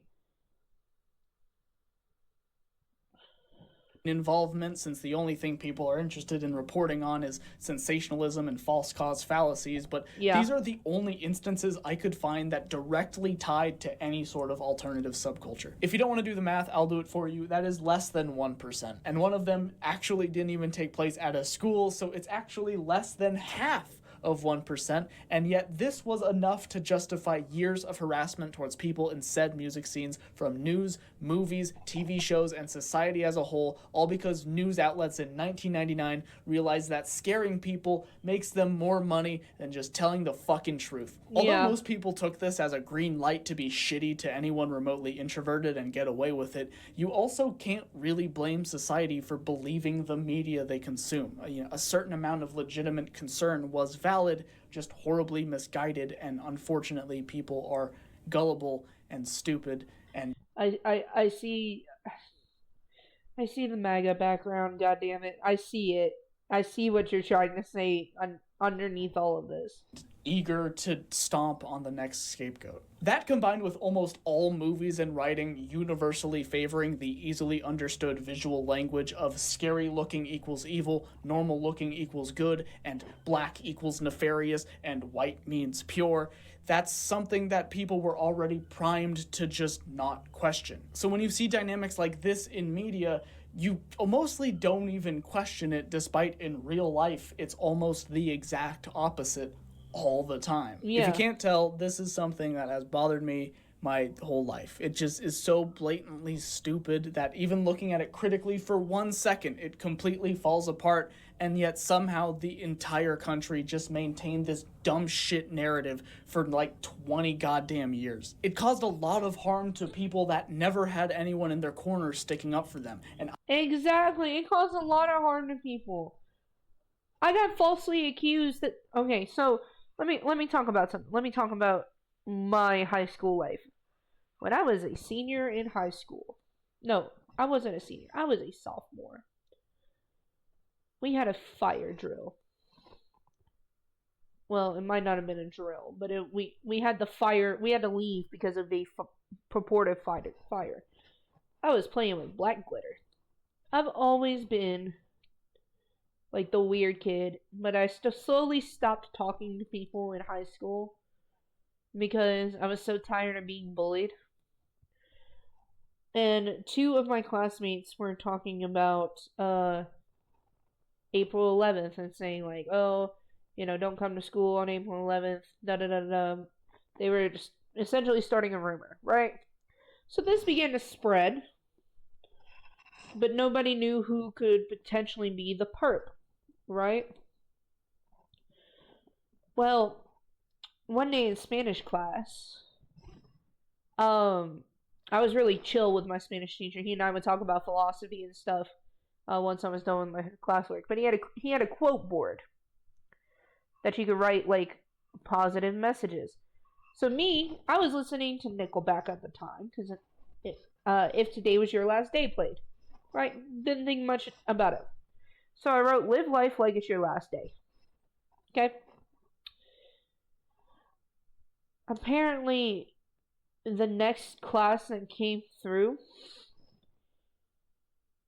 like, bullied me so bad to my Spanish teacher's face, and he defended them so much that he had to get the board taken down. And eventually, the principal tried to get him to stop defending me, or he would be fired. So he quit because he had threatened a student, and like, don't get me wrong, he shouldn't have threatened the student, but she threatened to kill me is basically what happened. And so he threatened her back, and the principal was like, you either gotta stop defending, you need to stop threatening students, one, but also you need to stop defending, Kyrie, and if you don't, you're fired. So he quit. He's a teacher in Baton Rouge now, I think. But that was like one of the only teachers that supported me throughout all of this. eventually somebody told me that they suspected I was the one that was going to pew-pew the school on April 11th. And one day, goat teacher for real, one day I was posting on Instagram on my school iPad, I was quoting My Darkest Days. They have a song called Like Nobody Else. It's about this guy in love with this girl that he's known for years. She's going to college, and he wants her to know that, you know, he loves her like nobody else. And the song, the word B-O-M-B is in it. It's talking about, like, spilling your words, they're exploding out of your mouth, right? About how you feel about this person. Somebody reported me. Somebody at school reported me because they followed my Instagram. And not only did my iPad get taken away, but both vice principals, the principal, the administrative assistant, the superintendent, and 3 cops showed up to pull me out of class and interrogate me for 3 hours.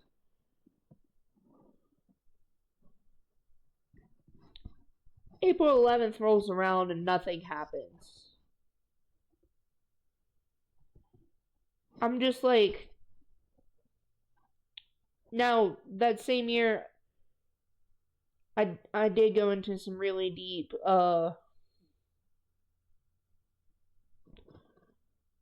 depression because of that.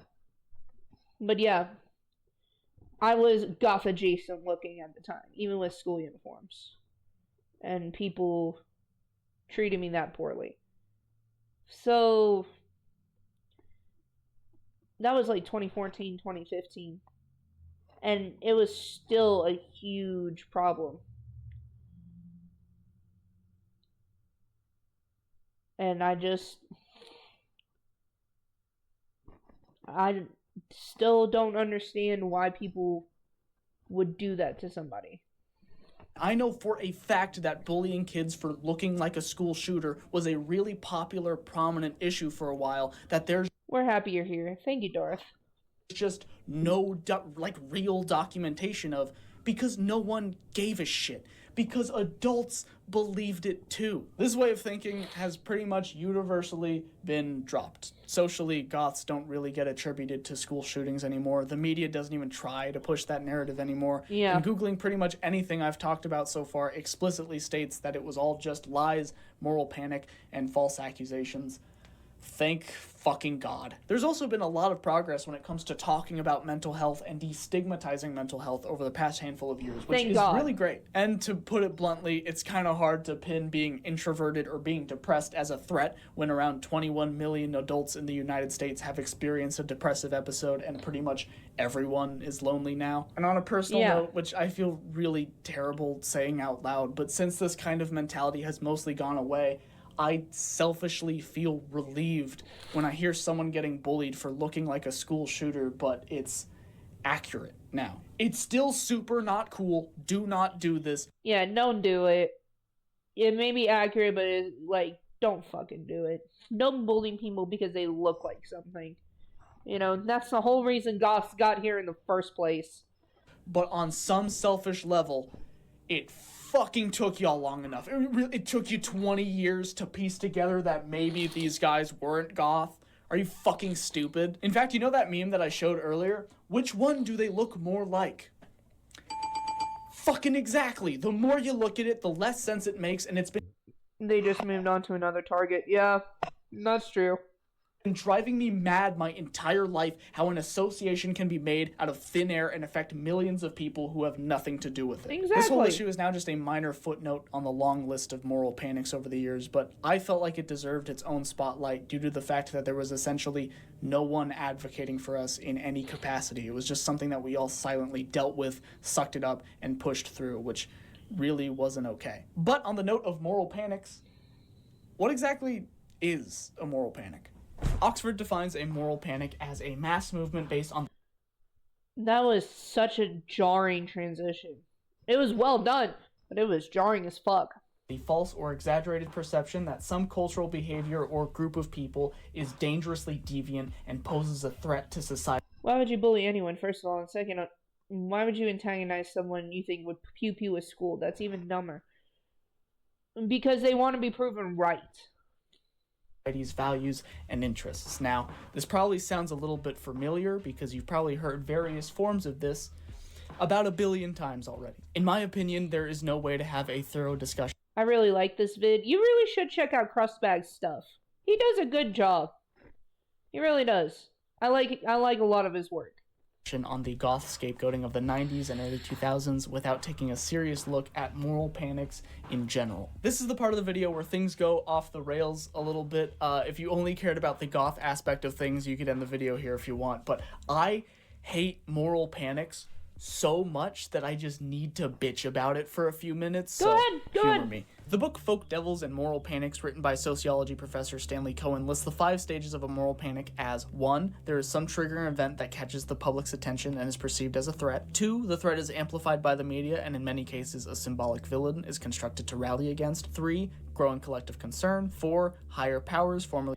Remember how many people hated on gay people and it came out that a bunch of the haters were gay? Yeah, I remember that. There is no... Oh, excuse me. There is no hate greater than 2 things. Evangelical love. Not Christian love. Evangelical love. And self-loathing.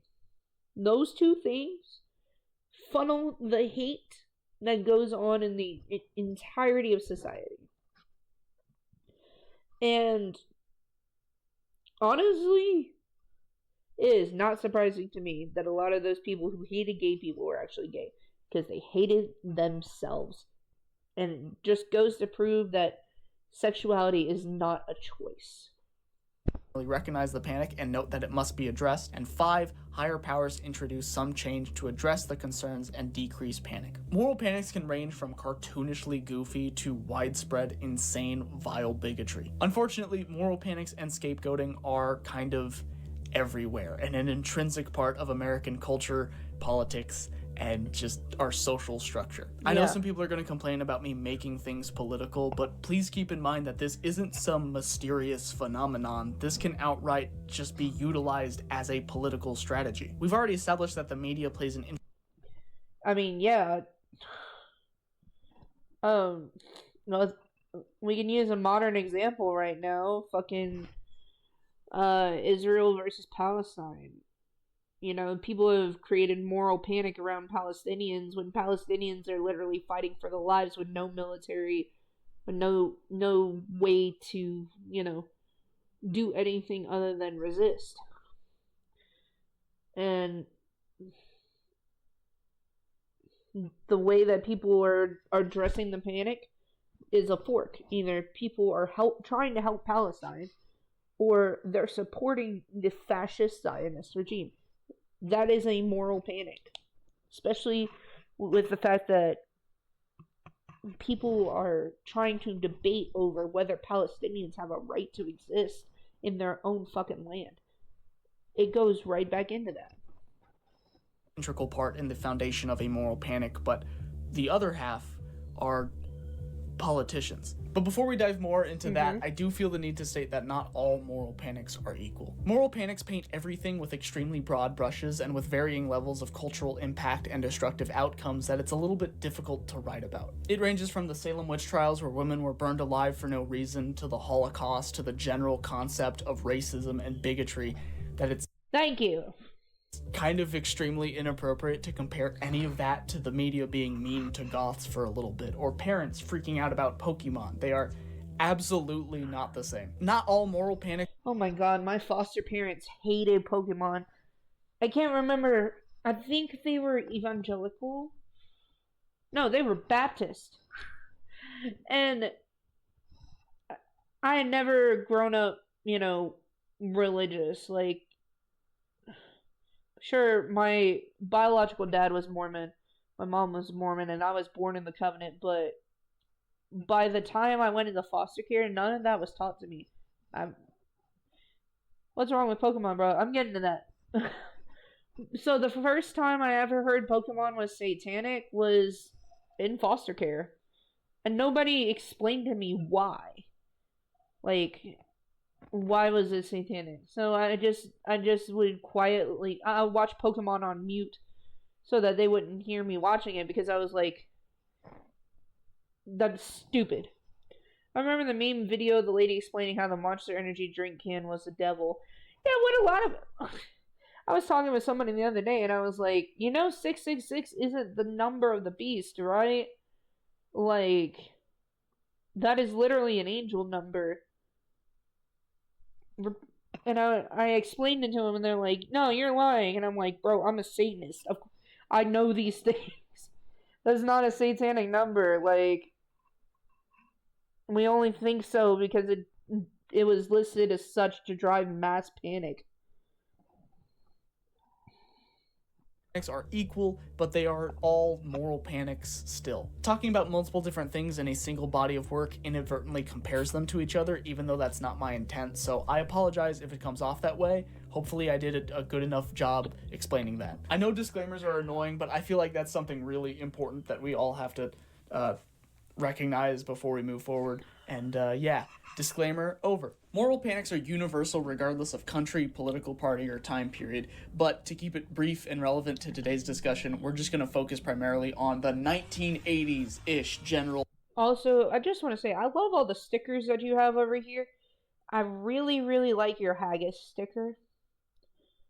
Haggis is a really, really good band. They're really extreme, but they're really good. Time frame, because holy shit, there's a lot of them. In the UK, there was a wave of censorship over video nasties due to primarily conservatives pushing for an outright ban on pretty. I know that it seems like I'm not paying attention to the video. First off, I am, but also I'm just kind of looking at the different things. I like the torso fuck sticker. I like dead air. This up here has to be death. It's either Death or Mangarm. I can't remember who had the big red mountain with the teeth for an album cover. I can't remember. But I am kind of just looking at this right quick because I want to be nosy about it. He's got some good shit going on with his setup. Pretty much anything and everything obscene. A lot of this... The Evil Dead movie was on the video nasties. Yes, it was. Yes, it was. I think House of a... I don't know how far back how far forward the video nasties go, but I think House of a Thousand Corpses might have been on that at some point. Also included media that just seemed obscene on the surface, since a lot of the pushback to media like this was never even viewed by the people pushing these laws in the first place. It's funny to look back and laugh at all these politicians and parents that were genuinely convinced that watching Basket Case was ruining American society. Like, why? It's just a gross little weird video, like, weird movie. Like, what? Let people have their horror. Horror is not that bad. I remember The Exorcist was definitely on the top tier. People still freak out about The Exorcist to this day. As we know it. And I will. Haha, what idiots. But during all this, there was a totally unrelated shooting that happened in the UK in 1987 that killed 31 people. And since video nasties were the controversial thing at the time, the cause of this massacre was blamed on video nasties. Now you're probably wondering, how do these two things even correlate? And the answer is that they don't. Sound familiar? People were actively searching for any reason to justify that obscene media should be banned, and any major crime they could possibly pin it on would just open up the floodgates to a full-on moral panic. Video nasties became a silver bullet. Anything and everything was the fault of horror movies. Gangs, violence, riots, all crime, kids not paying attention in school, you name it. The cause of any and all moral issues is video nasties definitively. And as we all know, if someone is trying to pass off a magical cure-all solution to every problem... When I was in high school, the big taboo was Faces of Death, but we rented it as Blockbuster. What was the big taboo for me in high school? I don't think we had one on film. We didn't have like a film that was the big taboo. I think it was just more toys. Yeah, cuz we were We had a silly band market going. We were selling, trading, and buying silly bands. And eventually that got banned. And then Beyblades got banned. And then Bakugan got banned. I remember, I think the only thing, like, media-wise that got banned was, Ask.fm or Ask.com. I can't remember what it was called. It was, like, related to AOL. Damn, I'm old. Yeah. It was related. I'm not saying, like, yeah, you're old. I'm saying, yeah, I understand. It was something related to AOL. Oh, it was Ask Jeeves. It was Ask Jeeves. People were using Ask Jeeves to communicate with each other. At least this is what the principal said. And somebody pushed a fellow student to unalive themselves through Ask Jeeves. And there was a lot of blackmailing going on, too, within that. So, I think Ask Jeeves and AOL got banned at my school. But, yeah, that was about it. We didn't really have any other media-related bans. You should totally believe it. But I'll let you in. Never heard of that one. Damn. What, Ask Jeeves? Ask Jeeves was like the original, like, internet assistant. And it was an older website. It was much older. On a little secret. Despite there was some legitimate concern for the time period, it was also a diversion. Although the push to ban obscene media existed under the notion of protecting children, conservatives had no interest in protecting children from video nasties or obscene. I know what Ask Jeeves is. I mean, the story evolved. Oh, that was kept relatively within my school. That was about it. It wasn't like a public thing. Obscene media.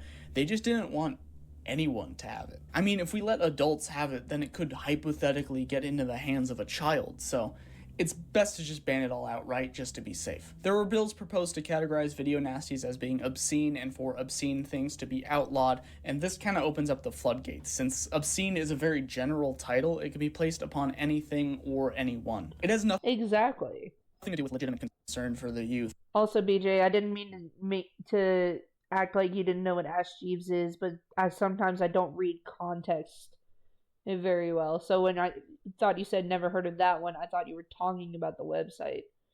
So that's my bad. It's fine, no problem. It was just politicians using it as an excuse to enact dictator-like laws because they don't personally like something. And it's funny that we're talking about dictator-like laws because people don't personally like things in this current economy. You know. Wow. Thank God we've moved past that.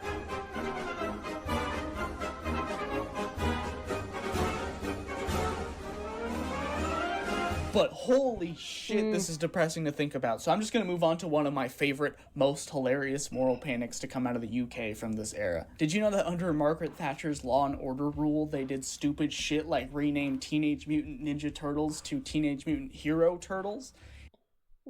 Why? Because ninjas were bad?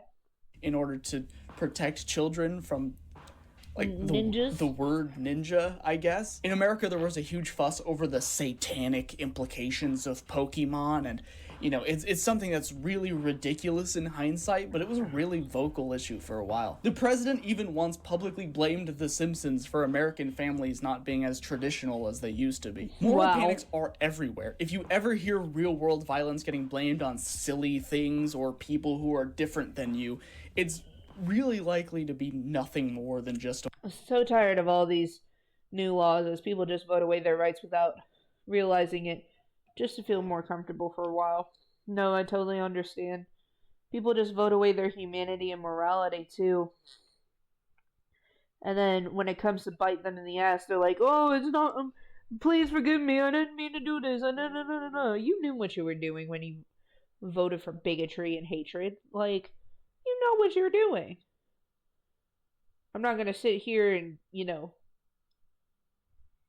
jump over a fucking fence about it, but, you know what you're doing. No one wins in politics. No, but people win in morality and humanity, and that's what we have to remember. We have to remind ourselves how to be moral and human. A moral panic. But why? Why do people start moral panics in the first place? On the surface level, it's just people being stupid, gullible, and scared. Other times, it's just a ruse to ban something that a group doesn't personally like. But the real reason behind the majority of long-standing moral panics is that it's just a politician trying to get you to vote for them. Because not only is it effective, it's also insanely easy. Like, really, think about it. If you had to pick which one sounds easier, one, trying to fix every problem. Okay, it's a tall order. Or two, inventing a problem out of thin air and then blaming it on a scapegoat.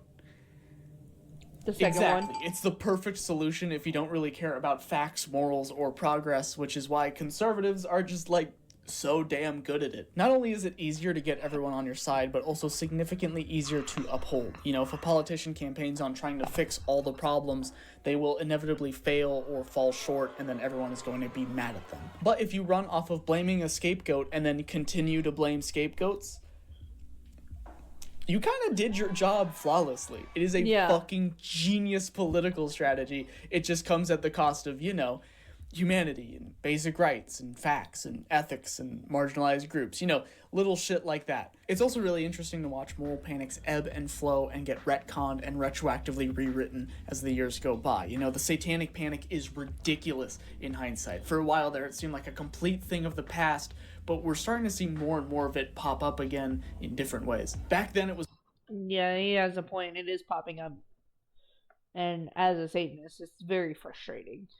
Blanketly clutching pearls to horror movies, metal music, other religions, foreigners, gay people, and claiming that everything is a cult or something trying to brainwash you, and oh wait, no, that's still going on. That is half of Twitter. The satanic panic is still here. It seems like a thing of the past, but it's more or less just been updated for modern times and softened its crazy tone a little bit. The only real difference between then and now is rallying against horror movies isn't really as popular anymore. It still exists, but it's more so just been dropped from the discussion, but everything else is pretty much still on the table. The retconning and redefining of moral panics is really prevalent on Twitter.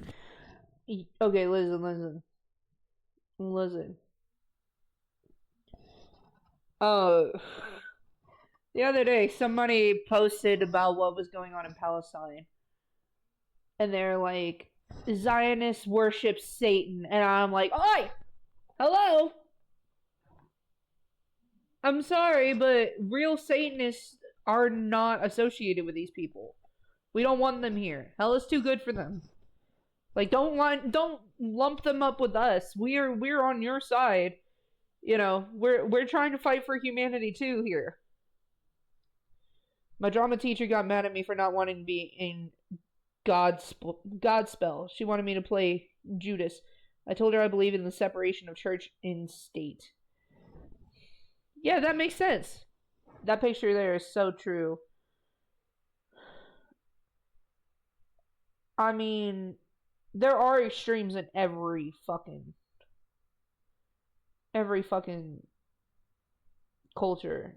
I will say that. I'm not saying that, you know, there aren't some extremists who are goth. There aren't some extremists who are Satanists. There aren't some extremists who are LGBT. But at the same time, like, I feel like people are like, this is literally specific to Twitter, I feel like. Twitter and Karens. The extremes do tend to ruin it for the whole, because they're the ones used as the examples. Exactly! Thank you, BJ.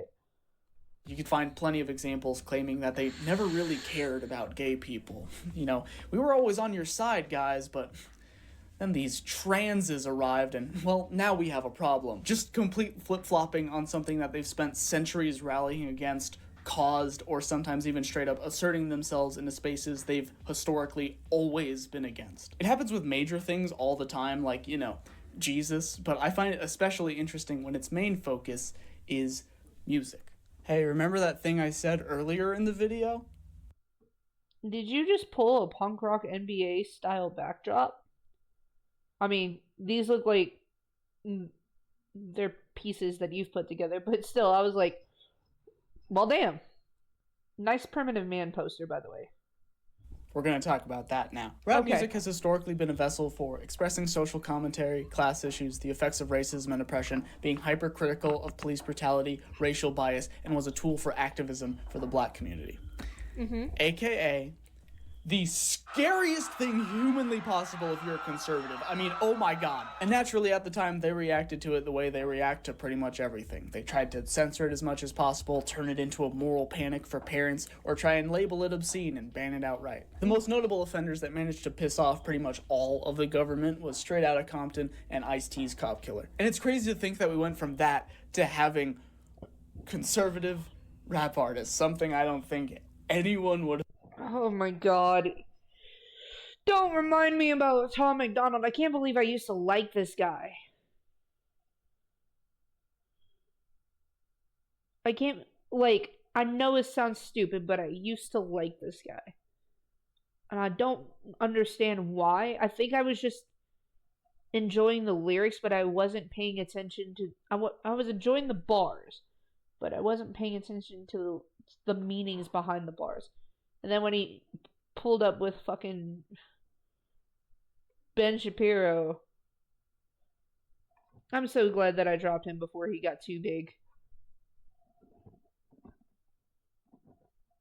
Have seen coming. And just personally speaking, as someone in their 20s who makes video essays about music culture that has historically been associated with political activism, hating cops, being aggressively pro-animal liberation, aggressively pro-equal rights, aggressively anti-war, and the belief that music is a form of protest. Free Palestine, by the way. I appreciate that.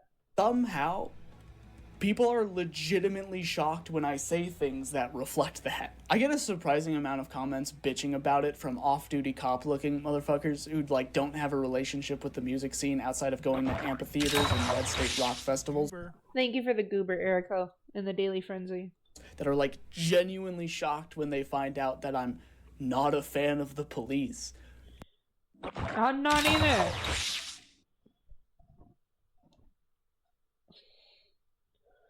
Like, why are people surprised about, you know, music YouTubers in specific genres not being fans of, you know, people losing basic rights? Thank you for the Bayonetta.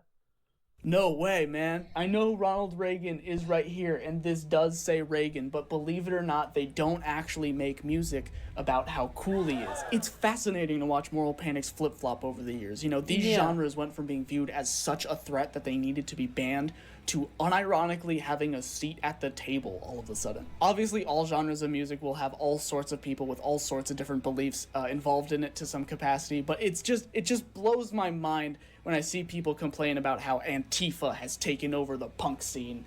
Like stunlocks me with how stupid of a sentence that is. Like, unironically wishing they could go back to the good Antifa is the punk scene. Anti-fascist. Old days, back before everything was all political and woke.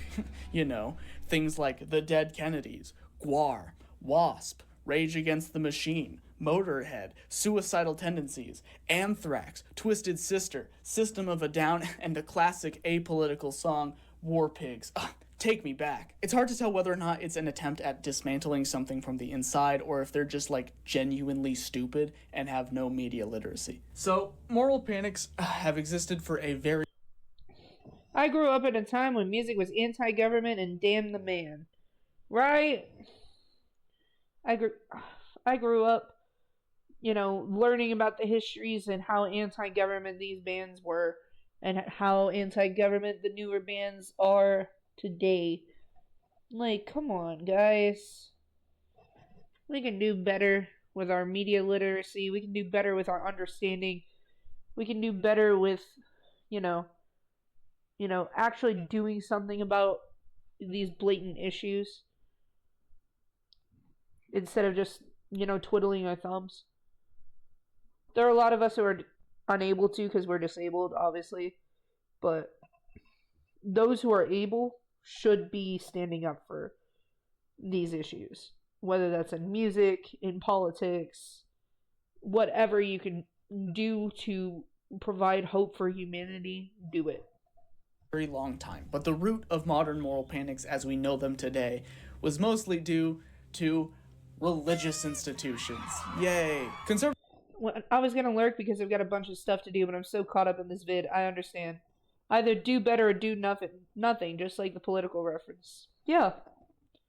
Of course it's religious institutions. Why am we not surprised? Conservatives may be the MVP of moral panics, but the OG of moral panics is the church. I don't want this to come off as me just dragging religion. I feel like that's a bit unfair, and there are plenty of religious folks that are really lovely, good people, but also, like, let's be real, the church kind of a piece of shit, like, overall, historically. There's no denying that religion has historically been one of the most vocal proponents of anything I don't understand, don't like, or want control over, needs to be eliminated or oppressed, which is a mentality that has kind of been passed down to conservatives over the years. It's funny how in the past 500 years, the only real change to moral panic talking points is that the speaker has shifted slightly and the term woke has been introduced into the mix, and that's pretty much it. It's remained a mostly unchanged formula all this time. The audience has also remained decently unchanged. Like, I don't want to compare all religious people to QAnon, but, like, you know, let's be totally real. Who is more likely to be convinced that something is Satan's brainwashing? Someone who is hyper-religious or just someone who's an atheist? Yeah, sorry, it's that one. And if you look at the rise of fear-mongering in the country, a lot of it is pushed by Christian nationalism. And specifically evangelical Christian nationalism. Like, yes, it's Christian nationalism, but I've noticed a lot of the evangelical Christians are in that Christian nationalism.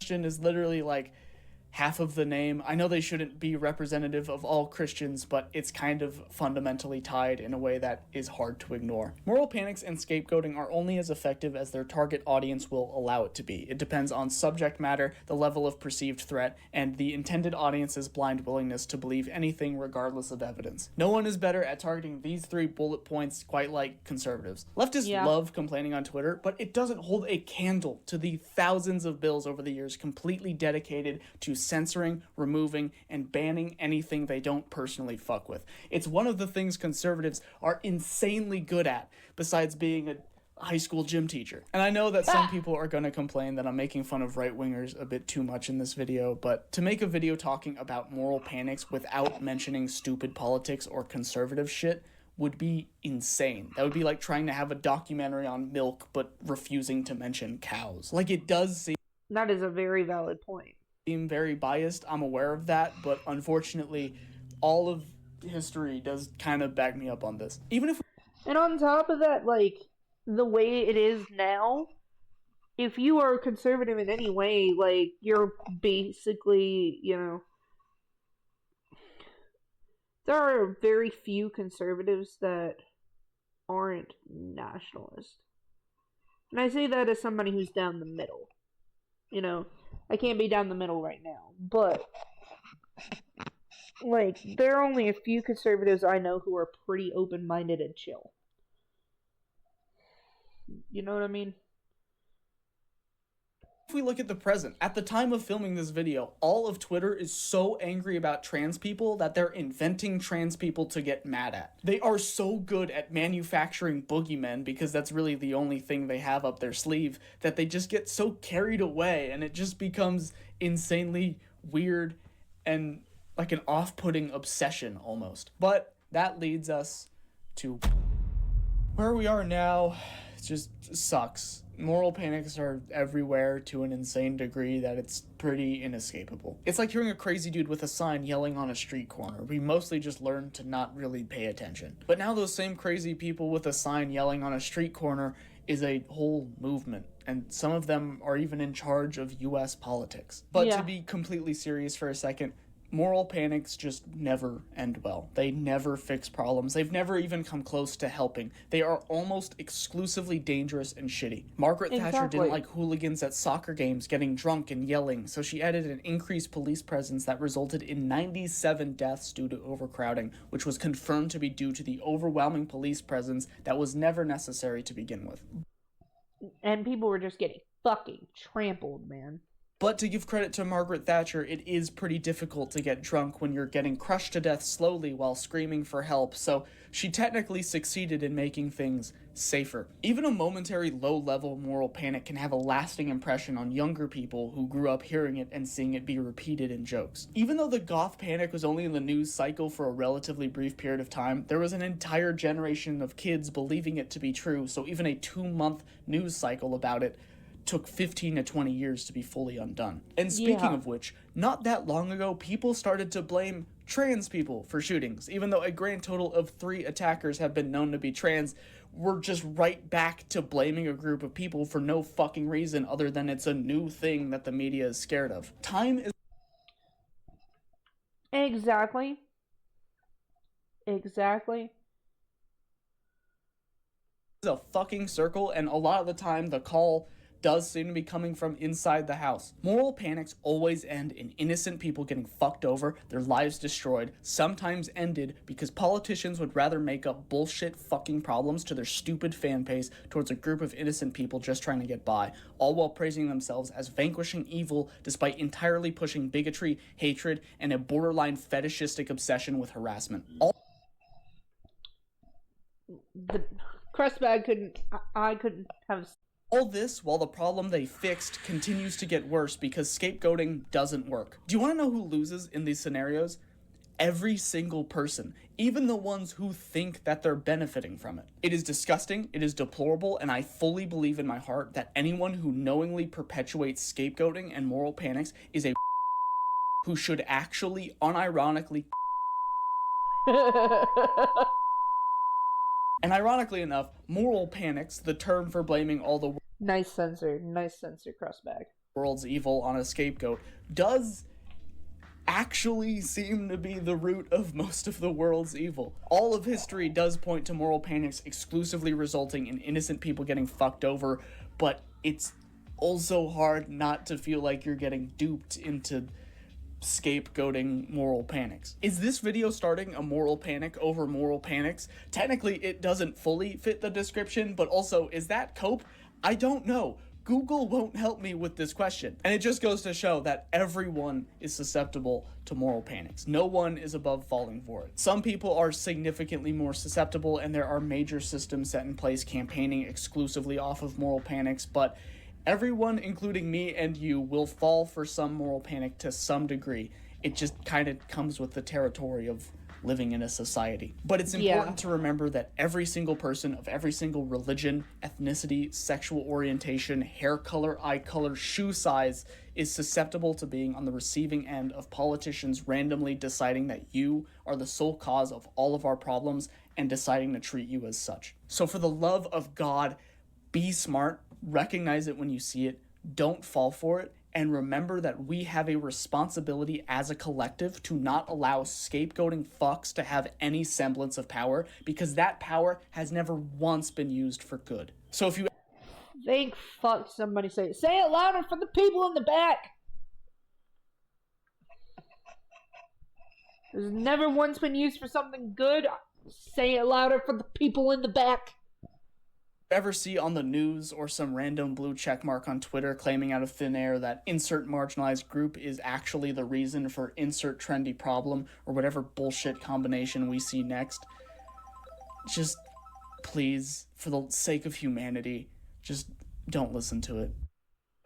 It's hard to write a video on this subject because there's just so many nuances and angles that I just didn't even discuss because it would just take way too long. Like, there were plenty of different aspects to the goth scapegoating that I just didn't mention or glossed over, and here's just like a bunch of them.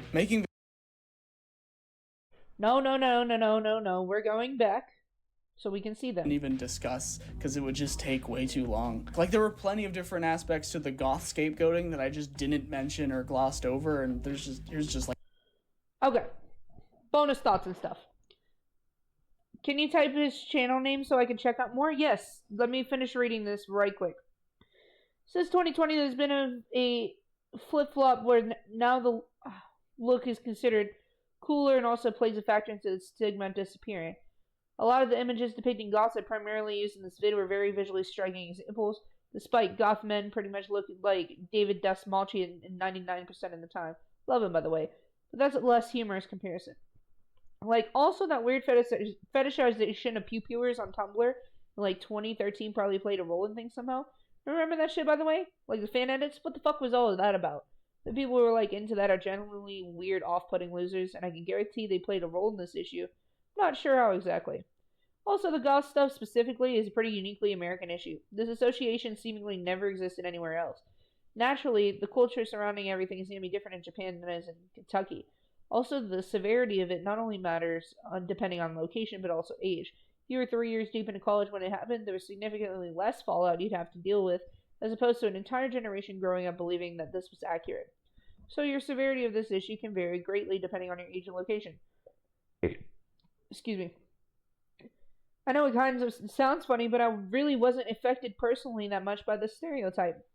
I went into school that was like 40% visually striking subcultures, but even then some, it still happened a few times for no reason. Still want to make a video on it just because it frustrates me on a global scale, a journalism scale, and its impact on popular culture and moral panic as a whole. I am aware I'm not the most qualified person to speak on this issue, but I've been waiting for someone to talk about this subject for a long time, so I'm taking matters into my own hands. Liberals have moral panics too, but they always fail, so it's barely even worth discussing. Like the video game moral panic that Hillary Clinton helped spearhead and permanently damage her reputation.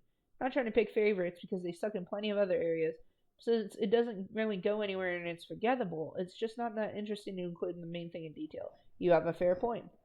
I'm sure there's plenty of angles that I missed, and I'm sure I'll get scolded anyways for not mentioning everything, but that's life. Also, damn, you're reading all of this? Well, stop. It hurts to type it all. I'm not gonna stop, Crustbag. I'll do what I want. But yes, I will let me give you his username right quick. Give me a sec. I gotta pull up Firefox for that, so I'm not, like, showing off my dashboard. Mute. Hold on. Alright. Stream manager. He called you out for reading it. Yeah, he did. He did. Underscore Crustbag underscore. Y'all should check out Crustbag. He's pretty cool. Alright. Let me get back to the video, because it's almost done. And then I'm going to head to the restroom after that. Like a bunch of them. Making videos talking about stuff like this is really important, but unfortunately it's also really stupid to spend nearly 2 months working on a video knowing damn well that you're not going to make any ad revenue off of it, or potentially worse. Yay. So please consider supporting me on Patreon if you want to help support me, like Patav, who subscribed to the highest tier before I even announced my Patreon, and all of these lovely people as well. There's a bunch of tiers, and they're all pretty reasonably priced, or they're free if you steal someone's credit card. Anyways, thank you very much for... Or they're free if you steal someone's credit card. Got it. Subbed. Yeah, he's really cool. Watching until the end of the video. Sorry this one is so long, but I like long-form content, Crustbag. You're good. You're good. He's super chill. Sophie Lancaster was unalive for dressing goth. Went to school with people who was jumped and beaten bloody for looking emo. Caused casualties. Yes, it did. It's so sad and terrifying how easily people blindly believe these things. It always did bug me that the media made goth this horrific thing. Football hooliganism was way more rampant with the UK, but no. It's people who enjoy listening to Sisters of Mercy or The Cure. It's mental. Yeah, I'm glad that Crustbag made an analytic on this, because I was one of the people affected as well. I randomly found someone's wallet. Time for 1 year of tier 3 sub. Hell yeah. Alright, y'all. Before we get into the next video, I'm gonna head to the restroom right quick, so bear with me. And if you are here to lurk, go ahead and lurk. If you need to get food, water, whatever, go ahead and do that. I will be right back. It's almost time for stream. I still got a few hours to kill, though. What's on the television right now? Oh no! I was invited to a rave, and I don't have a good outfit for it. I can't find any online, and I don't have the time to DIY because I was offered last minute. What do I do? Where do I go? Oh, that sucks, man. But have you tried Vampire Freaks? Vampire Freaks? What's Vampire Freaks? Vampire Freaks is the original alternative clothing store and used to be a social media market for all alternative people everywhere. They have a wide range of products that you can choose from, and it's really, really helpful for those who need an outfit in a pinch. Not only do you get free items like an enamel pin after you spend $25, you also get free shipping on $75 and more. And if you use the code in my description for my videos, you'll get 10% off your purchase. Oh, okay. Thank you. My package is on its way now. Hopefully that helps you, little slimy dude. And for anybody else that needs a Vampire Freaks order, use the referral code in the Twitch chat or in the description of my videos to get 10% off your purchase. And with that out of the way, I hope you enjoy the rest of the video. Thank you.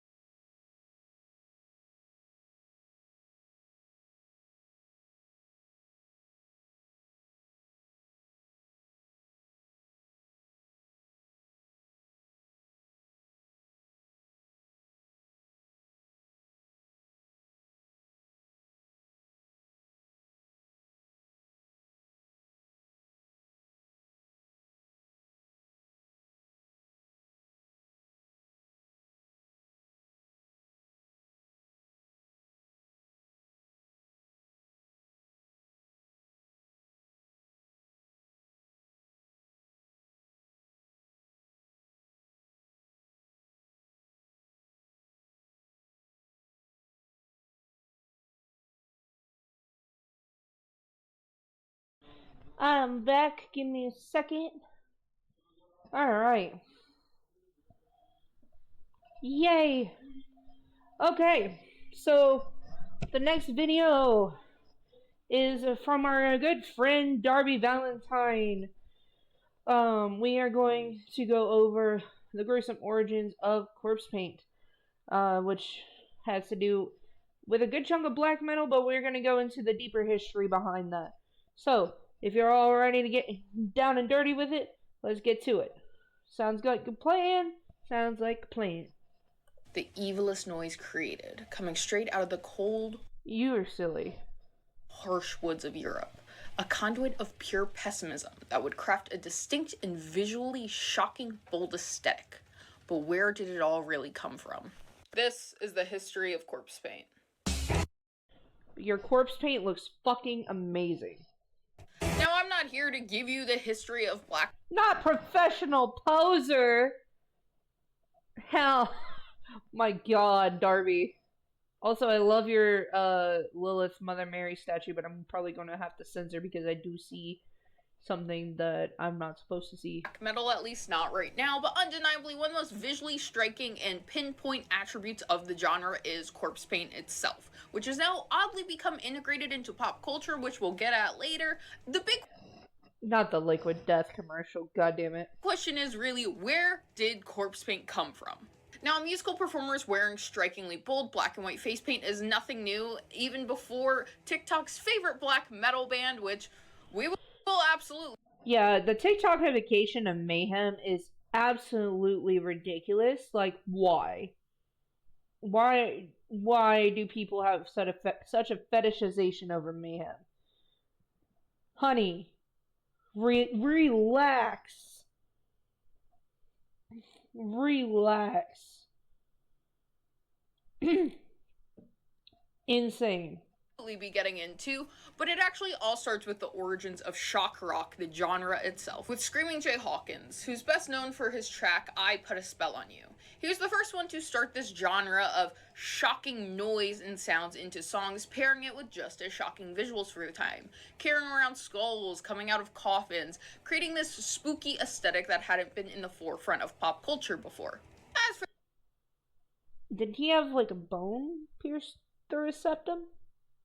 The face paint aspect of black and white heavy contrasting paint that would come from a UK artist known as Arthur Brown. He had a top hit with his band and would perform in a very contrasting and graphic version of face paint, which was white and black. This we would see continue to influence artists down the road. Most notably, Alice Cooper claims a lot of his first initial attraction and interest in his spooky aesthetic would be coming from seeing Arthur Brown on Top of the Pops.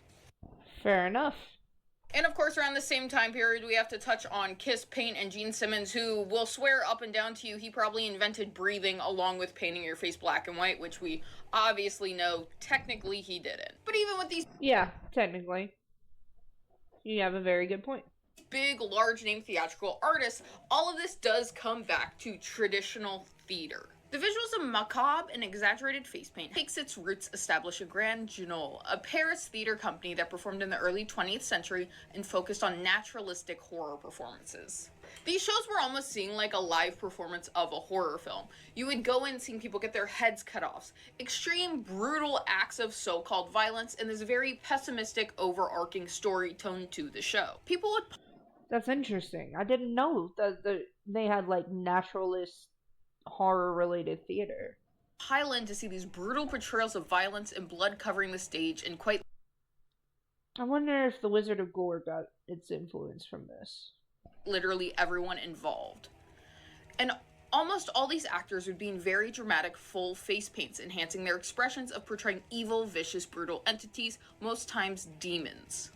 Of course, this was the 20th century, so these effects were mediocre at most, but this really does show us roots and origins in the theatrical performance of painting your face and doing these brutal aspects on the stage. Because at the end of the day, corpse paint is part of the theatrical ritual for black metal performers. You are Exactly.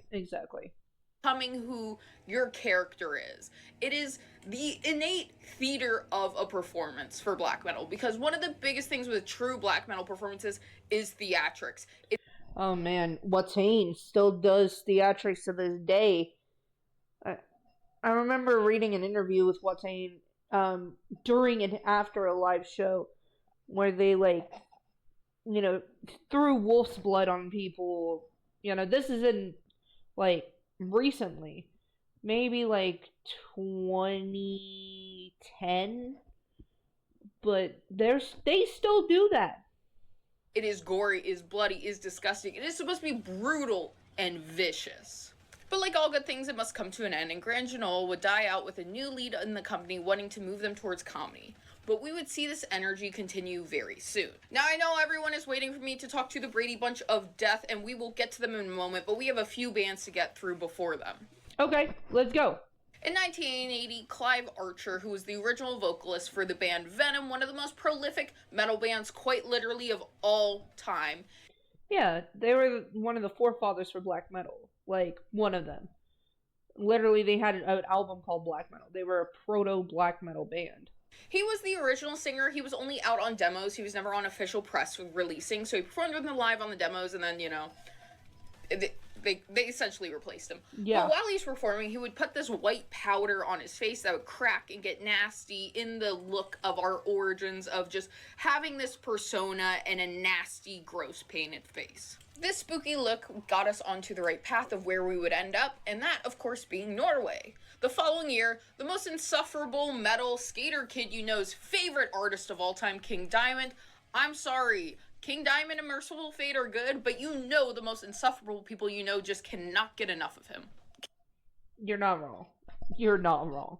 King Diamond would step out on the scene in stark white face paint with black eyes, mouth, and some details to add some style to this look. But getting closer to our real genre of true black metal, Celtic Frost, another influential band, was a Swiss extreme metal band who started establishing early aesthetics for the black metal scene, and just metal in general, being cited as a point of influence for bands like Darkthrone, Death, Anthrax, and Napalm Death, just to name a few. Damn. They undeniably have a stake to the claim of starting this production and origin of corpse paint, where they would black the outsides of their eyes, starting to give this feel of being a dead creature. Not necessarily a Halloween get-up kooky thing. This was starting to invoke true, vicious, brutal signs of trying to be a dead person on stage, essentially. I think most people do outside of Death, who we're getting into Mayhem in a second, outside of Mayhem themselves, they do originate corpse paint and the look with Sarcophago, which is a Brazilian black metal band. Sarcophago is really good. I wouldn't be surprised. Their history goes back farther than Mayhem, so, I mean, we have all these predecessors to Mayhem that did all the corpse paint. And, like, just their own variations of it. They're best known for their debut album with a cover that has the best visual I think of ever to just blanket statement black metal. You look at this and you're like, I know exactly what you're playing and what you sound like. Everyone's got like 5 goddamn bullet belts on top of them and spikes out the gourd and, you know, big black eyes, black around their mouth, hair hanging. Like this definitely was, I think, the first published, like, concrete, this is corpse paint. But of course, the name's corpse paint did not exist at this point because that would be due to the lovely little band Mayhem. So I think the topic of Mayhem, Varg, and Euronymous has quite literally been beaten to death to the most insane degree possible. Darby's not wrong. I'm so tired. Like, I love these. I listen to Mayhem. I listen to, like, fucking true Norwegian black metal. But I swear to God, the story of Mayhem is, like, the most annoying thing to talk about in the modern day. Possible. So I'm gonna give you a quick rundown, and of course we're gonna be focusing a lot more just on Pell and Death himself. We don't need to talk about Euronymous and Varg, like, killing each other. I know Varg didn't get killed, okay? Like, I'm a Jewish woman. No, it doesn't matter how accurate I am with black metal, you're all gonna say I'm not right anyway, so yeah. From 1988 to 1991, the frontman of Mayhem was dead. His namesake was no joke. He had a morbid, unhealthy obsession with death, stemming from when he was a child that he had his spleen ruptured by a severe beating from school bullies, where at the hospital he was declared dead for a few moments before the doctors were able to bring him back. He hoarded dead animals and would huff them in bags before performing, even burying his clothing in the dirt to dig up before going on stage, and eventually donning what is now referred to as corpse paint, coming from his namesake itself. Dead painting his face in that way was an attempt to look like a corpse. His ultimate goal was to be dead, so his appearance while living was a conduit for this goal. Necro Butcher, his co-band member, stated on the fact that it wasn't anything to do with the way Kiss and Alice Cooper used makeup. Dead actually wanted to look like a corpse. He didn't do it to be cool. Eventually, Dead would carry out his ultimate goal of taking life, and this led to his so-called best friend, Euronymous, taking a picture of him post-mortem and putting it on the next album cover for Mayhem. Dawn of the Black Hearts, right? I've listened to it. I just don't remember what it's called. With this, although we really say Dead is the one that originally started corpse paint and all of this, as I stated, we had all these other examples of people wearing it. Euronymous was recorded on live playing as early as 1985, actually donning the exact same painted look. So it is a little debated on, you know, did Euronymous inspire him? Were they already doing stuff? But again, as I mentioned, Sarcophago, Celtic Frosting, people were already painting these faces like this, but the name corpse paint itself does get credited, as it honestly probably should, to Dead. To this day, he carries the association of the creation and notoriety with him, still being noticed as one of the largest figures in black metal history, and most likely always will be. Yeah. Like, the virality of the story of Mayhem is never going to go away for us black metal fans. And the TikTokification of Mayhem has made it so much worse. This led to the absolute total spread of corpse paint and black metal as a whole, with legendary bands like Darkthrone and Immortal soon following suit and painting their faces on stage similarly. By the 90s, though, they denounced the usage of it, citing that it had been overused and lost its original meaning, with poser bands and poser fans using it. And one of the biggest things with black metal bands and black metal fans is that everybody's a poser. Everything's a poser. I don't think there is a word used more in black metal than the word poser. I'm so tired of hearing it! Like, right now, I'm being such a total poser right now. Like, it is comical how often you will hear this word if you step into any section of black metal, quite literally ever.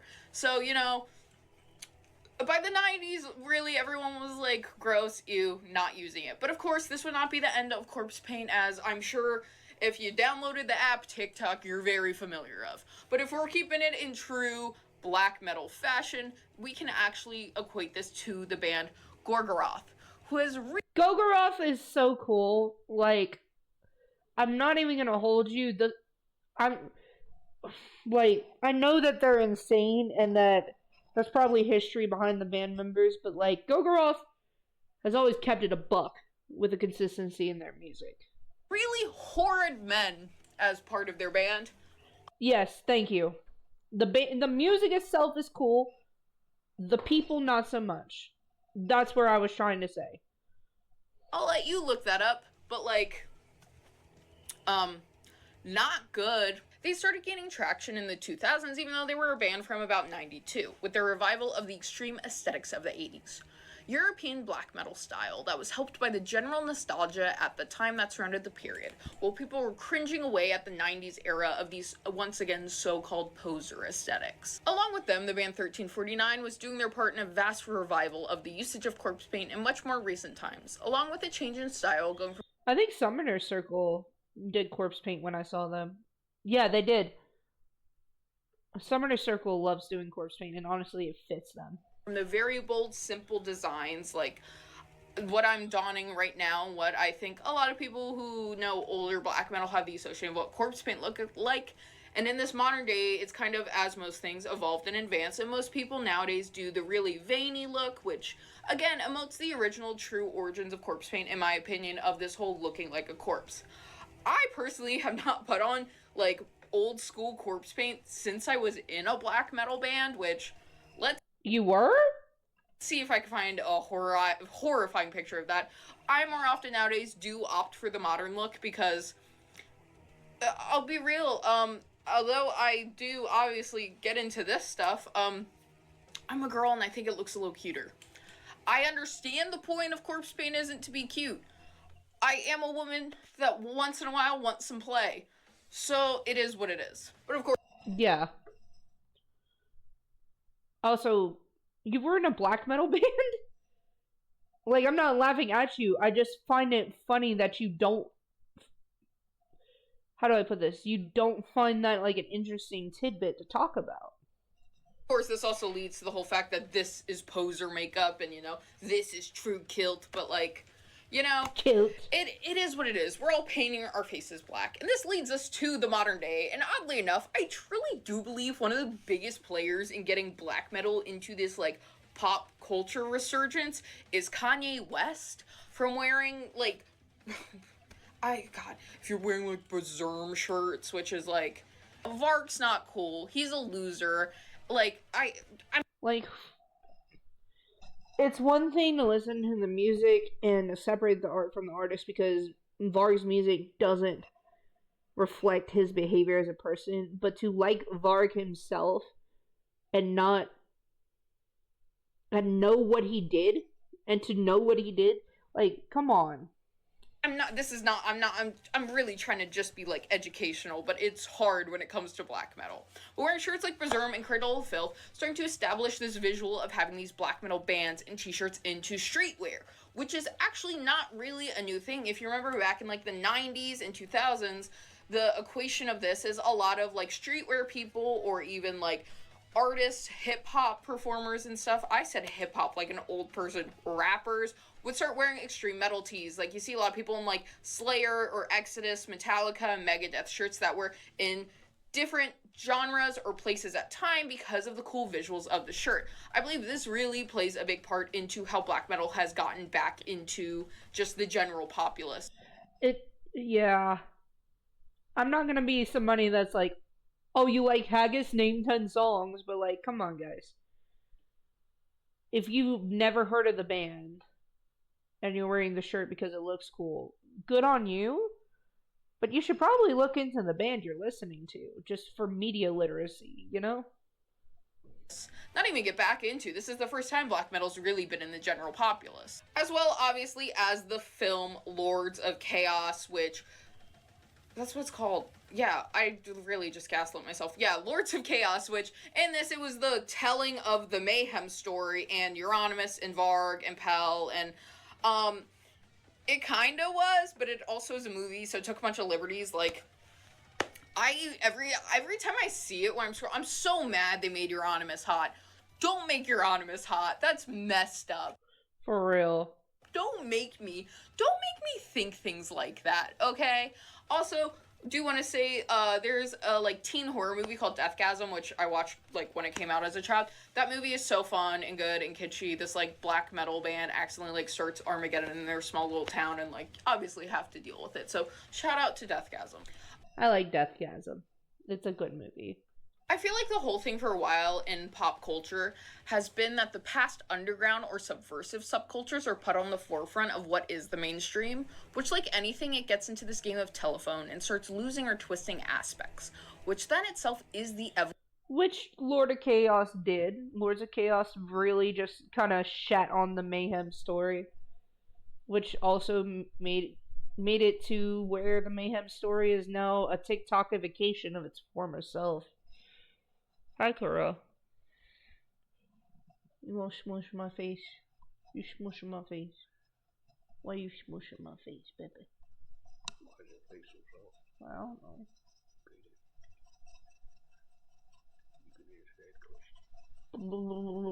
I'm getting my face jiggled. You're so jiggly, like jello. Like Santa belly. Okay. What? You've heard the story. You haven't? I have, but I've never heard my face being compared to Santa's belly. I mean, it's kind of tight now. That's probably Huh? It's kind of tight now. That's probably because of all my makeup and stuff. I've scrubbed to my face. I know, that's why it's tight. When you get back there, more shit will be all about you. Feels like my nub is kind of gone. It's not as violently jiggly as it usually is. See what I mean? Yeah. Of course, you could always get those cucumbers. Yeah. I need something for this, just the nub itself. Like you said, the cucumbers before? That was a 5-minute crafts video. You really gonna believe that actually works? Then why'd you look it up, and why do you always reference it every time? Because it was a funny YouTube video. Well, there's got to be some good exercises for this. Because it was also sus. Not to whoop him. Okay.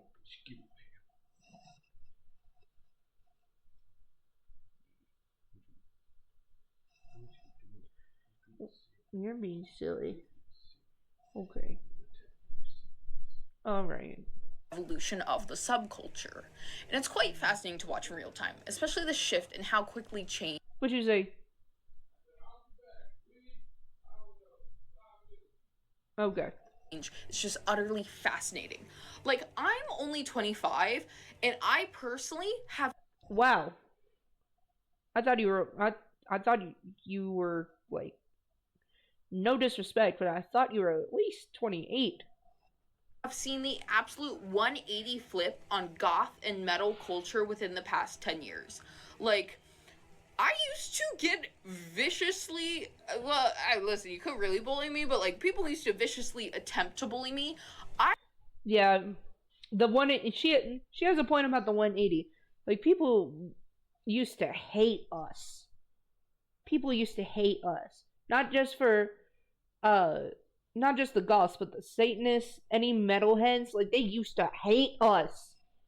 I literally, it's so embarrassing now. I had gone to, like, freshman year on Corpse Paint a handful of times. Like, we have seen this total flip of what was subversive to be mainstream, and this is absolutely something that just happens with humans, but we are doing everything at such a quick turnaround that we have never seen before. Same with like the evolution of technology. Yeah. And I think it is absolutely fascinating at just how quick we are flipping and 180ing like previous seen notions surrounding things, and especially subcultures, fashion, and music. Like, people now are nostalgic for 2010, which I understand. I'm old. That was like 14 years ago. But we had not seen this quick flip of nostalgia or revivals of time ever before. So this shift and resurgence into an extremely subversive European metal genre starting over 40 years ago with like literal horrible men is so intriguing. And I know in recent it is a fascinating thing to think about as somebody who listens to black metal. Like I do try to find nuance, but it is like something that kind of needs to be studied, really. Sometimes Elf did that whole like corpse paint like box like kit or oh yeah, Elf X Liquid Death whatever, and that absolutely ruffled people's feathers. Go to like #alternative on like any app, you're gonna see a bunch of people in corpse paint who at the end of the day probably don't really have any relation to black metal, but like now it's its own like entity. It's like taking its own legs off and it's just become like a style of makeup outside of the original like ritual theatrics like aspects of it. That is true. But also I guess we could say the same for black metal in the music perspective too, that it's just kind of taken flight with a gallon of Red Bull. And you know, let's be real. Corpse paint lost its meaning eons ago, and you either die a purist or live long enough to see yourself become a poser. And we're all gonna die anyway, so why not just have some fun? Who cares if some kids are painting their faces on TikTok? And it's never guys who are out here. Say it louder for the people in the back. Who gives a shit if people are painting their faces?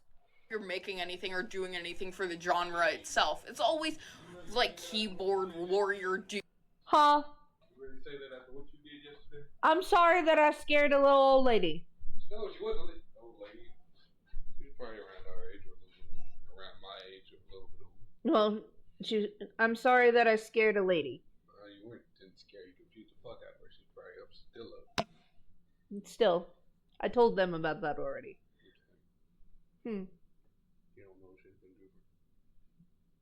I mean, I noticed the hair. Don't notice anything different.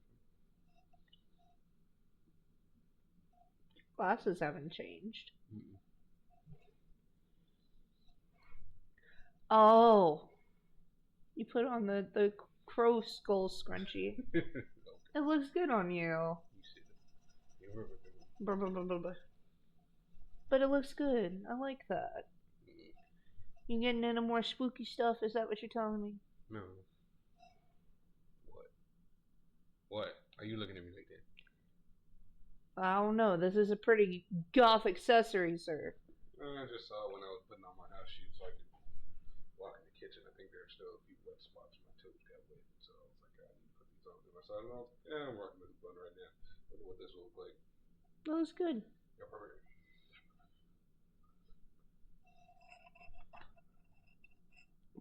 Screw that lady. Darth.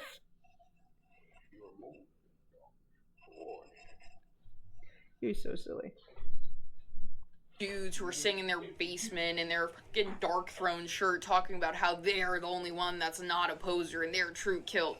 Bro, go out there and make some music and then you can come sit at the table and talk about people. But yeah, that was a kind of short, but honestly, all of the history of corpse paint itself. Are you a fan of black metal at all, or do you absolutely despise it or have no knowledge of it? Do you know any? I am a big black metal fan. I like raw black metal, like war metal, I like black metal. I like some bands that have questionable people in them, but their actions are not reflected in their music. So, yeah. Anything about corpse paint? Have you ever seen it? I also like DSBM. Avant-garde black metal, dark ambient. You guys get it. Make sure to let me know down below. As always, engagement's always great for me. And if you, of course, were here pre-incident, you know we are working back to where we were. So liking, commenting, sharing, and subscribing is the best thing you can do for me. Make sure to put on the notification bell. I am currently at the moment posting 2 videos a week to really, get us back to where we were. So, thanks everyone who's watching. I don't know how. I know how, but like the retention I thought I would be able to keep is obviously lower, but it is what it is. So once again, thanks for liking, commenting, and subscribing. I will see you in the next video. If you like this video, maybe you like my video about Girls and Corpses, the most disturbing magazine ever made. With that, I'm on every social media under Darby Valentine, so follow me on all platforms. I will see you next time. Bye! Bye, Darby! You're super cool. Thank you for the video.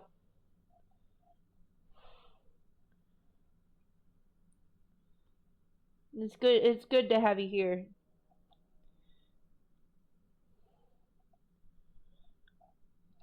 I love that, you know, she went not only into the history of black metal with and the association with corpse paint, but also like further back into theater, into like pre-mayhem black metal, you know, other bands that weren't associated with black metal, you know, very well done, very well thought out. Thank you, Darby.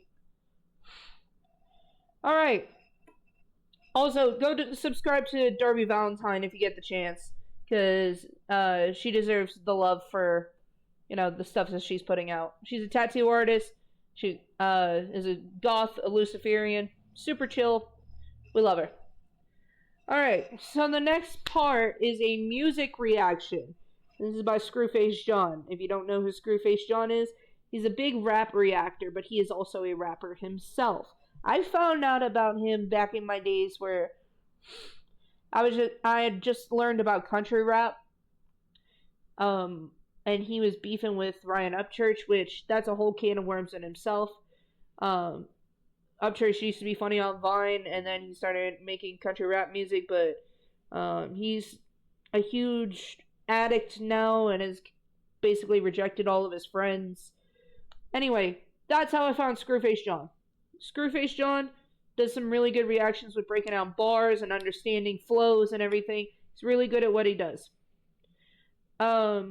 I don't know if you know who DJ Academics is, but DJ Academics is a huge member of the YouTube music community, specifically in hip-hop. And he's also one of Drake's biggest supporters. We all know what happened with the Drake and Kendrick beef, right? Well, DJ Academics was in a Discord call with a bunch of people, including a mod for Blackboy Max's server. If you don't know who Blackboy Max is, he's also a big creator in the hip-hop community, in a similar vein to Kai Cenat. Anyway, his mod Noor was in this call. Noor is 15. Noor is streaming Fortnite. Academics was caught live, and a bunch of other people in this Discord were also caught live, being explicitly sexual to this kid. Okay? Certified lover boys. And Noor even called them out on it. It was like, chill, you know, that's grooming, that's gonna catch a case, like, that's weird. And they would not stop. Screw calls him out. A lot of other reactors call him out. And Academics blames Kendrick Lamar fans about it. And then disrespects Screwface John to his face. So Screw dropped a diss track on Academics. He's been beefing with Academics for years, but this was the final nail in the coffin. And it's called Acadiddy. This is the music video we're going to be reacting to. I really like Screw's flows. He did a rap video recently against Drake because Drake was going to be suing a ton of reactors for reacting to Not Like Us. So he's been beefing with Ack for a long time, and I really like Screw's music. We're going to check it out.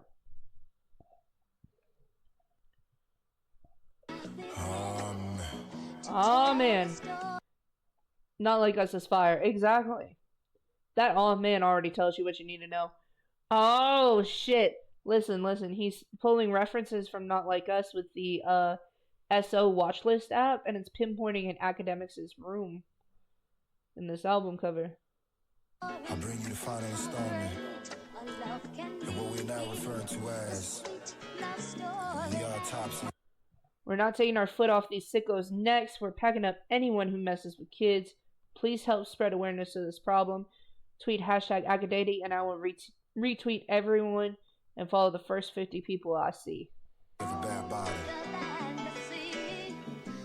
gotta talk to you. Have a seat. Not the Chris Hansen have a seat.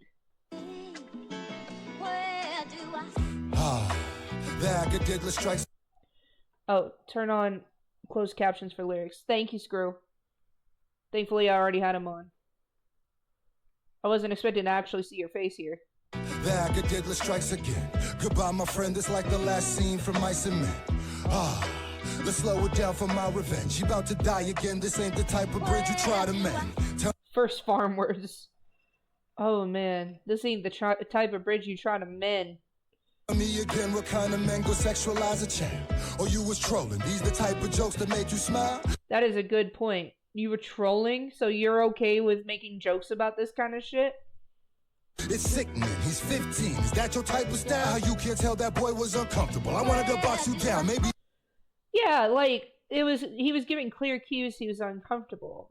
And like when Screw found out about this, he couldn't even finish the video of the Discord call because he was so uncomfortable. Because I'm a father now, our predators are all around, but I don't got no tolerance when your offense involves a child. Well, you shouldn't have any tolerance regardless if you're a dad or not, but at the same time, that protection becomes more heightened once you become a parent. So, respect, Screw, respect. But it's okay because you paid him right, take him to trial. You paid him? Ack paid Nor not to say shit? That the same thing that pimps be saying, that's kind of wild. Thank you. I was kind of taken aback for a second. And after all of that, the fathers want to hawk you down. That's just my 2 cents. My penny's wise, I'm trying to walk this clown. I like that. That's just my 2 cents. I'm penny wise. I'm trying to walk this clown. Nice. You so busy trying to be young, you forgot you're not a child. Them things you said about bad baby are gonna haunt you now. Yeah, good God. Bad Baby deserved better. She really did. Dr. Phil did some horrible, like, taunting and shit to her before the cameras even rolled. Sent her to the ranch where people were abused and people died. She came up as an artist afterwards. People sexualized her as a minor. And she turned around and did OnlyFans because her mom held all of the money she made from music. She deserved better in life. She really did. Akadidi strikes again. You talked about Freddie Gibbs, kid. That's gotta end. Oh, hell no. No. You wrong for that. Cause that's gonna make a nigga question where your father's been. Like, do you see him? Wanna be him? Do you talk to him? Or is his lack of affection why you be arguing with all these fucking rappers all the time? I know it bothers him. Damn. Probably see his dad yelling at him when Meek talked to him. Oh yeah, cause Meek Mill saw what Screw was posting about and was like, I've been saying this for a fat minute.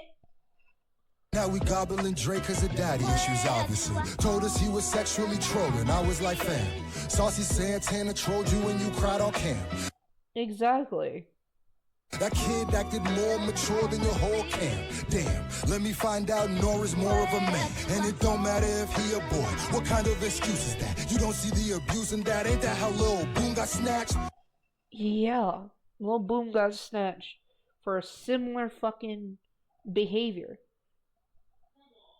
Like, you don't see the problem with you talking to kids this way? And there are, like, females coming out about how Ack would, try to start stuff with, minors, and he would wait until they were, 18 to, smash, but then he would, like, serial cheat, and he would also try to bring minors into these, environments, minor females. So it's not just Nor. Nor is just the one that finally put the nail in the coffin, but... And Tekashi's in your posse, but I'm cool with that. I expect trash to be around the sewer rat. Damn! Fucking calling out that he hangs with 6ix9ine too. Because 6ix9ine got in trouble for some similar shit. R.I.P. Newski, when he died, you called that boy a coon. How'd you get Dirk up in a room without you getting boomed? That is a good question.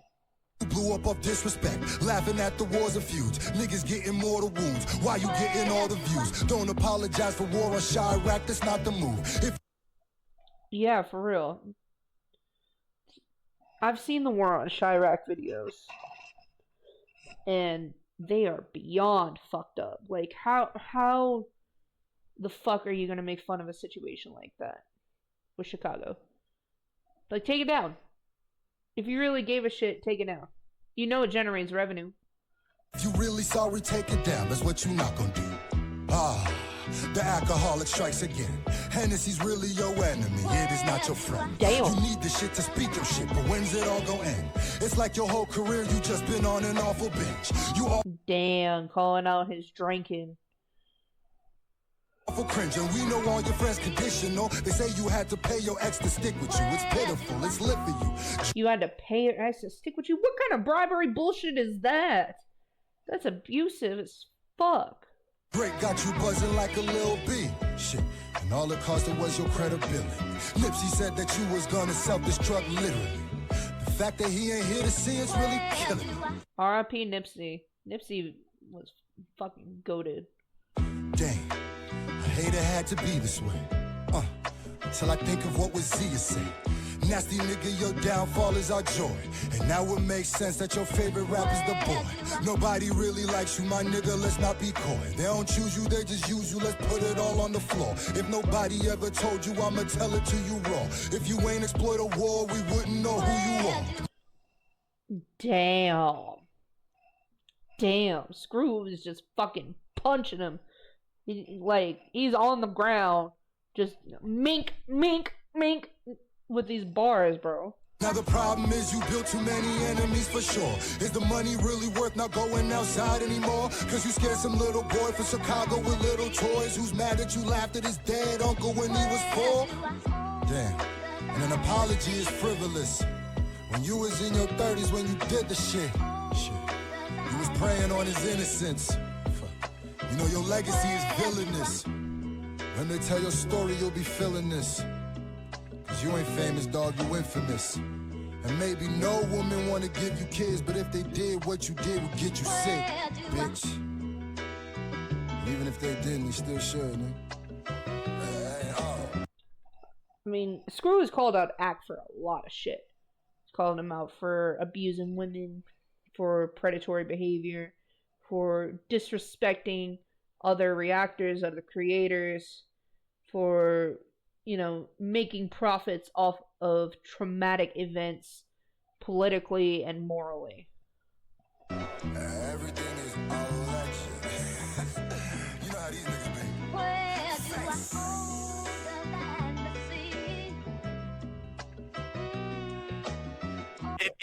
If Max said he wanted to try, dude, will you let you? No. Why not? This is the conversation of Ack talking to Nor. Just to remind people what he said. If Max said he wanted to try, dude, will you let you? No. Why not? Yo, you always wanted me to be next to you. Now I could be inside it. Yo, if Max got a sister and she threw you, would you smash her? He already has a sister. Alright, if she threw you, would you smash her? No, because I'm 15. What I mean? If you think about it in the bigger scheme of things, there's not much difference between a 20 or a 17 or a 21 and a 17. Just kind of mean one's a minor and one's not a minor. But I will say, listen, I adopted this rule, which I think it was fine. I said, listen, man, as long as a chick got a college ID, she's getting f***ed. I don't care if she's 17. I don't care if she's 17 and a half. I don't care if she just turned 17. Hell no. Hell no. Bliss Music did the beat for it. Oh, there we go. That was really good, Screw. Thank you for calling this shit out like it is. Definitely gonna make sure I credit you. But that was punch after punch after punch, just solid, man. Alright, so this next video is from 2 years ago. It was Kuro Digital made this, and they were hanging out with Markiplier, and they made like slightly offensive kids toys. I want to see how funny this is, because I know that Kuro Digital is hilarious, and just having Mark in the mix just makes it overall like hard not to giggle at. So. The perfect idea, we're going to use DALL-E 2 to visualize perfectly photorealistic examples of these products. Then we should all pitch them to these toy investors I have lined up. I would like to present to you the Stop It. Oh shit, here we go. This is gonna be funny. Guys, I looked at the charts. Video not gonna be around much longer. We need to diversify as a company. I have the perfect idea. We're gonna make products. Yeah. That's right, like toys that... We already make shirts and sell stuff. Why toys? Well, because toys are the future. Everybody likes to play. Kids are always being born. I need your help coming up with some great ideas. Ideas the world's never seen before that don't already exist. You know, pitch it to some investors. Easy. We're gonna be trillionaires. Dude, we're getting toy investors? I got some ideas. But Nico, how do we create such imagery out of thin air, seemingly? Well, what we can do is we can leverage our abilities here of being on the cutting edge of visual production of art, and we'll combine that with our great ideas for products, and we can bring the two together. So, we're going to use DALL-E 2. This new AI is... Just so you guys know, I don't promote AI. I feel like AI can be used as a tool, but not a replacement. I just want to make my stance clear before we continue this video,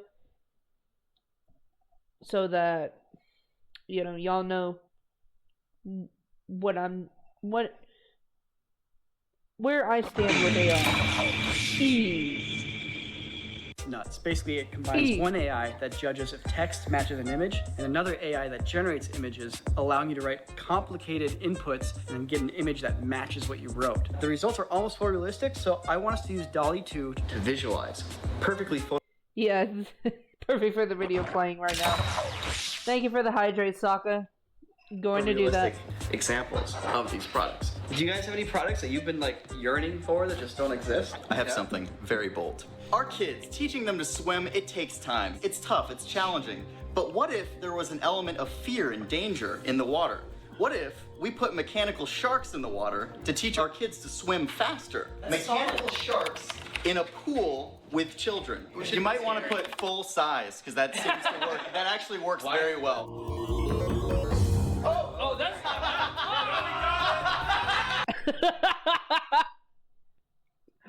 God damn it. What's that first one? Yeah, she's like... One of the kids is upside down. Say you want this girl to look more terrified, right? You go to erase just the face, and then you just edit the description. Terrified child face. And it will fill in the gaps. Exactly the place. Oh my god! It's Shredman!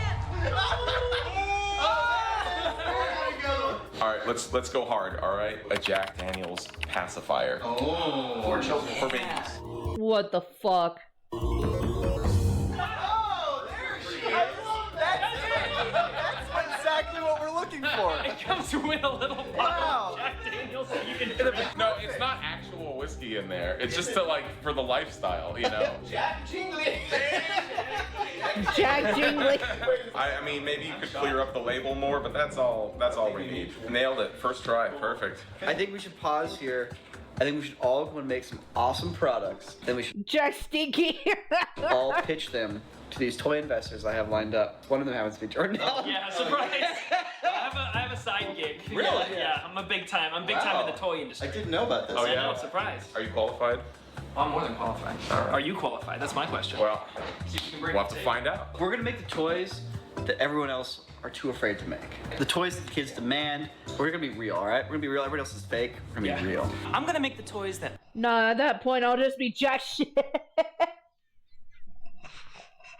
God damn it. I wanted as a kid. Yeah, I'm gonna take risks. Yeah, that's good. Let's all take some risks. Yeah.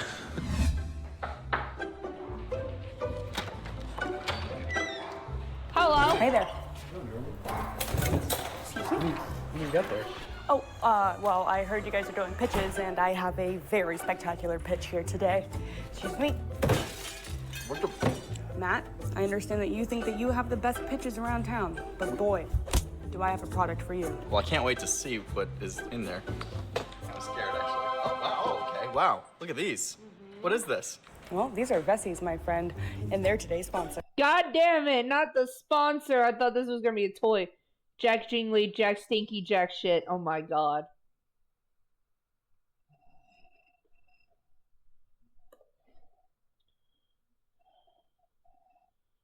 Hey.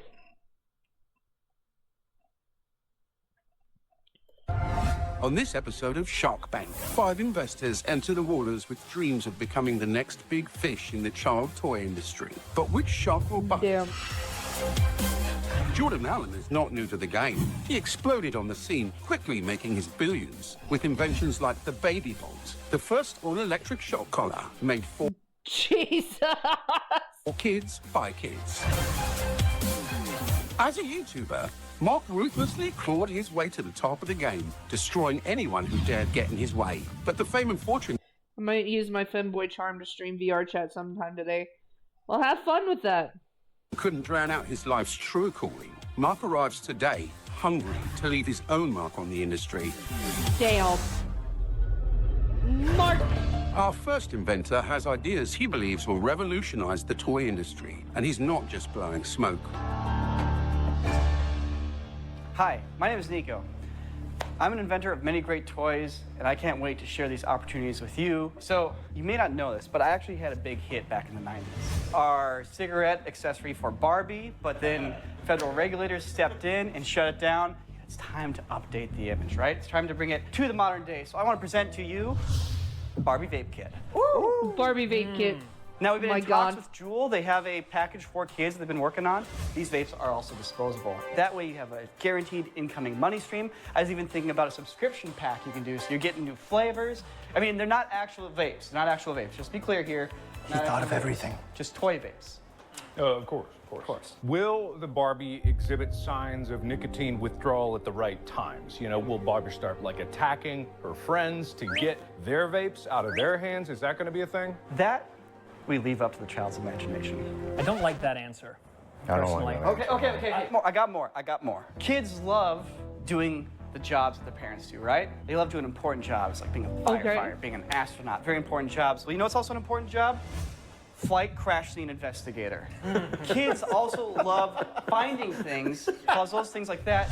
And what do you have to find in a crash scene? The black box. Oh my God! So I want to present to you the Lego Accident Flight Crash Scene Investigator Kit. I like how bold you're being with this one. This is something that we've actually talked about. The market for body recovery and Lego sets has untapped. Kids are already being scarred at a younger and younger age. They want to relive those experiences in their playroom. You know, if you guys want to Oh my fucking God. buy in, I'm thinking like $10 for the, 100% steak. I'll get 5. Yeah, 10's a bit steep.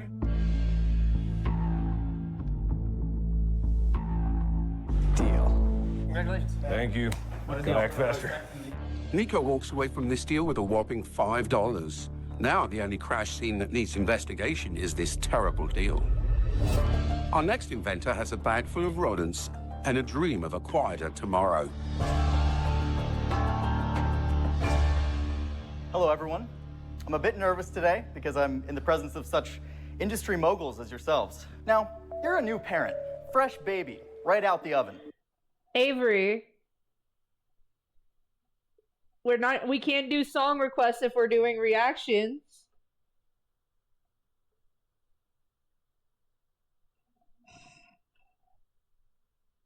So then why did you song request, my guy? It's not your fault, but I'm just letting you know that like having those two audios clash would be terrible. That would overstimulate me really bad.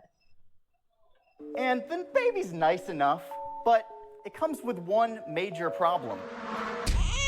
That baby cries day in and day out, leaving you with no time to get that beauty sleep that we all need. Well, we have a solution for that today. the Hush Hush baby suppressor. Whoa! Whoa! Holy shit! Whoa! We harnessed the technology of the silencer on a real gun and put it in your baby's mouth. Continue. Now, this is great. If that baby just won't stop. What the fuck? They're not real. I promise they're not real. But holy shit. Crying, we have a solution for that as well. It's an optional package, the Ratmobile. Interesting. Now, we dangle ethically murdered rats above your baby. Ethically murdered, okay. To remind it what could happen to it if it doesn't shut its little squeak hole. Do those rats come with the toy, or do you have to source your own rats, string them up? No, the rats have been taxidermied for your convenience. They're not even alive? No, they're dead. No, they're very dead. As I said, ethically murdered. I just want to iterate that sometimes these rats do not deter your baby from screaming its lungs out at night when you're trying to sleep. So we do have one more option for you. The Trebu Hush. Oh my god!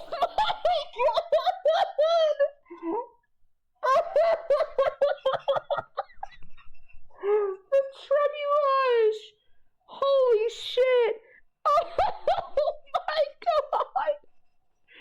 Why? A more permanent solution. Walk us through this, please. This is fascinating to look at. Well, your baby is strapped to, as you can see, a trebuchet here. Very comfortable for the baby. It kind of looks like a toy, but if that baby starts really yapping, you know what happens. I like this idea. I think it's bold, I think it's brash, and I like your attitude. I'm asking for $3 million for 1% of the company. It's a bit rich for me. Do you have an established customer base? We will. You will? Yeah. I like your vision. I like your attitude. Thank you. It's edgy. It's exactly what I'm looking for. I'm willing to offer you $5,000 for 75% of your business. Yes. Can I get some split it of the company? Sure. What are you offering? The idea. The idea? 25% for the idea? 25% for the idea? Yeah. Is there money? I think we should loop him in. So 25% that you own and 75% that you own. Yes. Leaves me with $5,000 in your pocket right now. That is the worst deal in the history of deals.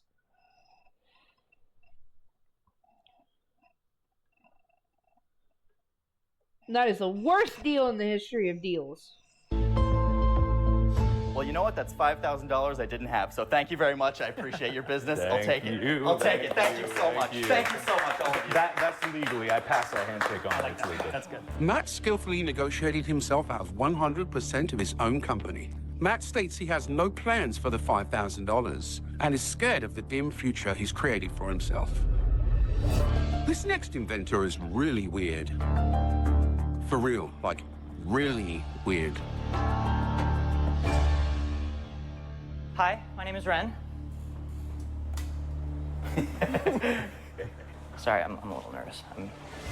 Viet Cong Lego set. Whoa! Hey, to the motherfucking yo.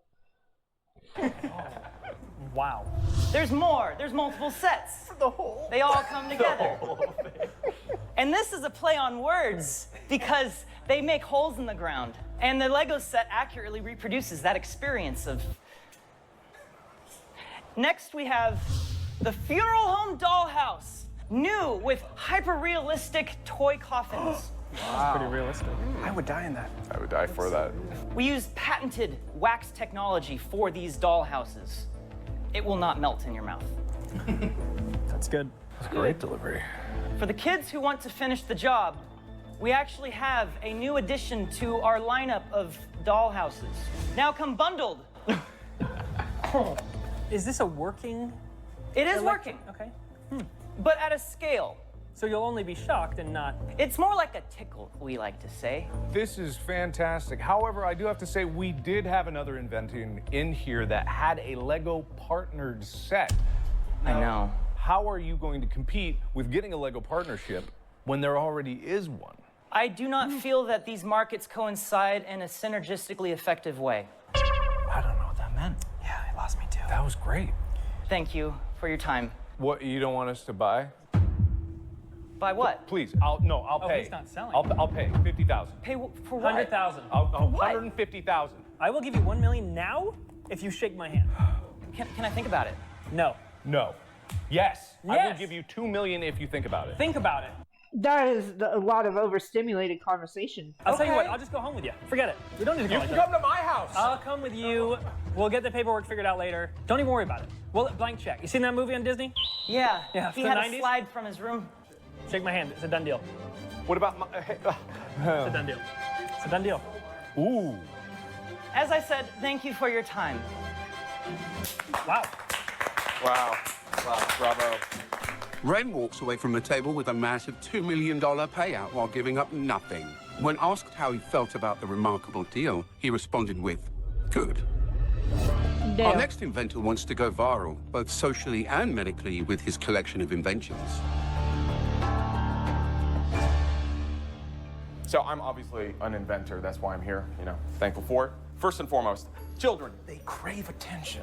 They want to always feel like they're in the picture, They're always vying for that undivided attention of yours. With my first invention, we can get that attention on them with millions of people. This camera is a TikTok baby monitor. The first A TikTok baby monitor? partnership, which is already secured, by the way, all right? Now, you see, this is not your average baby monitor. This is not just for your parents to watch over the safety of your child, but for the whole internet. You see, these baby monitors are hooked up to the internet 24/7 with motion detection, so that each time your baby dances in its crib or anywhere else this camera is facing, it automatically detects that and uploads it to your child's TikTok account. As you see, this devil child here, by surrounding them with these cameras here, you can link them with Bluetooth as well, so they all can function simultaneously, giving 360-degree coverage of your child. The baby looks so happy. Look at that smile. That's joy. Oh my You God. said that you were partnered with TikTok already. Is that TikTok in the American headquarters, or is that TikTok in the Chinese headquarters? Chinese headquarters, yes. I am in, because I was hoping you were going to say that. No one likes watching their people and their babies more than the Chinese government. In that case, you're gonna love my next product. That's a joke, by the way.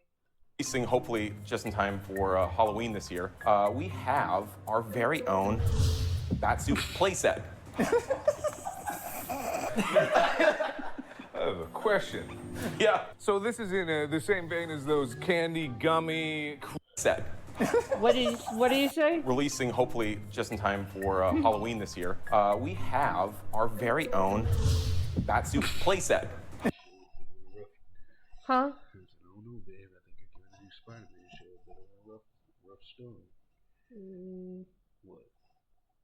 What did you see that made you so iffy about it? The entire trailer. What about it? I don't like the idea of static animation for the backgrounds. Oh. It looks like it would look cool if you were doing like a comic book theme. It looks pretty comic book. On the first episode I watched, it looked pretty comic book. I'll give it some grace. I'll see how I feel about it when we have time to watch it after a couple episodes. That'll probably be Saturday though.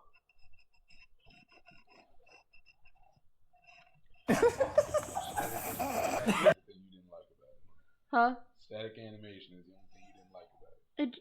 It just Go on, use your word. the voice acting didn't feel right. There was just a lot of things I didn't. It felt like a shoestring budget. But I don't know. I'll give it some grace. Probably watch it tomorrow. I've watched the first episode. It looked pretty good. MJ in sight. No Gwen Stacy either. Looks like a whole new cast of people. I haven't even seen Flash. We'll see. You see. I have a question. Yeah. So. Huh? Fake. It's like fake toy pitches. Bat Soup playset is the one being pitched right now. So this is in the same vein as those candy gummy creation kits that were popular in the 90s. You're trying to capitalize on our resurgence of that, but with soup. Yeah. And bats. Well, this is a non-edible prototype, but our hope is to expand into a kind of like easy bake oven. But as you can see, like once again, this is very, very popular with children. Here's two kids. As you can see, that is with one of our edible kits here, where they can actually sip the actual broth. But you said the first batches were inedible, so what are those children eating?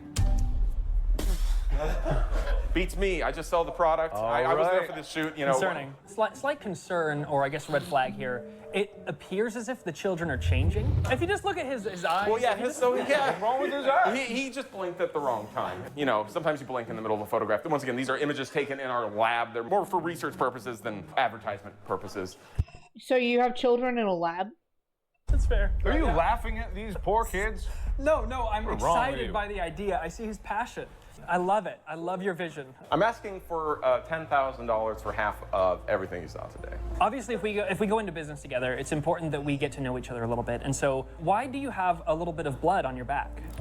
I have no idea what you're talking about. Please show Mark. Are you the original owner of this lab coat and this presentation? No. Is there a dead body of the inventor of the candy bat soup in the alley outside? Yeah. If there's one... Wow! Damn! One thing I value above everything else, it's drive. Hostile takeovers. Hostile takeovers. Impressive. Exactly. I think you got yourself a deal. All right. Thanks.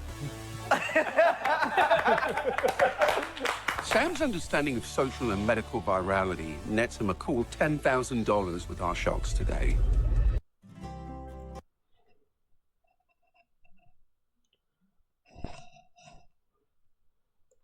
Our last inventor is tired of flaky investors pulling his leg. He's hoping today is the day the shots will consent to partnering up. Judges, inventors, thank you for having me. It's okay. Take your time. I'm sorry. About 6 years ago, my cat died from natural causes, and he always wanted me to make a product that could be for kids to teach them about the boundaries of physical touch. It's okay, you got this. Judges, in this day and age where the Me Too movement has taken hold and changed everyone's views on personal boundaries and workplace limitations, I don't think these limitations should have an age limit. We need to start our children early to learn what is not okay. You can twist it. You can poke it. But I would like to present to you the Stop It.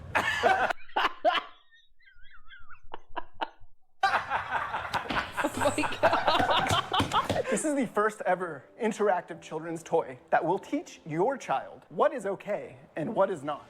This product features several different customizable response faces that will teach your child that it is not okay to bop it, it is not okay to poke it, it is not okay to pull it. Is it possible to make this modular? Because as time goes on, different standards come and go.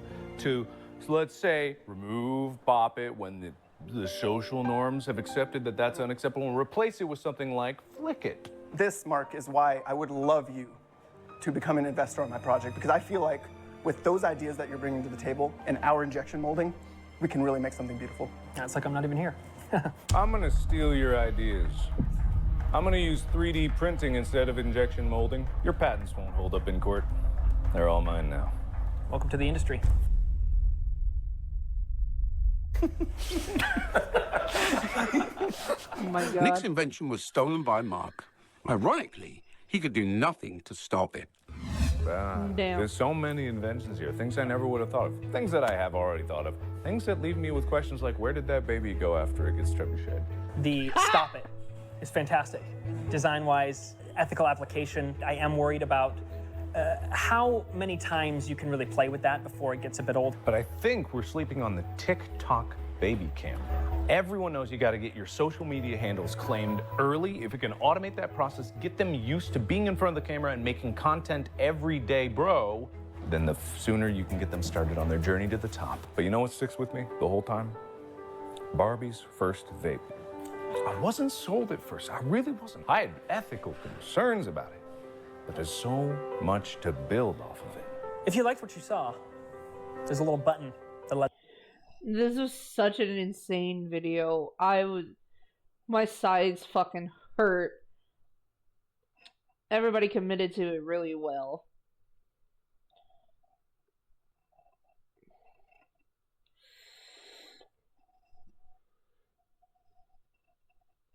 I just,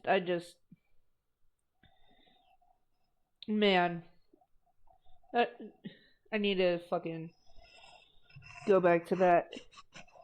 Alright. The next video is going to be, Iron Mouse, Ari, and Froggy getting nostalgic over iconic vines. The V Shoujo group reaction. I am nostalgic for Vine. I want to get back into it. So, let's take a look at some of the most iconic vines that V Shoujo is looking at.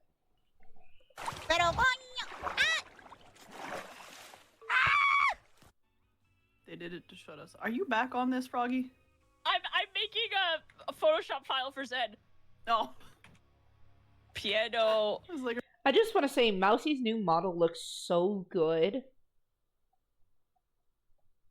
Like, it's interesting because it kind of reflects, like, I don't know if it's just me, but for me, it kind of reflects how her health affects her. But at the same time, it's almost like an aesthetic way. You know what I mean? Like, I'm not knocking her physical health. Obviously, it's a devastating condition that she has. She has drugs pumping directly to her heart, you know, things like that. But the way her model is styled here is just a vibe. Are we gonna speedrun it now? I like the tubes that connect directly to her neck. That kind of remind me of, like, when she was talking about the tubes around her heart to, you know, get the meds directly into her bloodstream. It's really cool. You know, You speedrun the puzzle. I want to be a cowboy, barricade. I want to be a cowboy, baby. I want to be a cowboy. I want to be a cowboy, baby. Oh my God. He's spinning on that one thing. I want to be a cowboy, baby. I'm playing a Vine compilation on stream. Oh God. Jared, could you read number 23 for the class? No, I cannot. Wait, I want to see. Jared, I'm 19, and I never fucking learned how to read. Can you show your What about screen, Jared? Mouse? I'm 19 and I never fucking learned how to read. I want to watch. I love Vines. Yo, can you share your Vines? I see it on your stream. Back at it again in Krispy Kreme. I love that one so much. All right, it's ready for Zen. Back at it again, Krispy Kreme. Hold on, Chad. I'm bringing. Mouse, you're so fucking silly. The video up. I'm gonna share it. I can hear it. I can like hear it from my memories alone. Just a.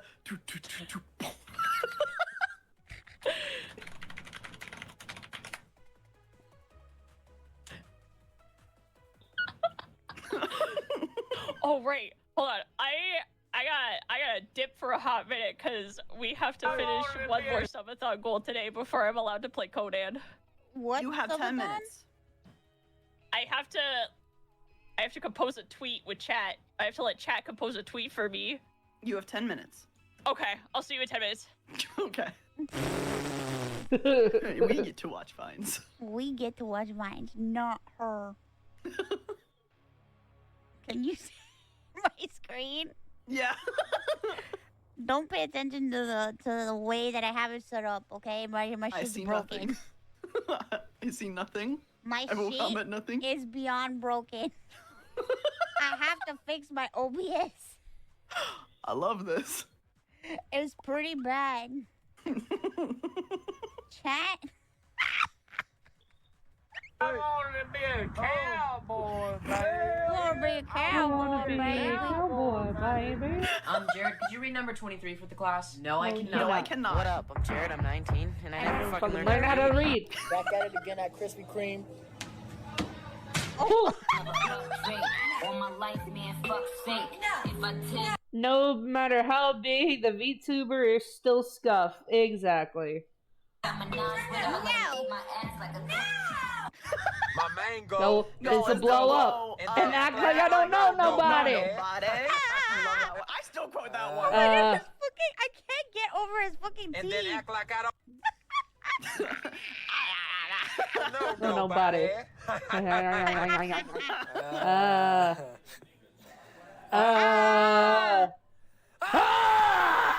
Zach, stop.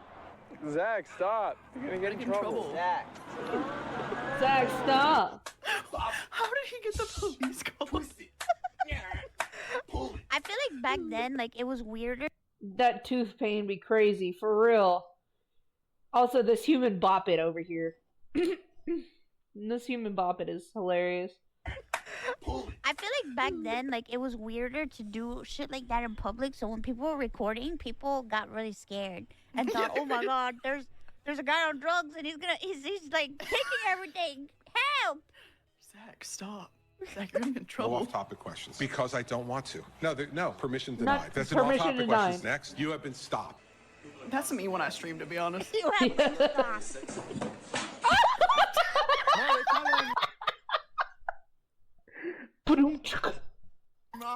They're following me. These, the bugs. I wonder what happened to them because they were funny. Yeah, they were so funny. They were so funny together. I wonder what happened to them. Go ahead and introduce yourself. My name is Michael with a B, and I've been afraid of insects. There's a bee? Where? Where's the bee? There's a bee? What you say? I said whoever threw that paper, your mom's a hoe. So no head? So no head. Bink. Alright, let's tell each other 1v1 with yourself and got a KO for real. another secret about ourselves. I'm gonna go first. I hate you. What?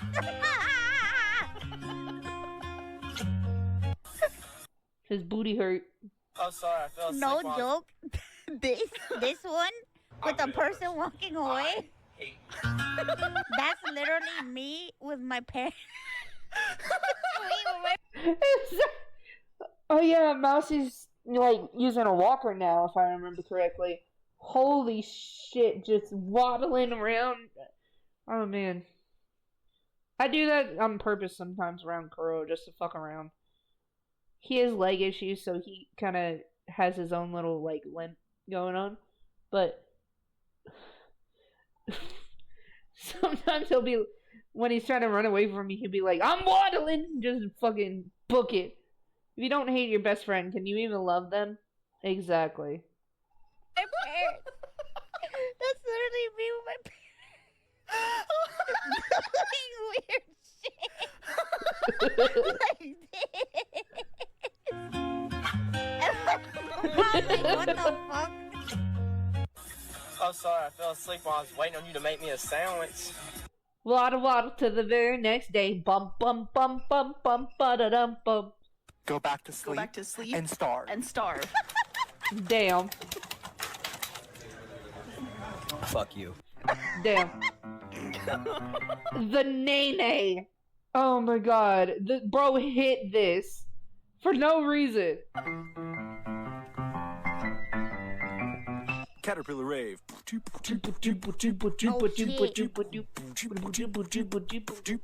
I want to see my little boy. Here he comes. I want to see my little boy. That was clean. Oh my god. Oh my god, he on X Games mode. He on X Games mode. Playing that song next time he waddles, bet. Man, that shit was clean. I totally forgot that's where X Games mode came from, though. Boy. Here he comes. I want to see my little boy. Oh my god. Oh my god. God, he on X Games mode. What the fuck?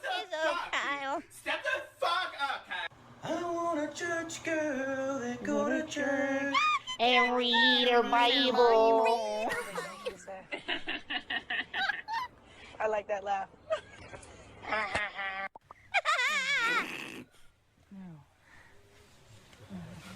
Hi. Okay. Bring the beat in. Anything for you, Beyonce. Started when we were younger. You were my boo. Hurry up, we're gonna be late for school. Bruh, chill. I don't know why you're in a big time rush. That's what good pussy sounds like. Hey, yo. Who's that Pokemon? It's Pikachu! Fuck! Oh, the Quiznos sign one. I don't even know which way the Quiznos is. I don't even know which way the Quiznos is. What are those? On my Crocs. You want some? Dish empty. Yay! Ladies and gentlemen, welcome to Target! Say, who want lasagna? Who want Good evening. Good evening. Quiznos be everywhere. They're not here down where I'm at anymore. Sadly. People say I can't do Oh what my I love God. without college. I don't like need I've a gone degree back to in be a time. clothing hanger. I don't need a degree to be a clothing hanger. What the hell are you doing? 10 years ago, literally. That's a big ass mirror. I have big ass eyebrows. That's a big ass mirror. I have big ass eyebrows. So why, but that was you, energy. what I was thinking of was, Oh, fuck. I can't believe you done this. I can't believe you've done this. Road work ahead. Yeah, I sure hope Hope it does. It is Wednesday, My dudes. Jimmy here!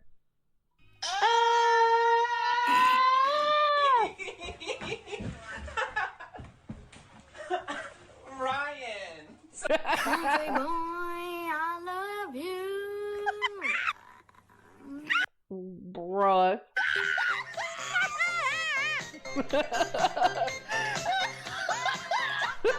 Okay, you want to know something funny about this Vine when she goes, Love you. Yeah. every time I think, okay, in Marvel Rivals, Squirrel Girl, when I still do the Wednesday meme once in a while. I watch Jimmy here religiously because he is so fucking funny. He makes good music too. You should check out his music. But holy shit. The Wednesday My Dudes is iconic. when you click on her, she does that sound. Like, there's this one, like, when you click on her profile, she does this, and every time she does that, I think of this fucking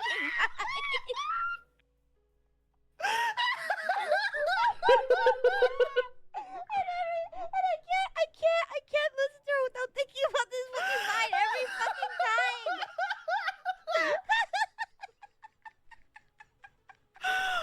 Chat, if you have more, go on Marvel Rivals right now. Go on Squirrel Girl. Click on her a few times when she does her voice line. She does. I love you.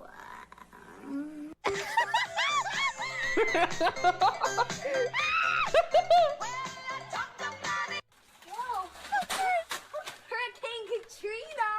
More like Hurricane Tortilla. Johnny, I don't mind. Mom, can we stop at McDonald's? Jessica, I'm making dinner at home. I hate this fucking family. Damn.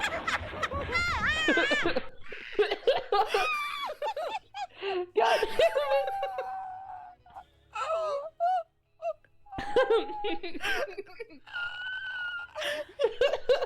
Family. Hey, Ron. Hey, Billy. Blake. I do that. Oh! Stop! I almost dropped my croissant. To Radio No, Shack. I used to quote the I do that all the time.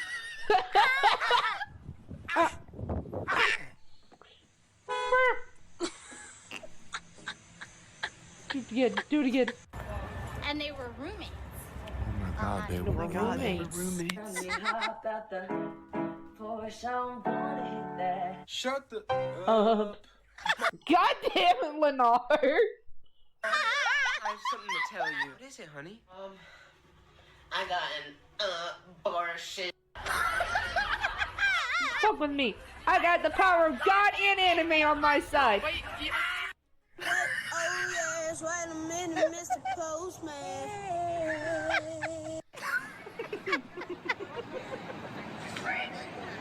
Oh, damn. Oh, damn. Is that a weed? No, this is a crayon. Police! 911. What's your name? Is that a weed? No, this is a crayon. I'm calling the police. 911 on the microwave and it responds. Who am I? Let's go to the beach. Beach. Ninky Minaj.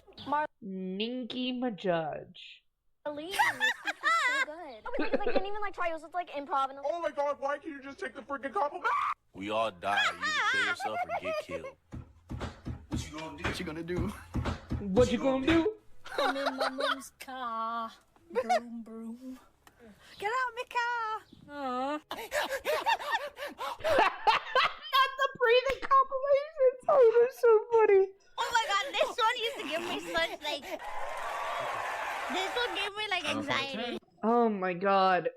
I breathe hard and I vape, so I'm sure that somebody will make a breathing compilation one day of just all the different sounds. Around My room before you came.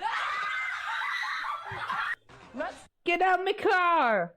Do the fork in the garbage disposal.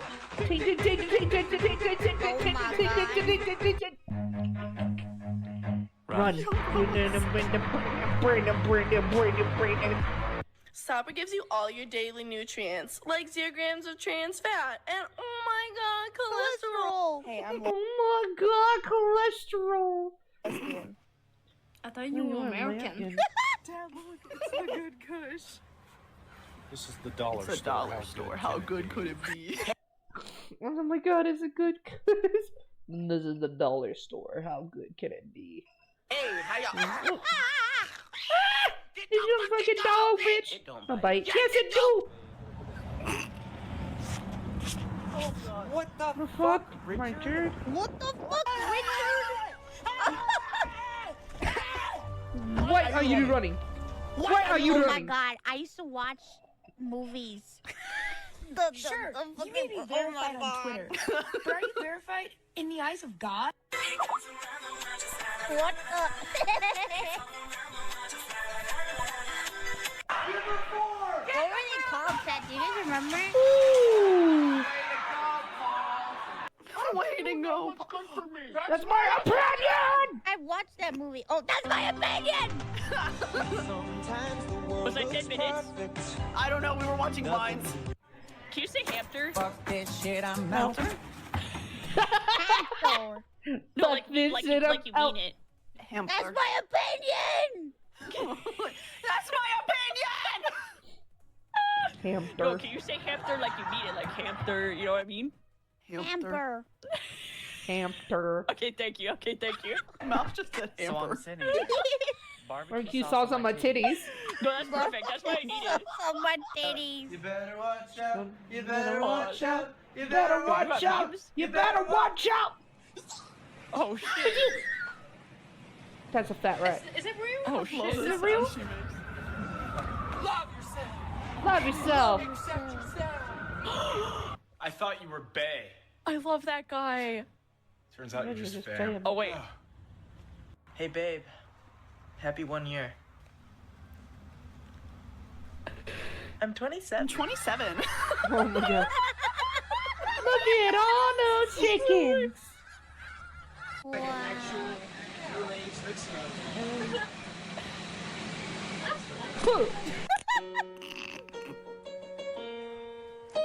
Sail! Oh my god, I love this one!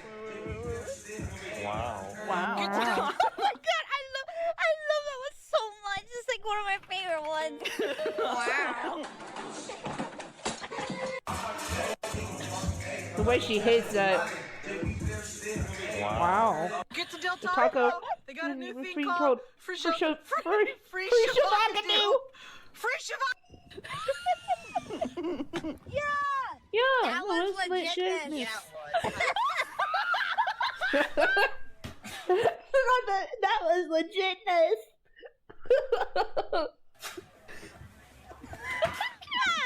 Not the snow.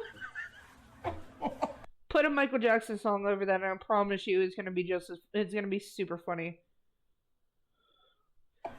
Not on my watch. Not on my watch. Not on my watch. Oh my God. Challenge time. Yo, Lance, you think I get this egg into that jar without it cracking? No. Guess you were right. Oh, damn.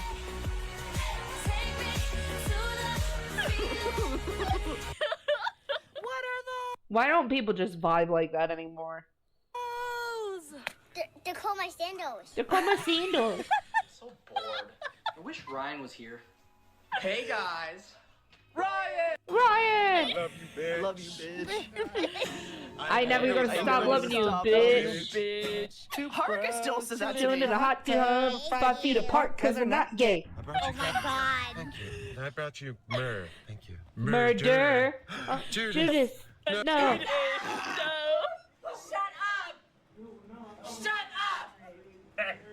Oh crap, it's almost midnight. I have to grab kiwi. One second, I'll be right Deuces. back. Someone ordered a big sausage pizza. I did, but I don't have any money. Why the fuck did you order a pizza? Oh my God. This one. And let me see what you have. A knife! No! You just drop in and just. I'm not gonna lie, smash it. that knife was Where? absolutely you. Drop down. That is me. Are they helium balloons? I told you the car's not here for helium balloons. It's too late. Oh, we're flying away. How do you keep your pants up when you're performing? It's incredible. Belt. Bill. And you're really handsome. Come on, raise your hand. Let's go!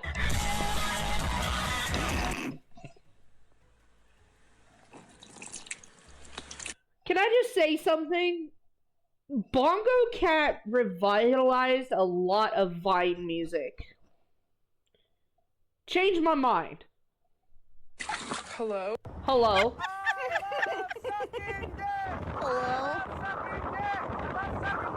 You play it, you get $100 million, but 100 million people will die. Kevin, no. Kevin, no. I love this Vine. I smell like beef. I smell like beef. I smell like beef. Nate, how are those chicken strips? Fuck your chicken strips. Fuck your chicken strips. Daddy, chill. What the hell is even that? Hey, Duck.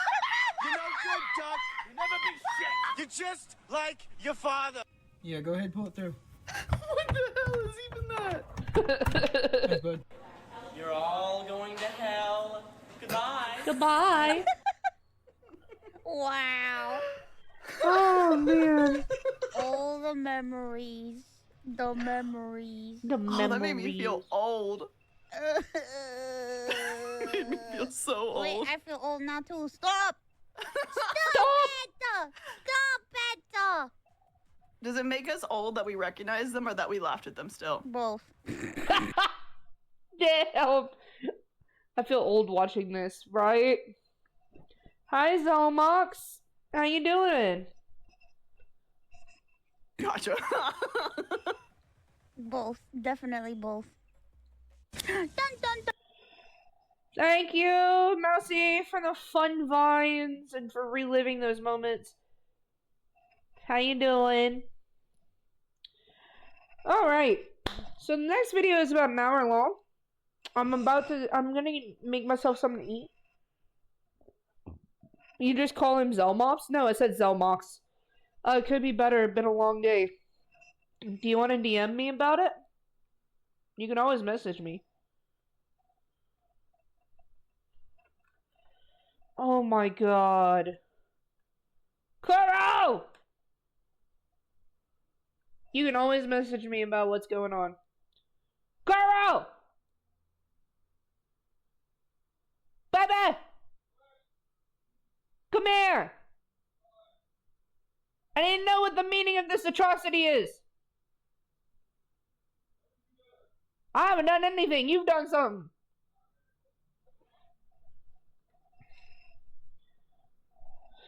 We love you, Zelmonks. We do.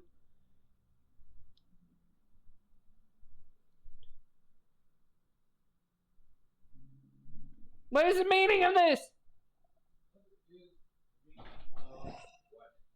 Come here. Come here. SpaghettiOs spring rolls? I mean, you said you like SpaghettiOs. They'll eat them raw out of the can, so I figured that was an improvement in some kind of way. This is atrocious. Why? Who puts SpaghettiOs in a spring roll? SpaghettiOs out of the can. Besides you and Steven, apparently.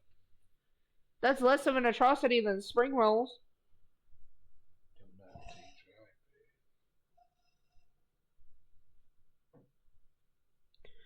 Kuro sent me SpaghettiOs spring rolls, everybody. Sent me a picture of SpaghettiOs spring rolls. Should have seen the thing was sent to everybody else. Jesus Christ. Alright, give me a sec. I'm gonna make some food. I'll be right back. I was already going to eat before I saw this atrocity. God damn it. I'll be back, y'all. Give me a sec. Alright, my food's cooking. I'm back. Give me a second.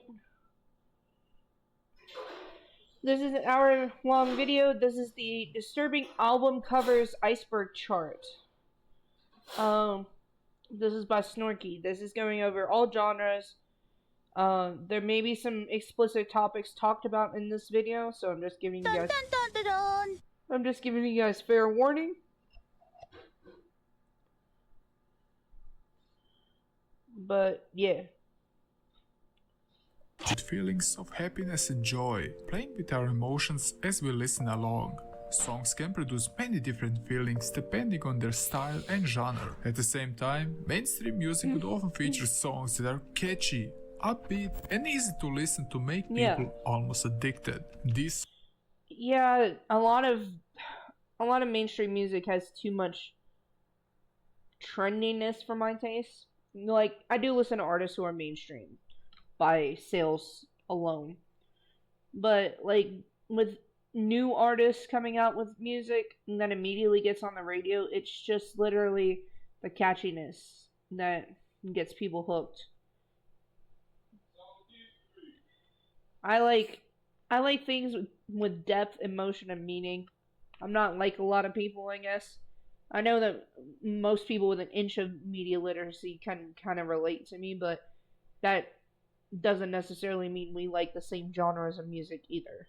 Songs are often associated with their album covers, which are designed to be non-offensive and appealing to everyone. Now this channel loves to look at weird and dark things in our world. That's why this video will be dedicated to the most disturbing album covers that are often stashed away from the public eye. Albums you will not usually see in your mainstream stores. This chart works by starting with a... Also, the last tier has some, like, topics that are crimes related to their album covers, so just fair warning.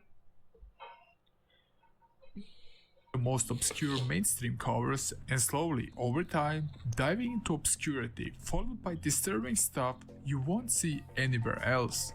But I will also talk a bit about the album and the artist so that you can form your own opinion about the art they created. Plus, I also have listened to every single album just to understand the cover and the vibe. You did not just say you've listened to every single album.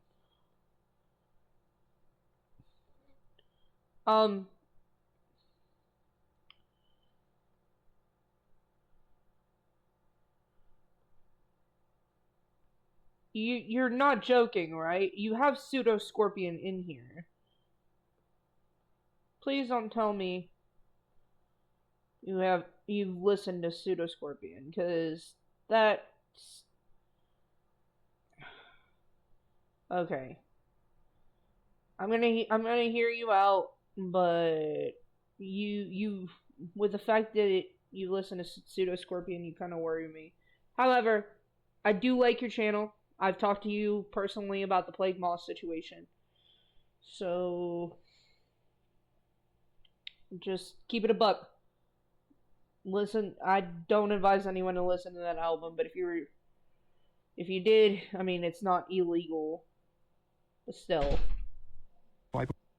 Of the album a bit better. Good, grab something to drink and snack and let's dive in.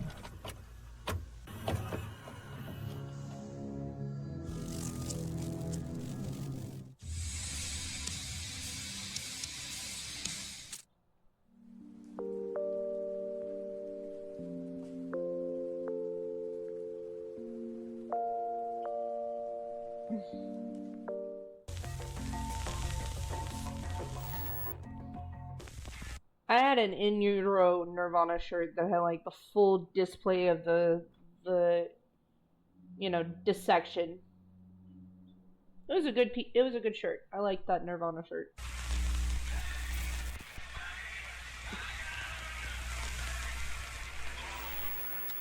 Nirvana was a storm that took over the music world in the 90s, and Kurt Cobain's unmatched energy was desperately needed by the scene. Even if they explore sometimes deep topics. Yeah. Oh yeah, Paulie. That was a dark fucking song. Nirvana became a mainstream sensation, but don't let that fool you. Behind the catchy hooks and unforgettable riffs, there are a lot of darkness and raw emotions. I'm pissed off about everything in general, and so all these songs are pretty much about my battle with things that piss me off, and that's... Yeah, Kurt was also really upset that Nirvana became as mainstream as it did. It's just the whole theme of the whole album. The first album cover on this list we will look at is In Utero, their third and final studio album released on September 21, 1993. Kurt Cobain claimed that the album was very impersonal, as many of the songs contain heavy references to personal life and struggles. Kurt originally wanted to name the album I Hate Myself and I Want to Die, which was quickly rejected by the label, but they still managed to choose the album cover they wanted, even if it's beautiful and yet unsettling at the same time. The cover features something that resembles an angel with open arms but with transparent skin and body. The angel has exposed organs, veins, and muscles beneath the translucent skin. Her wings are spread wide, giving her almost a holy presence despite the medical sterile eeriness of the exposed insides. The image isn't gory. Okay, before we continue, let me grab my food right quick.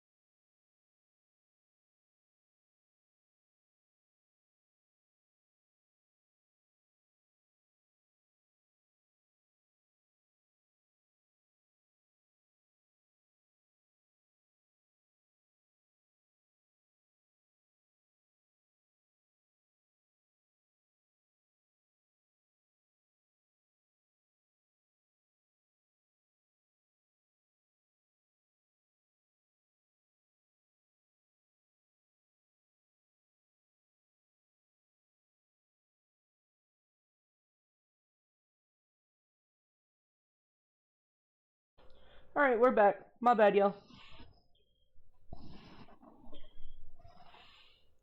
But it's uncomfortable. Portraying an angel in such a fragile and lifeless state is just a bit surreal in my opinion, as it strips away any warmth from the angelic symbolism. It's quite an iconic album cover. Well, if you really think about it, I think that was the point.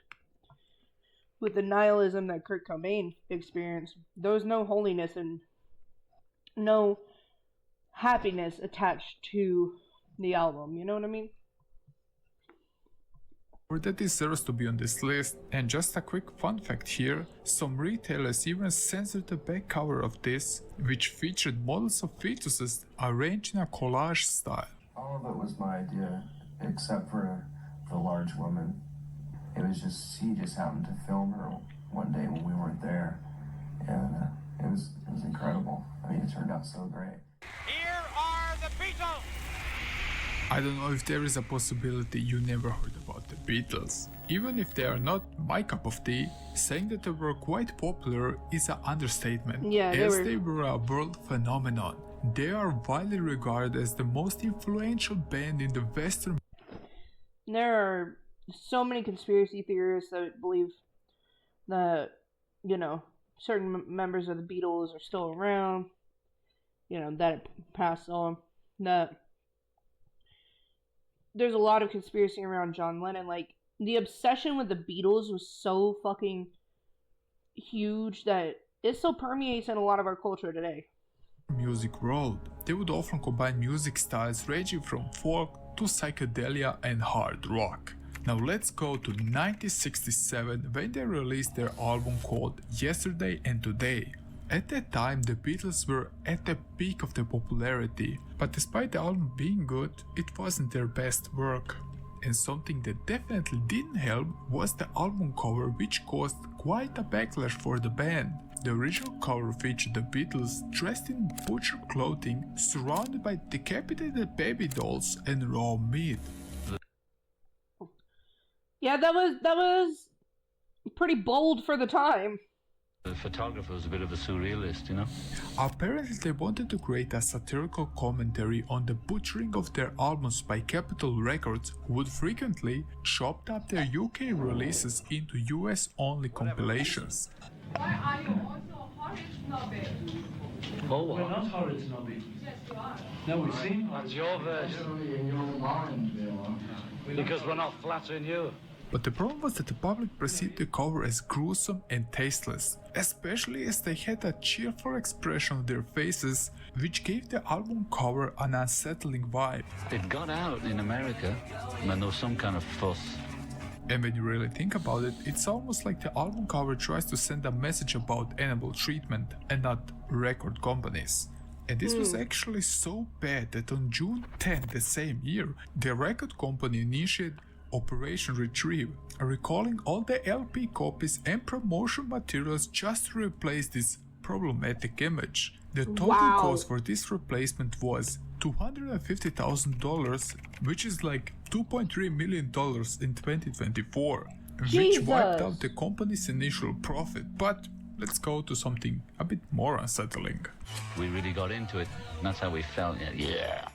An experimental group of artists known as Throbbing Gristle had been forging their own electronic industrial sounds in their death factory. Now what do you think about this album cover?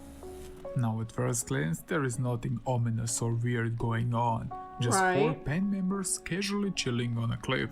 But let me break it down for you about what's really going on here. Throbbing Gristle was an English music and visual arts group. And we were sort of trying to reflect all these sounds and the way they all come together into like this weird mishmash of electronic experimental. What I did know, they were apparently widely regarded as the pioneers of industrial music. Okay. And they built their reputation through aesthetics, often using offensive visual imagery, particular symbols, or pornography even. And most...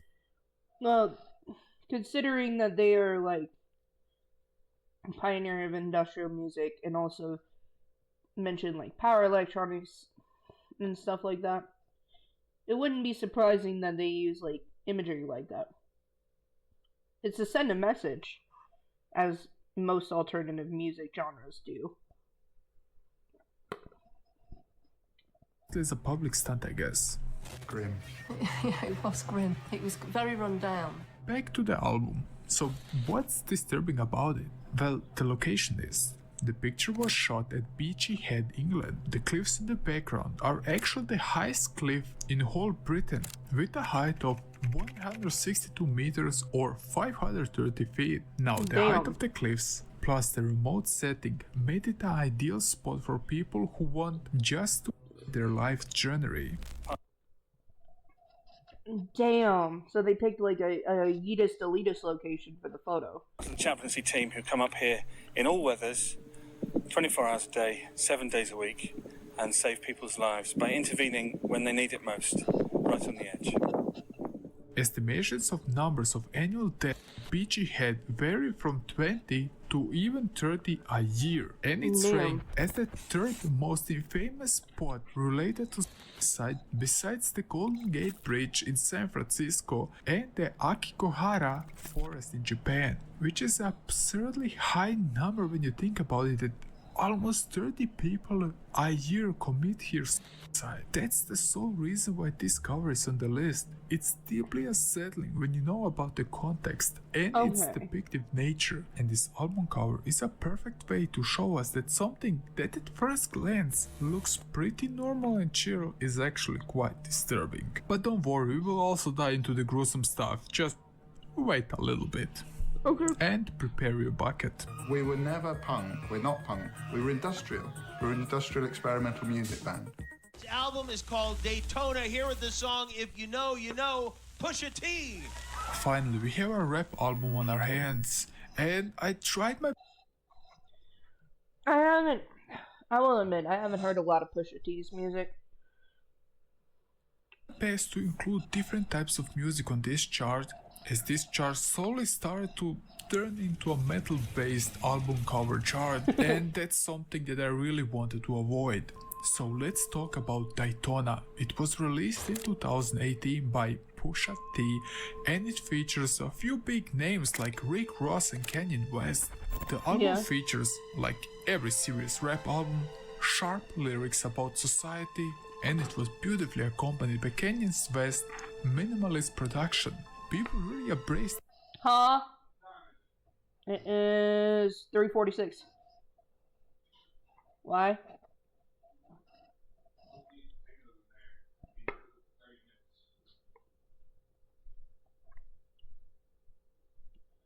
Okay. Ask Google.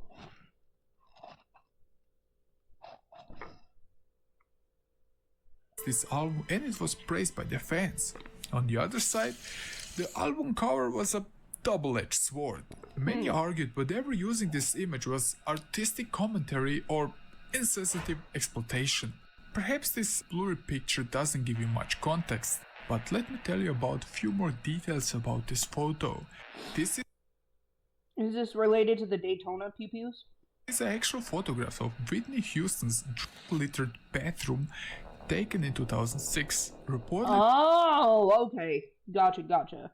During the height of her addiction struggles. Whitney Houston is an American singer, actress, and one of the best-selling music artists of all time. She is known for her powerful voice and unmatched vocal range. But despite all success, fame, and money, her life is marked by personal struggles with addiction, which ultimately contributed to her tragic death in 2012. So that's why this picture is unsettling. It's chaotic, it's messy. It gives us a peek into her life at the time she suffered the most. It feels somehow very personal to me, if you know what I mean. Apparently Kanye West, who Huh? Watch these first 2 episodes and I swear the switch ups are crazy. You're gonna enjoy it. Or you're at least gonna be very shocked. I'm gonna watch it. I said I would give it some grace. Give it to me. But I can't do that until Saturday. I gotta work. Why? You don't get one till noon? I'm getting on earlier so I can do more.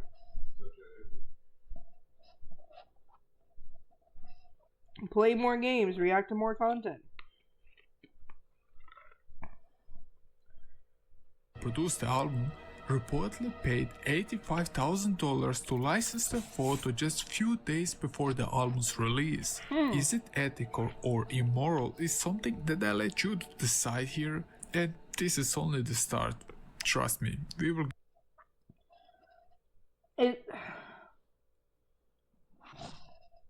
Considering what he described about Pusha T's album and the message it's trying to convey, I don't think it is immoral, however, it is unethical. But I'll leave that up to you guys as well. I mean, it doesn't show her, and it doesn't show, like, crime scene photos, and, I mean, it was legally acquired, so. Get into much morbid stuff. I just told you who I thought I was. A god. I just told you. That's who I think I am.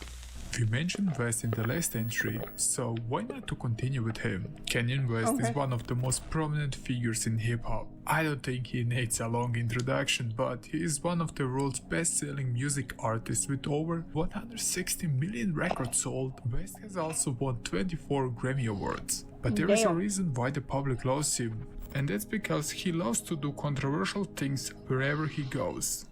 That is true. One most impactful artist of our generation. Like the time he wore a Burzum t-shirt. There is nothing wrong with a guy supporting your friendly neighborhood church-burning guy. Friendly neighborhood fascist. Because of his nature, he wanted a special cover for his 2010 album, My Beautiful Dark Twisted Fantasy. Even if this album was quite successful, you will still see it censored in the stores. And the censored version would look like this.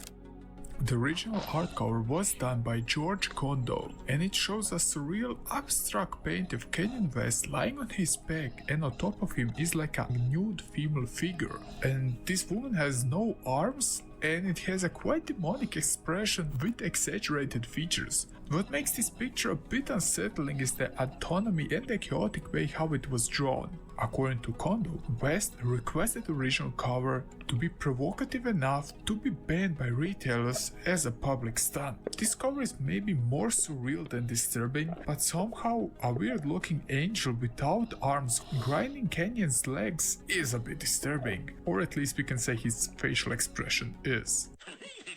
But that's only the first layer, so let's go to the second layer where the fun starts. Hey man, I'm a genius, alright? I'm the most talented musician in the world!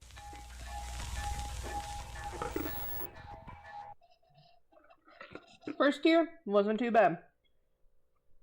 Wasn't too crazy. The history behind it was a little crazy, but you know.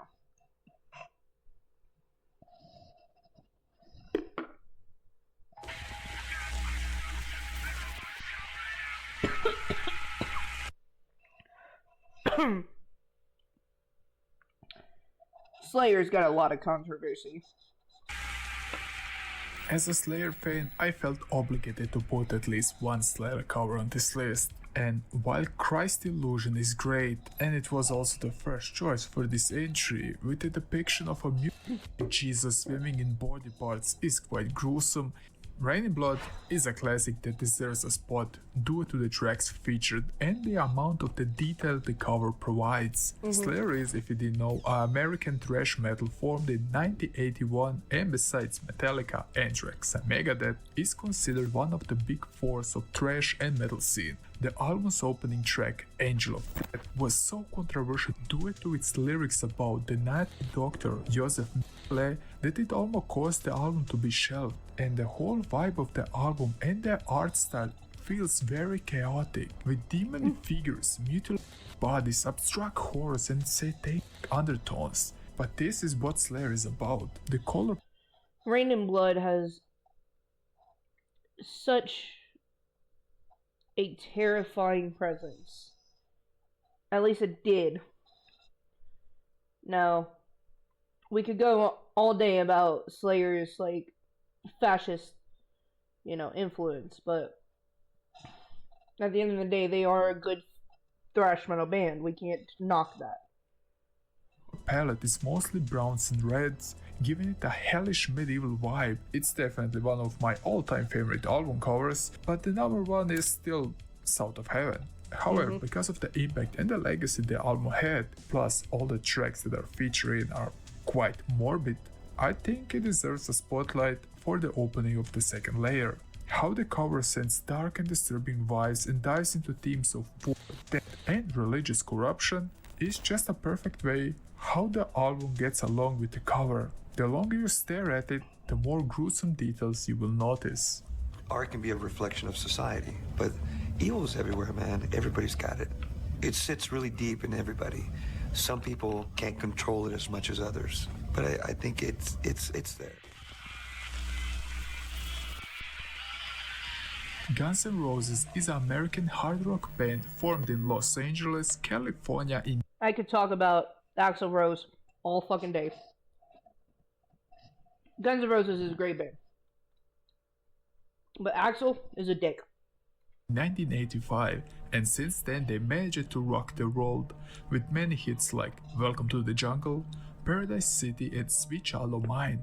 Interestingly, all these songs are featured on their 1987 album called Appetite for Destruction. It even became the best-selling album of all time in the United States. Even if they received success, they received also backlash. Many of you probably know about the album's cover, which is a simple cross with the band members' skulls around it, and it's considered an absolute classic by fans nowadays. Yeah. But the original artwork was so much surreal, and it can be described as unsettling. The original artwork depicts a robotic octopus looming over a partially nude, blooded woman who appears to be assaulted. And we don't need to argue that this is unsettling, but that's not the end. As above them, there is a monstrous skeleton cyborg creature with fangs and metallic wings descending, seemingly like wanting to punish the robot. At least I hope he wants to punish the robot. It's a very detailed and vividly colored album cover, but the retailers and the parents weren't so thrilled about this original art cover, and many retailers refused to stock the album with this cover. And under pressure from Geffen Records, they replaced this artwork with the now iconic skull cross design. I would have loved to see some of these artworks. Only for the historical purpose. Oh yeah, Death Grips is I was not surprised Death Grips was on here. On this list are unsettling, they're morbid, and oftentimes you're looking at them and you're seeing that something is off and it isn't right. But there are also album covers that are straight as an arrow in their intentions. Death Grips is a group that some people consider an experimental hip-hop group. They formed the band in 2010 in Sacramento, California. They often would draw inspiration from punk rock, electronic, noise, and industrial styles. Now their album, Now Love Deep Web, was released on October 1st, 2012, and it's considered their most heaviest album yet. And because of that, the three band members wanted something hard and fitting for the album cover, and they ended up with this. And now you would ask, what's so weird about this black bar? It's a sensor. Underneath this black bar is actually a picture of the drummer's erect dick, with the whole album cover totally written across it. Even if the album was received quite well by the fans, the album cover was met with heavy criticism. And imagine just walking in a store, looking to your left, and you will see a vinyl record with the drummer's ding-dong plastered all over the album cover. Jesus. MC Rai, the frontman, responded to the critics by saying, "If you look at that and all you can see is a dick, I don't really have anything to say to you pretty much. I look at it and I said, this is a great photo and I'd love for this to be the album cover." The band said they saw this as something tribal, spiritual, like in Primal, but they would also say that many people didn't recognize this form of art. I don't know what to tell you about this, it's just a dick plastered on an album cover. I don't have any more comments about this. Things like that, and also all of us are very into the visual arts and are visual artists. AC. Why am I not surprised AC is on here? At some point, AC was gonna show up.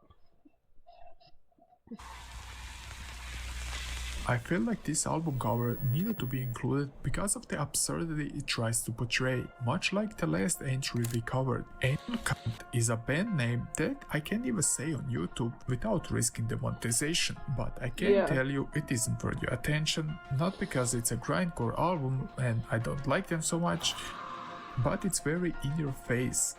I love grindcore, but AC is a problem. Loud and chaotic. Wait, was that mic cord around her neck? Wait a minute. Can't even say on YouTube without risking the monetization, but I can tell you it isn't worth your attention, not because it's a grindcore album and I don't like them so much, but it's very in your face, loud and chaotic. Oh my god.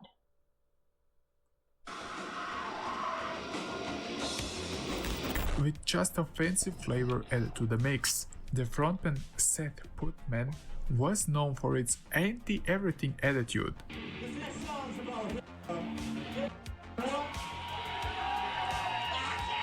And the album is really about violence, hatred and extreme vulgarity. Their album, It Just Gets Worse, was released in 1999. Even though the art is quite simple with its cartoonish style, it's a big F you to everyone as the band members just want grinds people gears. So let's talk about the cover itself. On the right side you will see a burning baby stroller, and on the left you will see a vagina and an asshole just randomly floating up there. Because please tell me he's gonna mention that that's their band logo. I don't know, it's offensive I guess. Okay, that is literally the design of their fucking logo.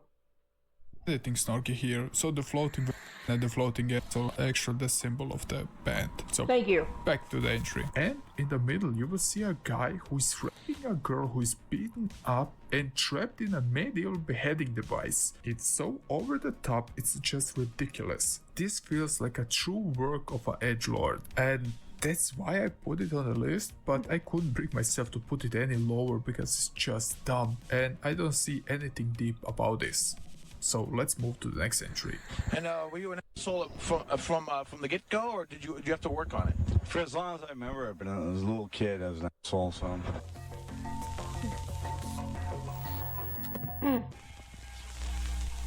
Ooh, Ministry.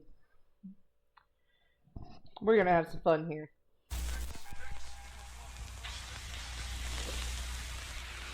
Ministry is an industrial metal band that was founded in Chicago in 1981. They're considered pioneers of industrial rock and metal in the late 1980s, and they dropped quite a few albums back in the late 80s and 90s. But their 1999 album The Dark Side of the Spoon managed to be the most controversial thing they brought to the table, because not the actual album cover. Okay. I'm guessing they can't even show the actual album cover. Warner Bros. Even dropped them from the label.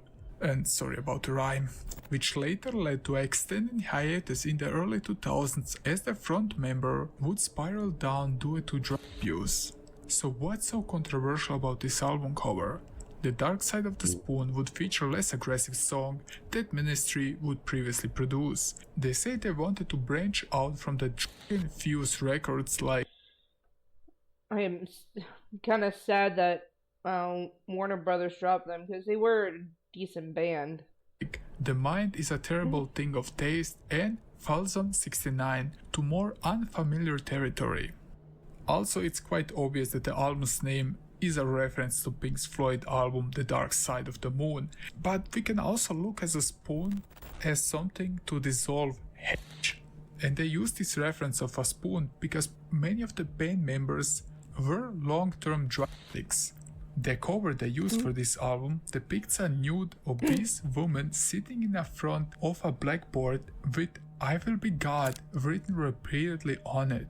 The repeated phrase "I will be God" could represent a God complex often associated with heavy drug use, especially age, as there were some users who reported to feel invisible or detached from reality, elevating themselves to a divine status. While not being explicitly violent or sexual, it's surreal, and when you look at the cover as a whole package, it does get its point across about raw reflection of addiction and self-destruction, but definitely a good constructed album cover, especially compared to the last one. To these people, Al is like, you know, weird drug god, kind of untouchable. I'm gonna guess that dude is straight up nude. Indestructible, you know, how the hell is he still alive kind of guy.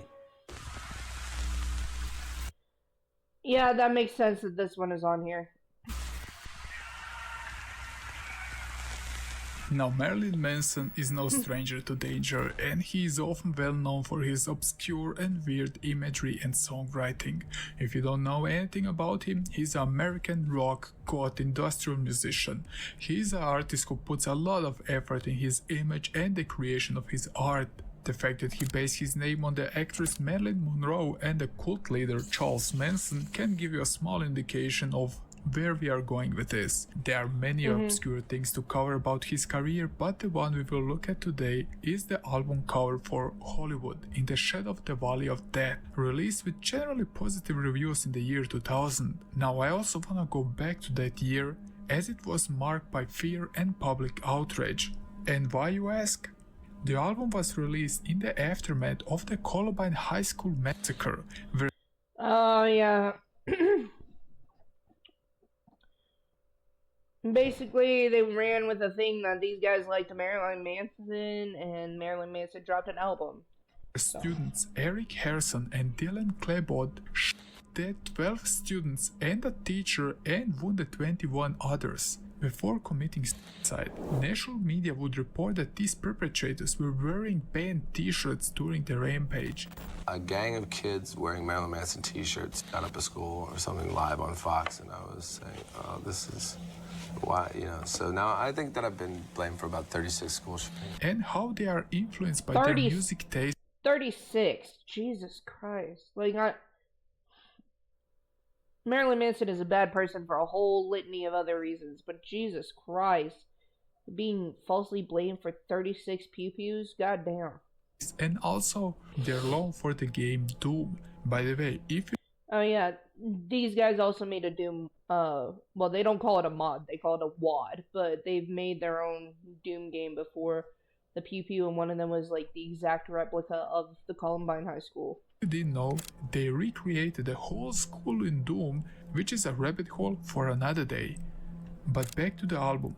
What it depicts is an image featuring Marilyn Manson crucified, with his lower jaw entirely ripped off, exposing raw flesh and bone. His expression is cold and haunting, and the overall vibe feels sacrilegious and unsettling. The combination of gore and mutilations definitely pushed many buttons back in the day, especially at that time, because people would look at Marilyn Manson as a type of martyr, but the news would also turn this album into a scapegoat for all the bad things that happened. But the album was carefully crafted and was set in so-called Hollywood, a satirical version of modern day America, portrayed as an almost Disney-like amusement park obsessed with death, violence, and hyper-consumerism, and the whole album felt like a metaphor for society's outcasts and imperfections. But your mainstream news outlets would fail to recognize this, and they didn't see the message about Americans' cultural fixation on guns,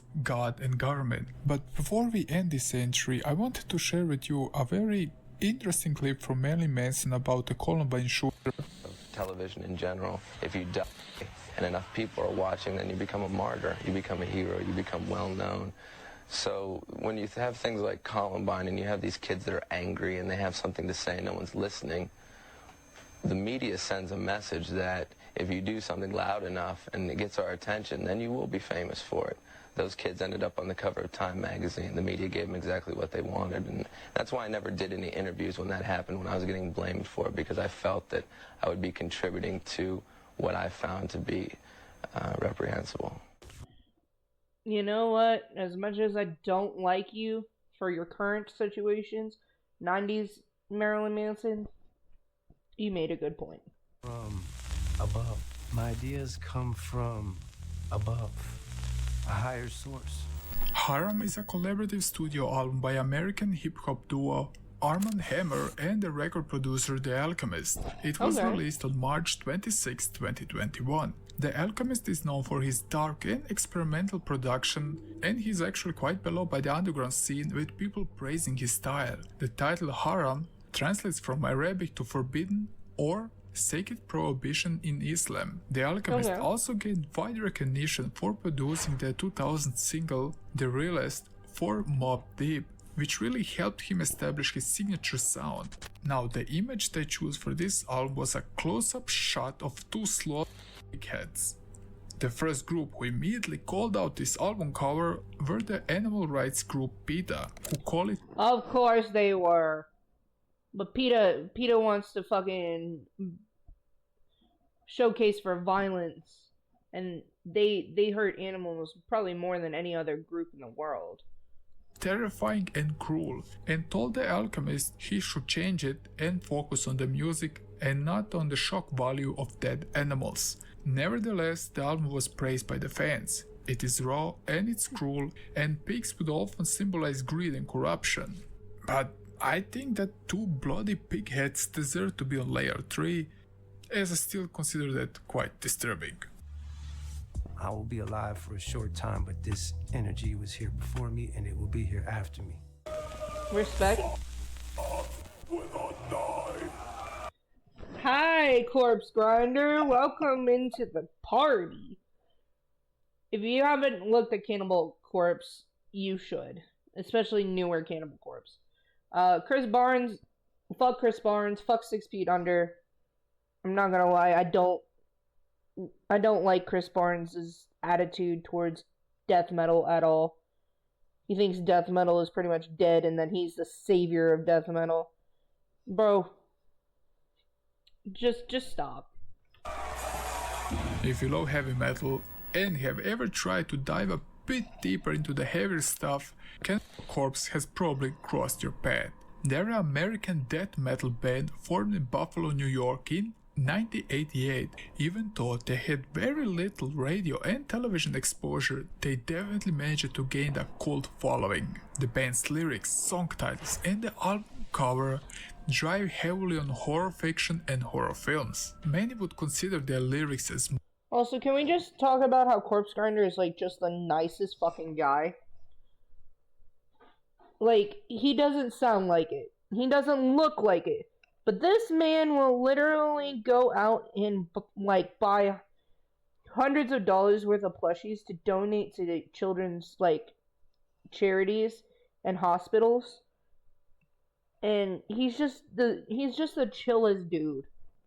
morbid and explicit and over the top, but that's how they roll. I mean, the frontman is called Corpse Grinder, and some of their hits are called Fuck the Knife, I Blood, or Obviously, that was. Oh my god, I saw that video, and the way the security reacted to him saying that was hilarious. or Butchered at Birth. This is also the cover we are looking at right now, although it's censored for obvious reason. The album cover was illustrated by an artist called Vincent Locke. The cover shows two zombie-like surgeons performing a grotesque. I have listened to this album. I really like it. There are a few albums that I prefer more, but Butchered at Birth is a really good album. And bloody cesarean section of a pregnant woman while surrounded by mutilated baby corpses. Even if the art style is cartoonish and over the top, it's what Cannibal Corpse is about, and that's how they push it to the limit. The whole album is raw, it's a pure portrayal of old school death metal, and that's why it's praised by the fans. The graphic album cover leaves little to the imagination. It's not suggestive, it's explicit.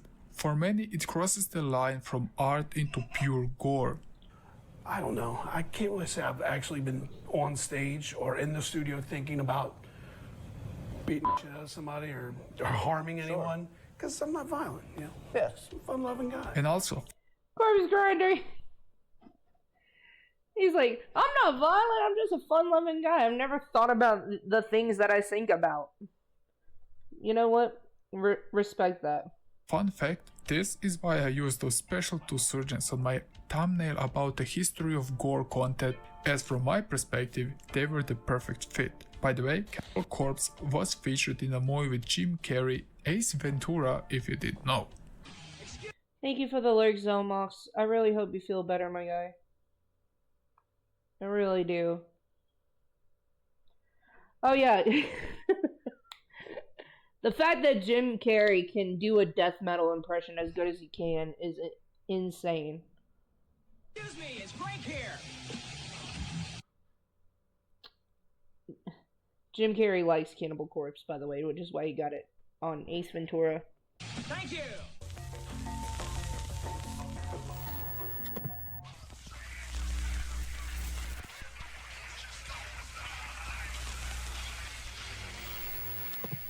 CKY is something that some of you know as the predecessor to the popular show and later movies called Jackass. Oh, okay. I didn't know that.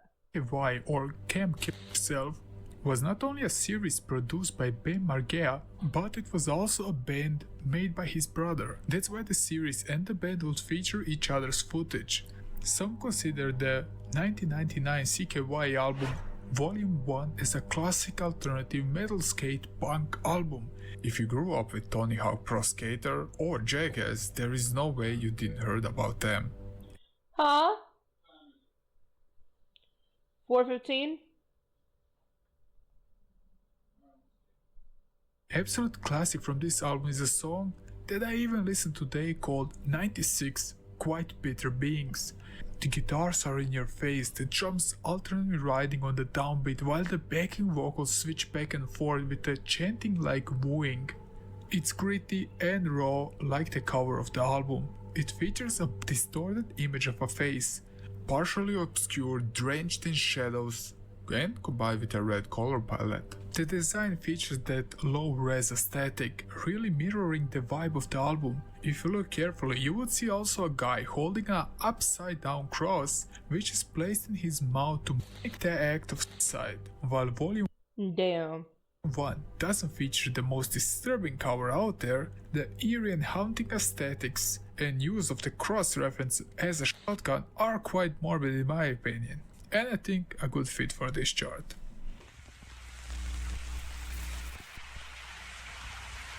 We had many weird and some disturbing stuff until now. I haven't heard of Lord Mantis, so this is gonna be a new one for me. But somehow we failed to add anything related to bugs, and I feel it's quite unfair to all the nice folk who hate bugs. So that's why the Lord Mantis album Perperator is on the list. First of all, Lord Mantis was an American sludge band founded. Oh, okay. Interesting. I see that sigil. I don't know what that sigil is, but it looks like I probably should. In 2005, the guitars would often play slowed rhythms and breakdowns while the lyrics are something you will usually see in the black metal scene with its high-pitched screams. The music would blend black metal's bleak atmosphere with sludge metal crushing heaviness, if this makes any sense to you. I would consider the album to be alright if you're into such things. For the album cover, the band decided to hire Jeff Whitehead from Leviathan, and he painted a very grim picture. It almost looks like a illustration from a medieval book, with many humanoid creatures with exaggerated twisted limbs, and it's quite terrifying because of the Jesus faces, which are quite insect-like. It's quite hard to explain, and also all of these creatures do have something coming out of their mouth, which is going in the private area of the right one, which looks like Jesus and his crew across. The art is grotesque, unholy, and most importantly unsettling. I mean, yeah, it would be unsettling. Most extreme metal bands go for the shock factor with their album covers. And we can even call it properly disturbing. It captures the sense of moral and physical decay, if one can say so. Yep, I knew this one was coming up. Korn. It is not surprising that Korn would be on here. is what I was trying to say. But it didn't come out right. Korn is one of the new metal giants that shook the scene like no other. Their combination of down-tuned guitars and groovy vibes featuring dark lyrics are catchy and morbid at the same time. After you hear the song Daddy, you'll never be the same. The singer would go in so much detail about how he was essayed as a child, with his screams being so real it's hard to listen to the song. I knew they did the audio for it, but I didn't think they fucking recorded it.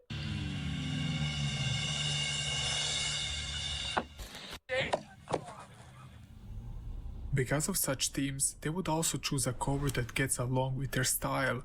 And a perfect example is the haunting cover of their debut album Korn, released in 1994. The album cover was photographed by Steven Stickler, and it simply depicts a young girl. Oh, yeah. Yeah. On a playground swing set. What made the whole scene uncanny was the shadow man looking at her. He is tall, menacing, holding what appears to be a horse-shaped toy or even possibly a weapon.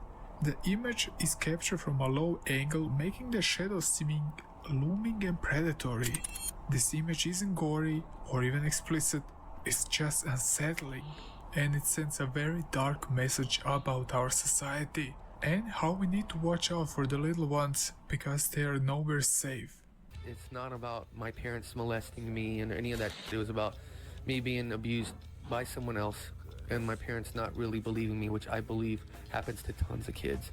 I believe tons of kids go back and say, hey, Mom, Dad, this shit happened. They're like, stop lying. Or they don't understand. And they were really young at the time, and I don't blame them. And it was my babysitter, and she's since on passed away. Karma's a bitch.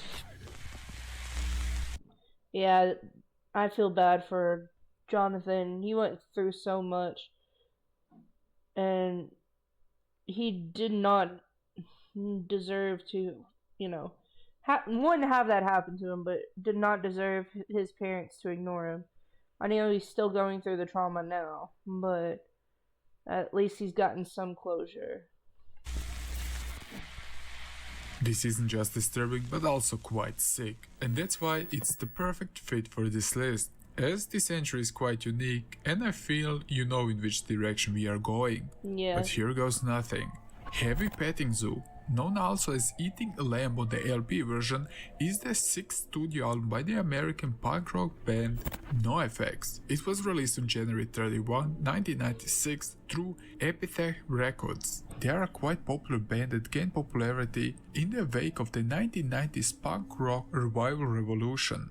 I know it's completely for shock value and it's probably intended as a dark joke, at least I hope it is. But still, this makes me very uncomfortable. There are two different cover images of this album I want to talk about, both illustrated by Mark DeSalvio, a noted designer for punk album art. It depicts a man in a central position with a sheep. Basically, the sheep is sitting in his lap while the man is touching the private areas of the sheep. But on the 12-inch vinyl record, it gets even wilder as the man and the sheep are doing 69. That is disgusting.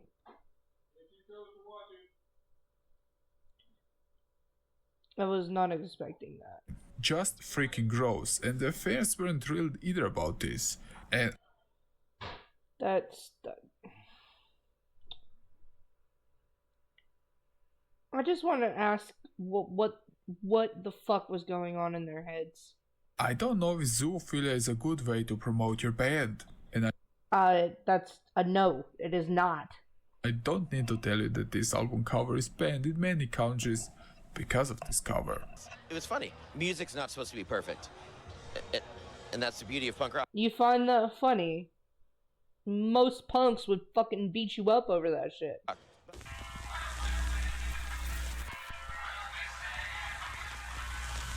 Anarchy is the sixth studio album from the punk band called Chumbawamba. Now the band is a mix between punk rock, folk and pop influences. and the album tackles themes of political corruption, social injustice, class struggles, and anarchy with its sharp wit and biting commentary. This album was even a commercial success, giving the group their first top 40 album on the UK album charts. It's a alright album, I guess, after listening it, but man, the album cover is quite something. I know it's natural and this shouldn't be something disturbing, but the first time I saw the album cover it was blurred and I didn't know what it was, and it was even weirder for me, like what's that? And then I looked at original cover, which is an unfiltered photograph of a baby coming out during Oh, yeah, that makes sense. Why that would be off-putting.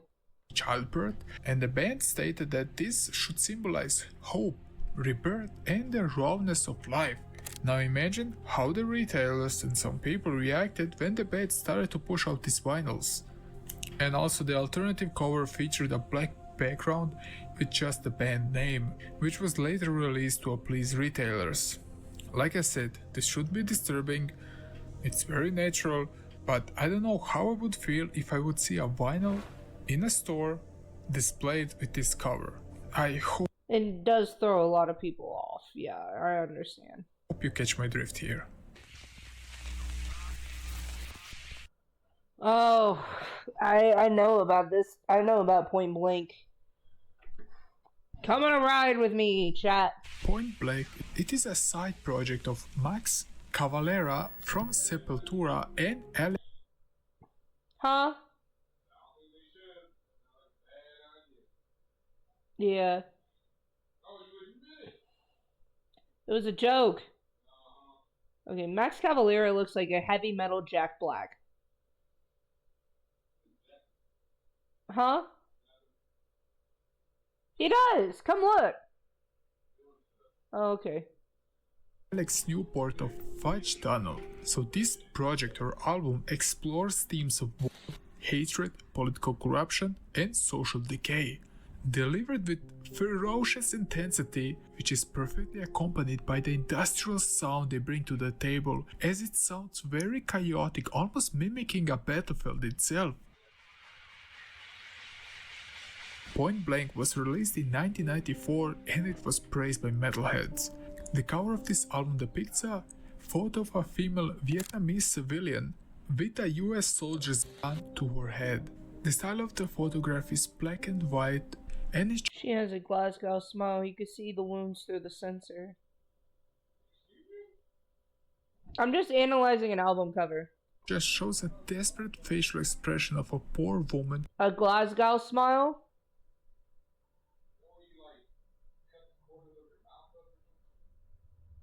That's where they cut from the corners of your mouth all the way up to your cheekbones. It started in Glasgow, Scotland, and was used as a way to punish people in when they had gang violence going on. Because Glasgow has like their own kind of organized crime groups, and that was a torture method. Who was captured in the war, but the album cover perfectly paints with its raw themes of violence, war, suffering. As someone who was born at the end of a war, stories you would hear are more than terrible, and the woman's facial expression was just a mirror of Welcome back, Avery. those people who I talk to, who even want to talk about it. I know that my father didn't want to tell anything to me or my brother, but due to recent events he opened up a bit about some stuff, and the reasons why he didn't want to talk about it are more than clear. So that's why this haunting cover needs to be on the list. By the way, this picture was taken from the Vietnamese war documentary In the Year of the Pig from 1968, and the good news is that this poor woman on the cover lived after the photo was taken. Oh, Acid Bath. Acid Bath has some insane album covers. Huh? They know I react to dark music and history surrounding dark music. Acid Bath is a band that I knew for quite a while, but never tried to research anything about them. What?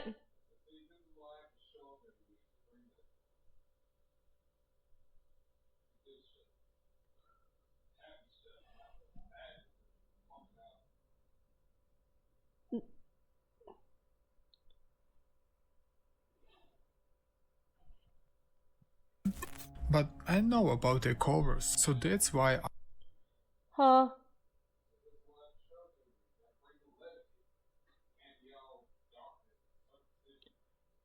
I'm not darkness all the time. I'm not.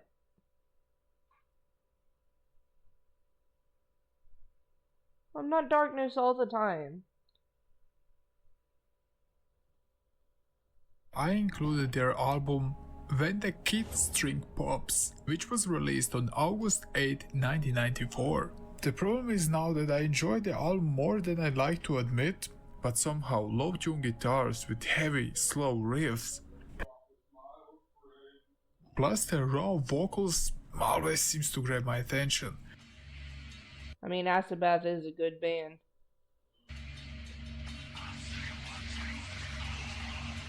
But sludge metal would be sludge metal without some nihilistic lyrics about discussing poverty, drugs, addiction, pollution, and often suicide. Really cheerful stuff I need in my life right now. I know I can't talk about the lyrics as they are more than explicit, but we can take a look at the cover. For you normal people who are not into crime cases, you're probably thinking, what's so special about a obese clown? John Wayne Gacy. This was one of... Well, if you know, you know. This is one of Gacy's paintings. Oh, but if you don't know, this clown is actually known as Pogo the Clown. And it was a nickname for a very famous guy known as John Wayne Gacy, who actually painted this picture. It's known as the painting titled Untitled Number 11. The name should already send shivers down your spine if you know anything about him. He was indeed a clown who performed at children's parties dressed as the Pogo the Clown, later known as the Clown. John Wayne Gacy was an American serial killer and sex offender who assaulted and murdered at least... Scandinavian! It's been so long! How are you? Thank you for the posture check. How are you? I haven't seen you in a long time. It's been a minute. How have you been? I'm doing great, thank you. Awesome. I'm glad to have you here. Yes, I am having fun. These 32 young men and boys. What?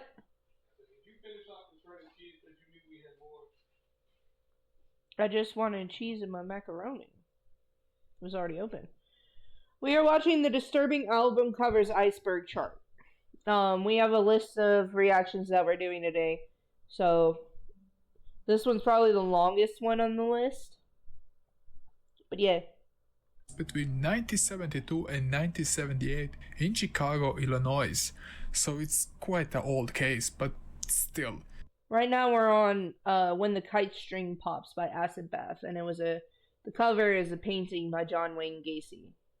He would lure his victims to his home, often offering them work as he had a small company even. After he lured them into the house, he would torture, rape and kill them, burying most of the bodies in the crawl space under his house. He was arrested in 1978, convicted of 32 murders and executed by lethal injection in 1994. And the story about him is more than surreal if you dive into it. Wasn't his last words "kiss my ass"? I killed 33 times. You're only gonna kill me once. Oh, okay. Casey outsmarted him again. And I think there is a pretty good Netflix documentary about it, if you want to dive deeper, but I can also make a video if you want. So that's why this album cover is in the list. It is more than surreal. It's eerie, with some childlike innocence, yet it has so much ominous undertones going on, it's really unsettling. Now, is it a bit immoral to have such a cover? Well, yes, but trust me, I feel like death is too simple for people like that. I think that was the point of why Gacy said what he said. this is just the tip of the iceberg when it comes to things like this. But let's see what awaits us on the next layer. And I know this is going to look like we're destroying everything. Don't worry about it. We don't make mistakes. We have happy accidents. God damn it, Bob Ross.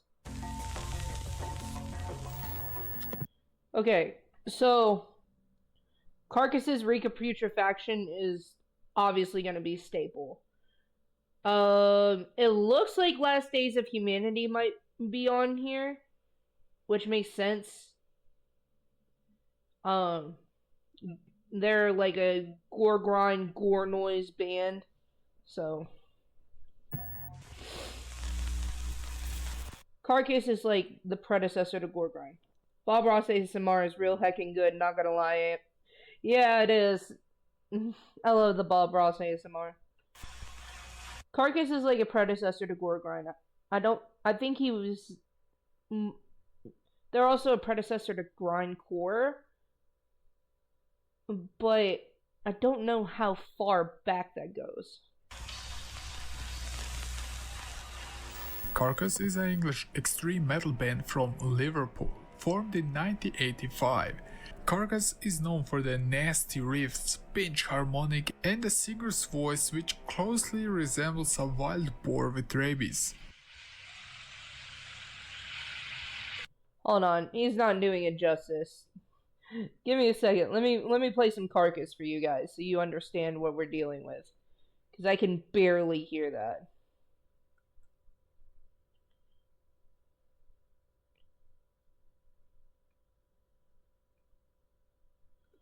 Okay, recaputrefaction.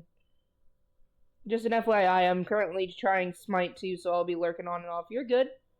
You are perfectly fine. Let me show you some of Carcass.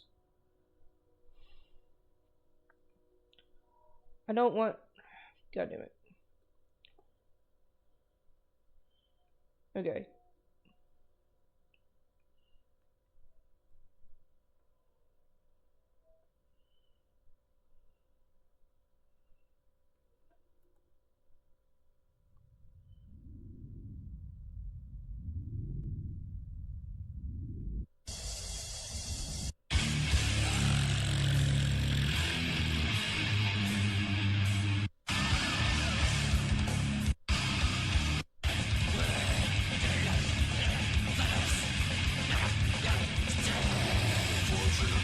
Yeah. That's a better sound quality. Carcass is regarded as one of the pioneers of grindcore and melodic death metal, more often than not featuring morbid lyrics and gruesome album covers, like their album Reek of Putrefaction, which was released in 1988. The cover art features a collage of graphical medical photographs, including decaying corpses, severed limbs, and rotting flesh. This chaotic arrangement of body parts and it is horrific. Like, every single piece is a collage. Is each little snippet is a different body part, and they're all arranged in a certain way. gore creates quite a stunning image. The whole picture has a yellowish tone to it, giving it a weird vibe, especially how the parts are placed together on the cover. Plus, not that the demonetized, damn. Even the band members have admitted they found this cover hard to stomach after it was released. And if the band members were grossed out by their cover, it definitely deserves a spot on this list.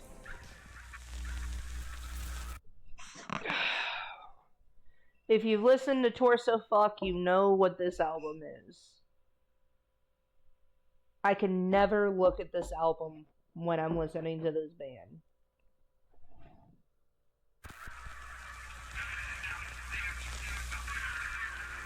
Torso Fuck is a Finnish band that has very special album covers. They're a corno grind band for anybody who doesn't know what genre they play. As the band's name is already explicit, you know how the cover will be. They are classified as both gore grind and pop grind. And yes, this is an actual subgenre of metal. One of the most popular songs is called Raped by Elephants, which is hilarious as you think it is, and it's the complete opposite of Toto Africa. And after you finish listening to the song, you will feel violated. Trust me. Now, their album cover, Erotic Diarrhea Fantasy, was released in 2004. The album's lyrics are focused on graphic violence, extreme fetishes, and grotesque fetishes. Now, you wouldn't expect anything else from the cover. It features two naked girls kissing while being smeared in feces. I know That sounds very familiar. there are people who are into this stuff. We covered people like Pampachu on my channel, but I am not definitely one of them, and I don't find this arousing at all. Plus, Of course not. It's on the disturbing albums list. But no, that reminds me of a very familiar shock video that was passed around involving a cup. I will break one of the rules here and include two more covers to the mix, as they are just absurd. One of them, I'm not quite sure, I think it's a suicide victim, and the other one is some weird BDSM shit. At least I think that's what's going on. It's no wonder that the albums are also banned almost everywhere. I mean, you can't release things like this in public. You know? Rage Against the Machine was gonna be on here. I just was expecting it at a higher tier. Know that this was coming.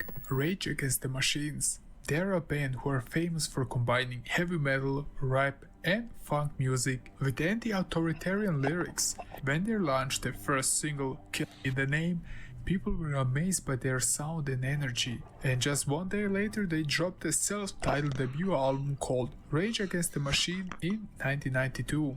It's highly regarded for its aggressive sound and controversial themes. Because of the lyrics and the sound of the album, the cover needed to be a message, a strong one for everyone who would listen to the album. They decided to use a black and white image of a Vietnamese Buddhist monk who set himself on fire. If this isn't extreme, I don't know what is. Right. He did this as a way of protesting against the oppression of Buddhists by the South Vietnamese government in 1963.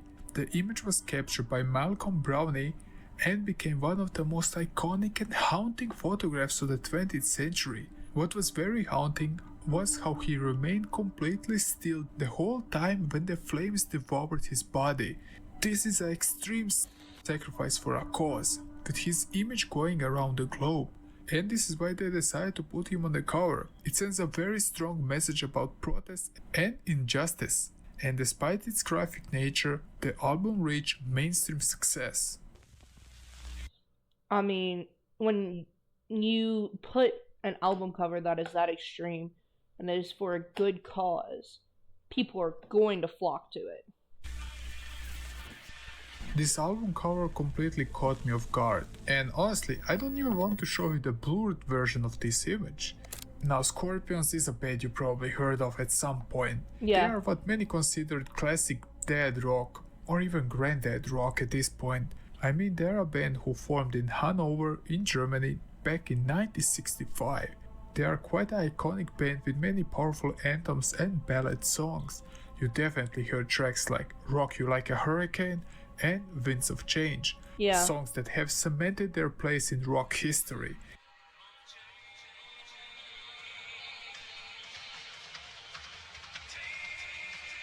The fact that they are still active today is nothing short of impressive. The album we are going to look at now is called Virgin Killer. The alternative cover is something you would expect to see from a 70s rock band. Just a bunch of hairy dudes who love to rock. But that's not the original, is it? But the first cover is explicit, let's say. Now the original cover features a 10-year-old girl, fully nude, posing. Bro, okay. I'm gonna have to scoot forward. That in 2008, the photograph emphasized that he, his wife, the girl's mother, sister, and 3 female assistants had been present during this shooting, and they stated, Back then, we loved and protected children and did not sleep with them. As far as my knowledge goes, the girl didn't have anything against it, not back then and not even now. Plus, I wanna add something quite interesting that happened in May of 2008. The far-right site called WorldNet Daily reported a cover on Wikipedia to the FBI, and the wiki page was down for a few days, but it was ultimately deemed as a erotic posing with no sexual activity, so they put it up back online again. And I don't know what to say here honestly, perhaps I'm completely wrong, but it is a bit disturbing to put a little girl completely naked on an album cover, especially if you are an adult and you are aware that there are people. Yeah, that's fucking wrong. I am going to have to censor that.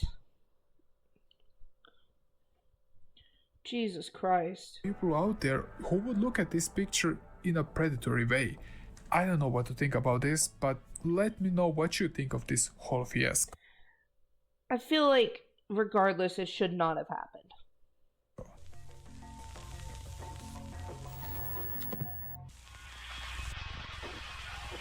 Okay. Big Black was an American post-hardcore band from Evanston, Illinois. Even though the band was only active from 1981 to 1986, they managed 5 years? That's such a short lifespan for a band. to get quite a following due to their extreme ways.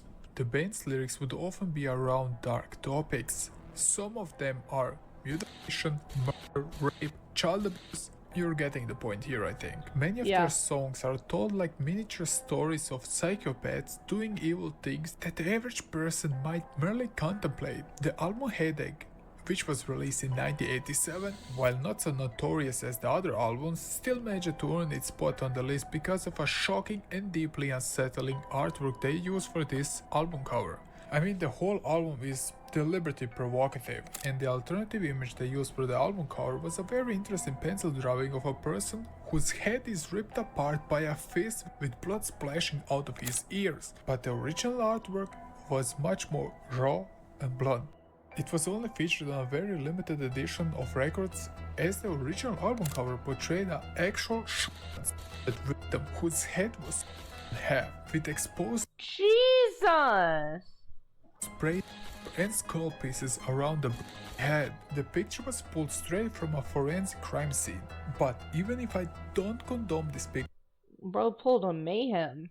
It still gets along with the album's aggressive and mechanical style, and I think this album cover will haunt me for quite some time. But that was the intent of the album cover, I guess. Also, the third song on the album, called Grinder, is quite interesting, as they use a Roland TR-606 drum machine, so it feels like you are listening to a Doom soundtrack with vocals, which was kind of interesting. I can understand. I can definitely hear it.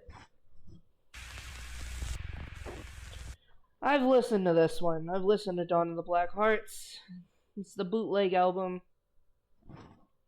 If you know, you know, which I'm pretty sure every fucking buddy who listens to metal knows this now. Until now, I think you saw that the metal scene loves their extreme ways. This is why the Austrian band Punkman Stench wanted something extra special for their cover. The band's content is quite something. They are some type of grind. Why are we getting into Pungent Stench when you mentioned Dawn of the Black Hearts?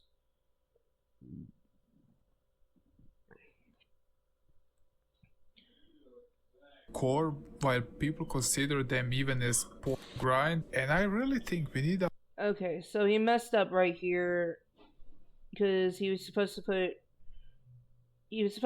Pungent Stench's album, but instead he skipped a section and went on to Dawn of the Black Hearts by Mayhem. A whole iceberg chart only about the subgenres of metal, as this is getting really out of hand. But grind loves to convey themes of rape, sex with dark humor, but the band adds a sprinkle of coprophagia, which is the law for hating feces. When they released their album called being caught buttering in 1991, despite it shouldn't be a funny album in a morbid way, it's oftentimes considered just grotesque. The album I mean, a lot of people don't get the satire with extreme metal, so it's not surprising they didn't take it that well.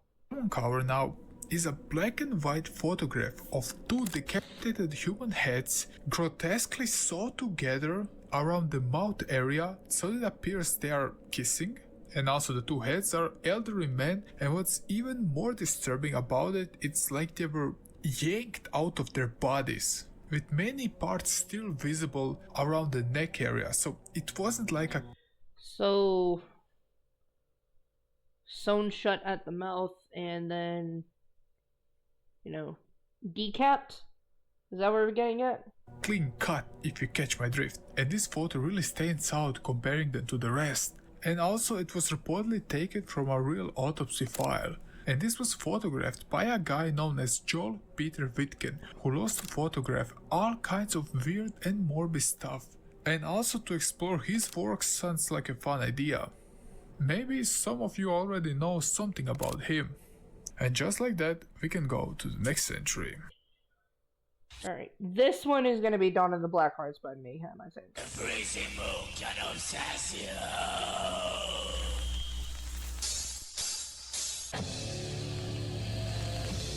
You know this was coming. Yep. Anyone who is into metal or black metal heard about this story. The story of the infamous Mayhem album cover. Dawn of the Black Hearts by Mayhem isn't just one of the most disturbing album covers ever, it's also one of the most infamous releases in music history. This album is a hallmark of black metal culture. It's symbolizing the genre's extreme ways and its willingness to cross every conceivable boundary there is. Beyond the shocking cover, the album is also notable for being an unofficial live recording showcasing Mayhem's raw, chaotic energy during a 1990 concert in Sarpsborg, Norway. It's aggressive. Also, Sarpsborg, if you watch Boris T, he's in his own metal band, but he actually visited the place where they had the concert. Album characterized by tremolo picking guitars and black metal vocals, with my favorite track on the album being Chainsaw Godfall. What a masterpiece right there.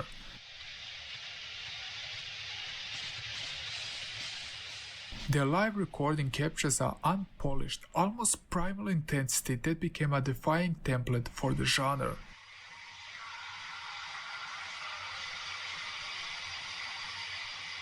The reason why this ranks so low on the list will surprise you unless you know the story already. The cover you are seeing right now is blurred for obvious reasons, as I can't show it to you because this is an actual photo of Mayhem's lead vocalist known as Dan, shortly after he died by suicide in 1991. Yep. The cover features a real-life photo that was taken after Dan slit his throat and wrist and ultimately blew his head up with a shotgun. Yeah, Euronymous took this picture, for those who aren't aware how many times we fucking talked about this. The first one who would found him was the Mayhem's guitarist and friend Anonymous. Anonymous thought of this to be neat, and somehow he had a camera on his hand, decided to take a picture and plaster it on their album cover. And the rest is history. One of my best friends also killed himself. And as I'm trying to cope with this, Euronymous tells me that he has taken photos of his death. I got very upset by this, and I told him, I'm gonna beat you up, I'm gonna kill you. They burn the photos before you even talk to me again. So yes, this cover depicts a real-life suicide scene. For those who don't know, that is what's left of Mayhem currently. That's Necro Butcher, and I forget the two others that are currently in the lineup. Hold on. Let me look.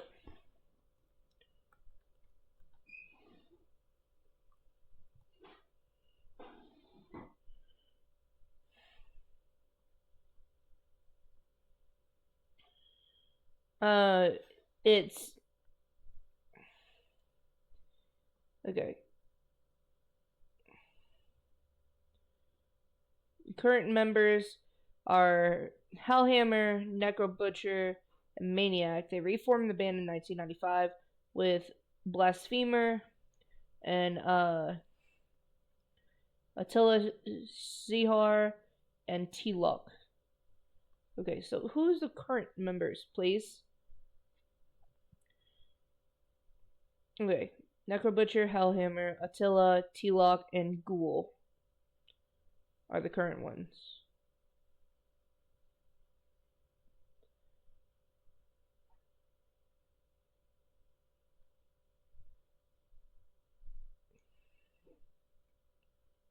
Yeah, but I had to double check because I didn't remember which members were still around. And it's much more raw and unsettling if we compare it to the previous one. The album cover is banned or heavily censored in most places, and the copies with the original cover are real collector's item. The reason why Dave took his life was his intense depression, but also fascination with death and the obsession with corpse-like aesthetics. He would bury his stage clothes before a show to enhance the rotting smell and visuals. He would often cut himself on stage. I mean, there was a reason why they called them dead. Fiction is one thing, even if it can cross many boundaries and upset people. Plus, we need to add the fact that Anonymous basically took fragments of his skull and brain matter and sent it to other band members. How twisted and disturbing is that? This album cover... Yeah, Euronymous was fucked up. Originally, there were so many people that wanted to unalive Euronymous during this time because of what he did. Cover is a morbid symbol of black metal extremism. It has been criticized as exploitative and morally wrong on so many levels, while others see it as an unfiltered representation of black metal's nihilism and their extreme philosophy. I do feel like this cover is dehumanizing the victim, but let me know what you think about this. If you're interested in the black metal scene and what happened to Anonymous and how he got killed by one of his fellow band members, just comment down below and I will gladly make a video just about it, because there are many weird and obscure stuff here to cover. But he was also that on a regular daily basis. He slept with dead birds under his bed because he wanted to smell death. And it was an image. He was depressed, he was looking for death. Alright, this gets into some straight up, like, dangerous activity. I don't know why he listened to this. But I don't know. Now the album Zenjin Pseudo Scorpion is the album that I can't even prove if it's 100% real. And I don't even want to go out of my way to search for it. Okay. You have had me concerned this entire time thinking that you actually listened to it, because you said you listened to every album on this list. Thank God you didn't. And I have a good reason why. But I think this is the album cover. At least that's what the people online used while talking about this cover, as it's highly debated if this album even exists. Even if this album cover isn't the most disturbing you saw on this list, but because of the music featured in it, I put it on top tier. Now this Zenjin Pseudo Scorpion is an album which was made with kids' screams. And by scream I mean their agonizing screams as they were taken from CP footage to make this in GTA album, to appeal to the most depraved people out there. This album perhaps is just a urban legend, I don't know, because it's very hard to find evidence about it, and like I said, I don't want to get out of my way to research it. Not only because it's sick and disturbing, but because basically I could end up in jail for possessing CP if they found this album on my PC, so that's a good reason, I think. And I honestly don't know what to say about this. It's more than sick to think about it that some guy was sitting on his desktop, looking at the stuff, sampling it, and then tried to make an album about it. This is fucking gross. So that's the reason why I wanted to include this album on this chart. despite its existence being quite questionable. Fair enough. Now, Nicole 12 is the last entry on this layer, and with a good reason, because we couldn't prove the existence of the previous one. This one is very much real. Nicole 12 was a Jesus. Well, strap in, we're at the last one. It's almost over. controversial power electronics music house project created by Miko Aspa, formed in 1998. Nicole's 12 work is highly controversial and it has sparked many moral and legal debates due to its extreme nature. Especially the album called Playground have faced criticism for its depiction of abuse and unspeakable acts, and the band's decision to create such art was also put in question. They are signed to a label called Freak Animals, which feature the most sickening albums you can find out there, much like this one. So the album Playground from Nicole 12 tries to explore the horrifying world of child abuse, exploitation and predatory behavior. However, it does it in such a way that it intentionally tries to put the listener in an extreme uncomfortable position. The band members said that this album wasn't approving these actions, but that what the actual fuck? they said they needed to explore the horrors and the raw manner behind it. Many of these songs are delivered from the perspective of an abuser. There is no poetic metaphor here because the themes are presented bluntly, in a way that leaves little room for emotional escape. It's raw and direct in every way, and it's more like a story than a song. It's hard to describe. They are like snippets of conversation, eerie childlike sounds, or even manipulated voices that evoke predatory behavior. How the music is unhinged, so it's the cover. The cover has a grainy, washed out look of a young girl laughing, looking actually quite happy, but when you know what the album is about, it feels more than unsettling. The kids' innocence and dark themes of the album make it such a strong contrast that is difficult to describe. And apparently the creators of the album stated that this girl on the cover wasn't 12 like the album suggests, but she was actually a 27-year-old woman who was portrayed in a girl-like manner to appear very, very young. Like I still don't know if I would vibe with, I don't know if I would vibe with that statement. I'm still going to take all the necessary precautions for censorship just in case. said, the color palette, the distortion, the low-res vibe, somehow it perfectly blends with this, I don't know how to say it, but I won't even call it an album. That's it, I guess. What was your favorite album cover? And the most disturbing one you discovered? The last Damn, bro is distressed, and honestly, I don't blame you. I don't blame you.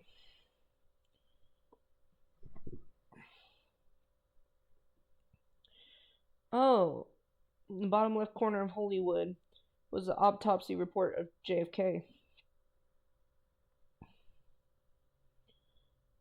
The man on the original CKY cover is an illustration of Bud Dwyer. Oh!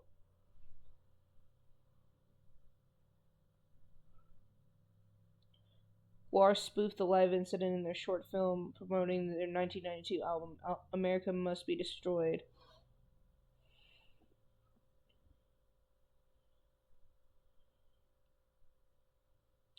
Rotten Records put the Gacy painting on their cover, and the band didn't really want that. Oh, so that wasn't even their choice. Okay.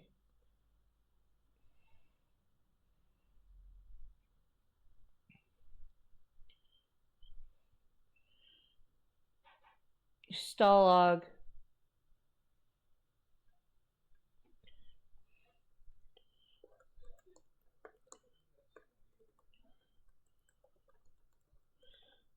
The bro doesn't know about Stalag, so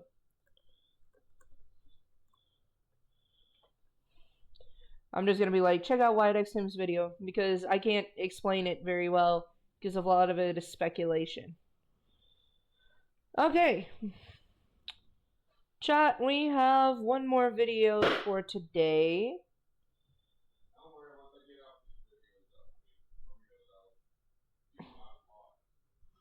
Okay, excuse me. I have one more video for today. Kuro's coming in pretty shortly. This one is, I thought it was funny. It's, you have that one person that's like, oh, I listen to all genres of music. Well, Dykodek made a video, and it's like, quote, quote, I listen to all genres. Porno grind? I mean, it's there. It's a genre. I could say I almost like something in every genre, because there's always like the best of that genre that's really good. Porno grind, you're lying. Let's look it up. Let's find. Porno grind, you're lying. Is porno Yeah, grind? what's porno It's a grind? genre. Let's find the best of porno grind. How to make porno grind. All right, Page fire! let's go. God. Do you ever listen to gore grind and ask yourself, man, this is great, but I wish it sounded sexier and could have been used for fucked up porn videos? Well, you're sadly in luck, because that genre exists and it's called porno grind. Porno grind. This is a thing. Yes. It's a metal genre that derived from gore grind, which derived from grindcore. Porno grind takes the extreme playstyle and grotesque lyric from gore grind, but adds element from death metal, again, and porn music. But unlike grindcore, where the focus is to play fast and aggressive, porno grind plays more slower to make the riffs heavier and give them a lot more groove. While porno grind, it's all about the seductive power of autopsy photos. The look on her face says it all. The most notable bands are Meat Shit, The double take! Cock and Ball Torture, and Gut. Bands with a delightful list of songs.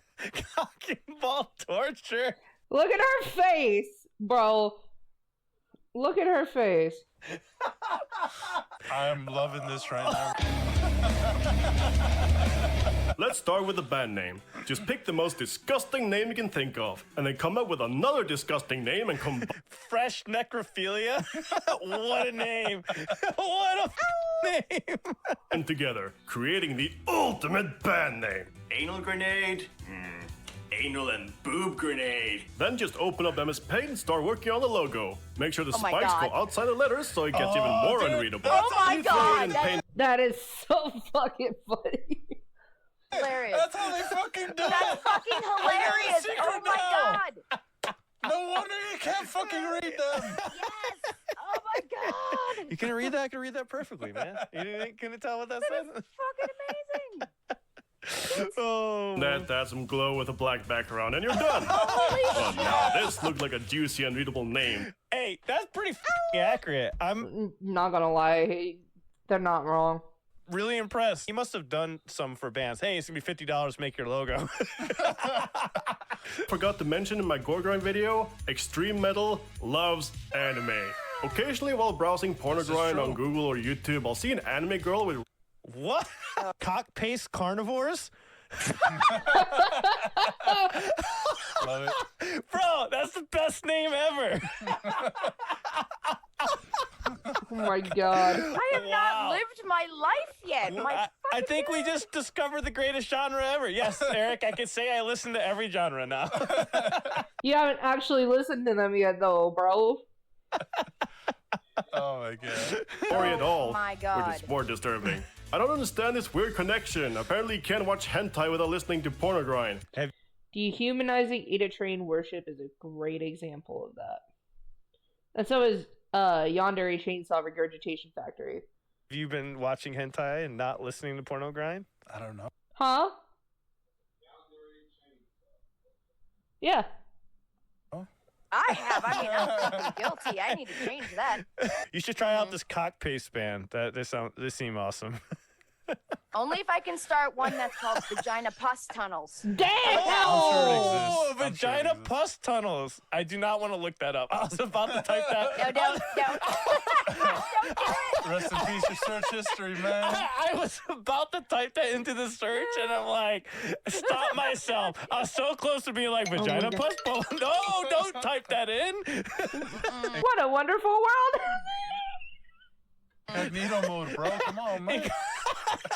Oh my Big God. mistake.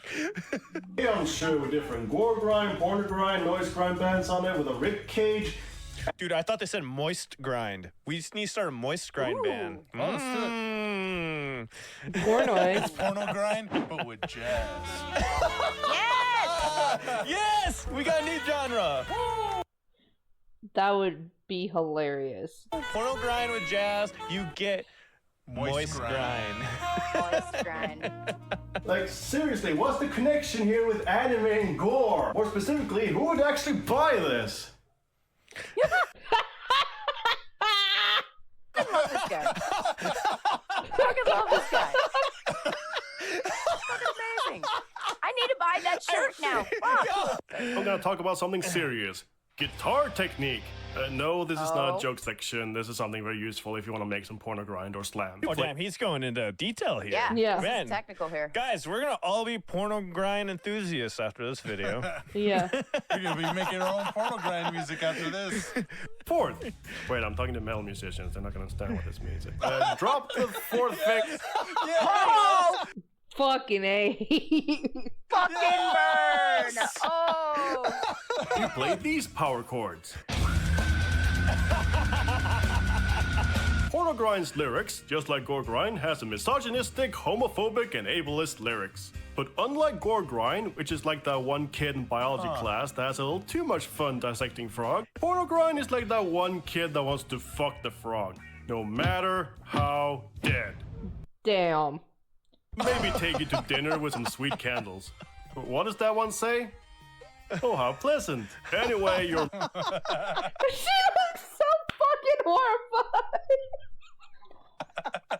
Oh my god, I need those candles. What the fuck? That's a great Piss idea. of fresh blood. Yeah, you need some piss and fresh blood, or you can That's get the seasonal. vagina pus hole candle scent, you know? Vagina pus tunnel. Pus tunnel, there you go. Pus tunnel. Vagina pus tunnel. We can't forget that one. So this classic. Topic should be to pick a body part and sing about how much you love it, how you want to have sex with it, what it should do, how it should be abused, and maybe a gross description of it. What the fuck? I mean, he's not wrong, but Jesus. I will buy you a shoe and jizz on your sole.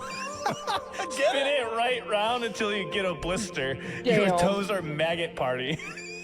Yeah. Those are real Also lyrics. sing anyway, let's start writing about your disturbing fascination with the human body. What rhymes with menstruation bukkake? Have you tried rhymezone.com? They blocked me. Oh my god! Oh, he's gonna talk about recording now. All right. Interest in naughty body parts? It's time to funk it up and create some catchy tunes. Load Reaper. up your drum minion and find that one death metal kit. There it is. Start writing your drum grooves. Make sure to have a section that sounds like this. Then another one with more kick. And put a blast beat here and there. And finally, add that slow part. Damn. And then another slow part. Then add a distortion pedal and crank it up just a little bit. Now let's write Just a little bit. Cranks it to 11. a guitar. Just a little bit. Just a little bit. Damn. Use the first 4 or 5 frets and start jamming. Keep the groove on the grid and don't overcomplicate it. You want your listeners What we watching? We are watching a funny video called, quote unquote, I listen to all genres. Porno Grind?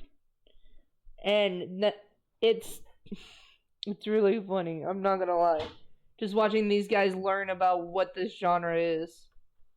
to dance and fuck at the same time. Write the Damn. slow breakdown part. Get your vocalist to growl your love poetry. And then you add your sample. It can be from a twisted porno or a torture porn movie. As for me, I like dead memes read by not safe for work anime voice actors.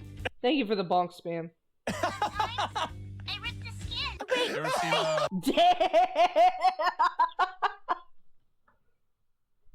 Midoka You guys, Magica? wait. Seen Promise what? me that we create a porn grind. Huh?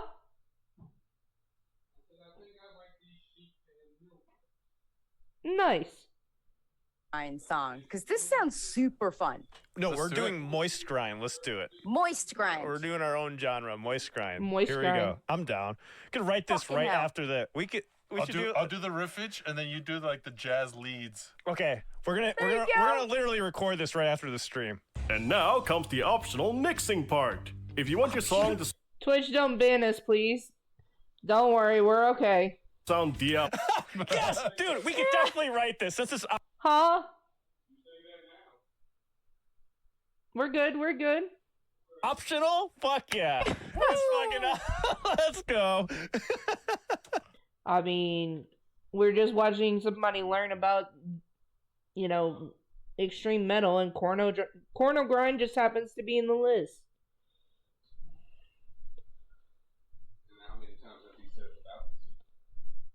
I'm the only one saying it with the C. I am basic, then just ignore these few tips. But for the rest of you that want your song to sound good, starting with the guitar, remove some sub and maybe scoop the mid a bit, just to piss off that studio engineer that tried to give you genuine advice. Then add a multi- Oh my god. Damn. Oh, no, that guy! God damn. Glenn Ficker gonna be mad as fuck. Wow. He fucking nailed that. He nailed it. Sick burn. Fuck yeah. Scoop the mids, fucking slayer. Compress the low mid bit here. This will basically compress the palm mute so they don't get too much in the way of the low end of the mix. I think. I'm just copying Glenn Flicker. For bass, do the... Oh my god. And now you know how to make one decent porno grind track. Now film a shady music video with some stolen horror movie footage and call it a day. Ooh. This'll do. By the way, Wait, what is it? Huh? Watching Eddie, he was talking, breaking down, I think like episode 3, episode 4, and he's like, so we have Jinwoo. He's preparing to enter the Demon Lord's castle, and some more scenes and some more content for Sister Lovely. Yeah. Say Asian what? What the fuck is that? Asian something splatter. Splatter? Oh man. Again, I would love to type this and search for it, but I'm worried. The FBI will be at my door real quick. Wild. Huh? Dig a dick. No. Asian extreme platter. Splatter. No. Platter. So you dig a dick. Dicodec. Or decodec if you really want to get into it. Splatter! Oh my god, that's even worse! Oh, that might be better, you know? Oh my god. Content warning. Content warning. Video contains gruesome scenes and blood and violence. Video contains some gruesome scenes with blood and violence. The song text is an exaggerated form of fetish and a satire to pornographic lyrics. Dude, you know what I'm gonna do? Sorry, Mom. 2, 1, oh god.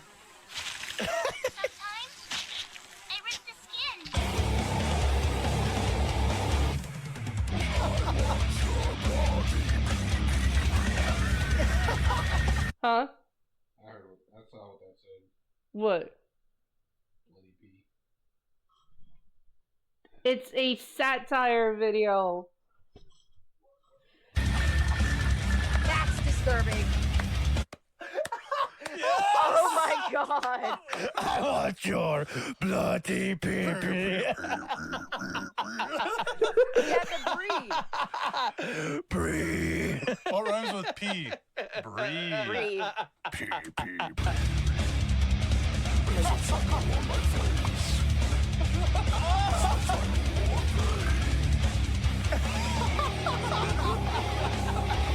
They're having a great time laughing at this fucking thing, and she's over here like, what am I fucking listening to?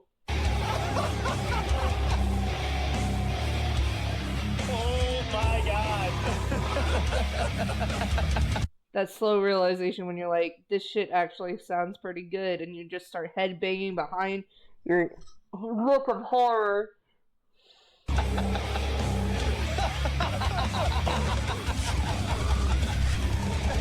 Huh? What are you doing?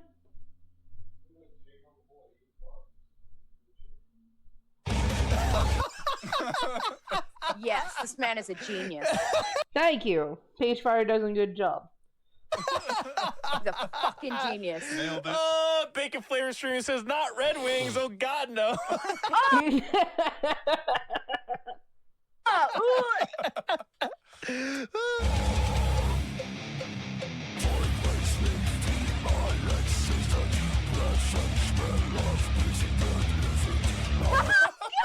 My God.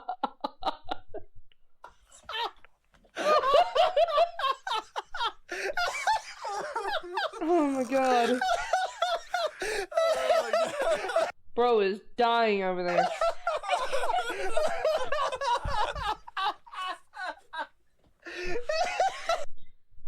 God, they're losing their mind. That's so fucked up. Oh fuck. Wow. Oh, fuck.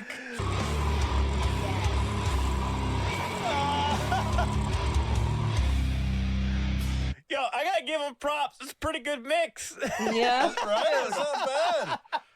Normally you hear anything like death metal, black metal, it sounds like complete ass, but it actually sounds pretty good. The guy that talks about the genre ended up making probably the best porno grind song. Yeah, hell yeah. Well, my senpai taught me a few things, like how not to rip the skin using someone else's mouth. I'd be right happy to.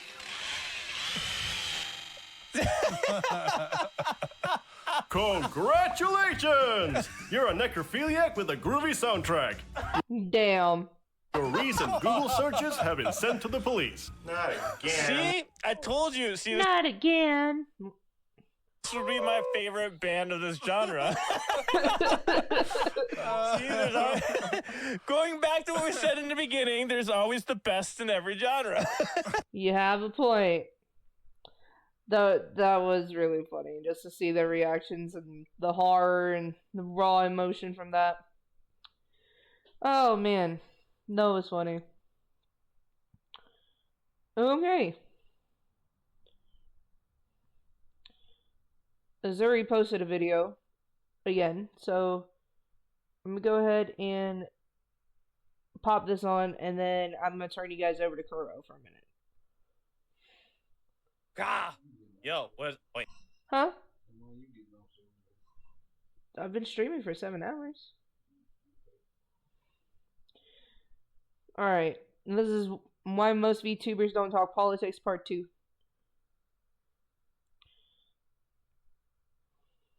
Wait, hold up. Are you on the struggle bus? Gah! Yo, what is up, YouTube? Oh yeah, Powder. Powder is a rage baiter, for those who don't know. Likes to say controversial shit so she gets some clout. Here with another video talking about, Huh? I guess. How about my last video, I was pretty much on the nose, I feel like, because, well, over the last 7 fucking days, people have stated something lightly political, basically talking about, we're just going to go through the tweets that pretty much explain, well, why people would not want to do this shit. And Nazari did make some great points in his last video, and he came at it with a bit of nuance. I can understand why people don't want to talk about it. I use it as a time to educate my fans as well, because there are a lot of people that don't know what's going on. I feel like over the past 7 fucking days, I'm pretty much right. Like, the main reason people don't want to talk about this shit on Twitter. Twitter's a hellhole, okay? You already know. You right. That he knows it, I know it, she knows it, everyone fucking knows it, they know it. Fuck, okay? We get it. We know it. So, without further ado, let's go through what fucking happened. Okay, so on the 23rd, Powder, VTuber, puts, I don't trust that much will change under Trump, but he is quite amusing to watch. Okay, here's the thing. Here's my opinion on the thing. It's pretty much whether you hate him or you love him. It's obviously the dude is entertaining to an extent, right? Like, no shit, like, he's very charismatic. We fucking seen what he does, right? I disagree with you, Azuri, but I understand where you're coming from on the entertainment aspect. However, I don't necessarily agree with that. A lot of us just kind of are upset for obvious reasons. And here's the thing: some people won't find it funny because of the shit he, like, you know, enforces or whatever, right? So that's why they're saying, "Oh, we don't think he's funny." So, well, those people are pretty much, like, especially like people who are on Twitter, are not happy with that. She pretty much said, "I think this guy is funny. I think this politician is a funny guy." And another thing is, like, Static Tokyo is a friend of Powder's, right? Static Tokyo tried to save her ass by telling her, you know, to shut up, stop talking, because she's going to get dragged through the dirt, as she continues to do. Powder has done this repeatedly. So, Static was trying to save your ass, and you refused to listen. it's like, okay, here's my thing. To me, I don't know. I'm like very split on whether she was like kind of like rage baiting here or not, because I feel like if you're going to hop on Twitter to talk about politics, what? Why would you do that? So you have to be fucking aware, because this ain't this girl's first rodeo. Like, hell, dude. Right here, there was some shit she did back then too, where it was like a few months ago, where she basically she had like this weird sorry, my throat. She had this weird drama where she like accused somebody of like copying her model and stuff, and then they said they like, well, we hashed it out in DMs, and then she proceeded to like shit post and say a bunch of like weird shit. Like, she just kept on egging it on like the situation, when the situation was like, when people thought it was Clearly, she's doing it for rage bait when she made a video about Twitter canceling her and then said, "You're not allowed to have opinions unless it's my opinions."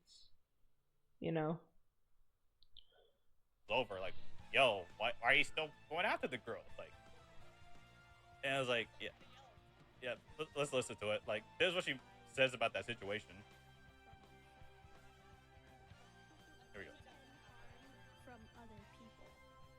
I intended harm from myself to them, right? Yeah, but that's not what happened, right? I understand. I intended harm from myself to them. So clearly, you were trying to cause problems. Not what happened at all. I understand, but I'm trying to like get your advice in this. And it was like, yeah, it is like, and this weird stuff right here. This humor is my coping mechanism. Like, why she was shit posting on the person. I'm like, well, delete it, you know. And she's like, she legit says this. Like, do I regret it? No.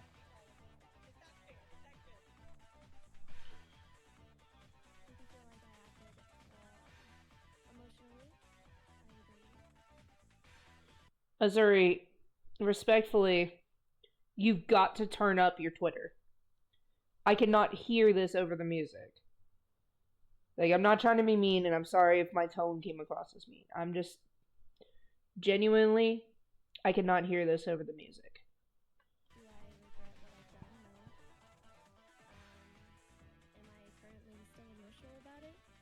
Yeah, probably. Do I want to apologize? No. I think you should. But Yeah, again, you know, that's It just seems so weird for me. Like, she just got herself into like that weird position, right? So it's like, I feel like 50-50 split on whether she's like doing this shit for fucking attention. I don't fucking know. Try to steer shit up on Twitter. I don't fucking know why she would do it. But anyways, I'm not going to excuse this behavior right here, where somebody, well, pretty much tweeted, "Hey, someone killed this woman. Are you a VTuber and raging racist idiot? I shouldn't have explained to your current world events like Gear 5 grown up." And I'm like, Babe.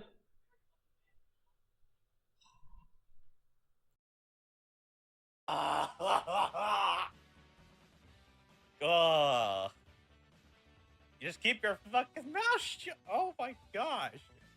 Like, Jesus Christ. Again, like. Okay, so Powder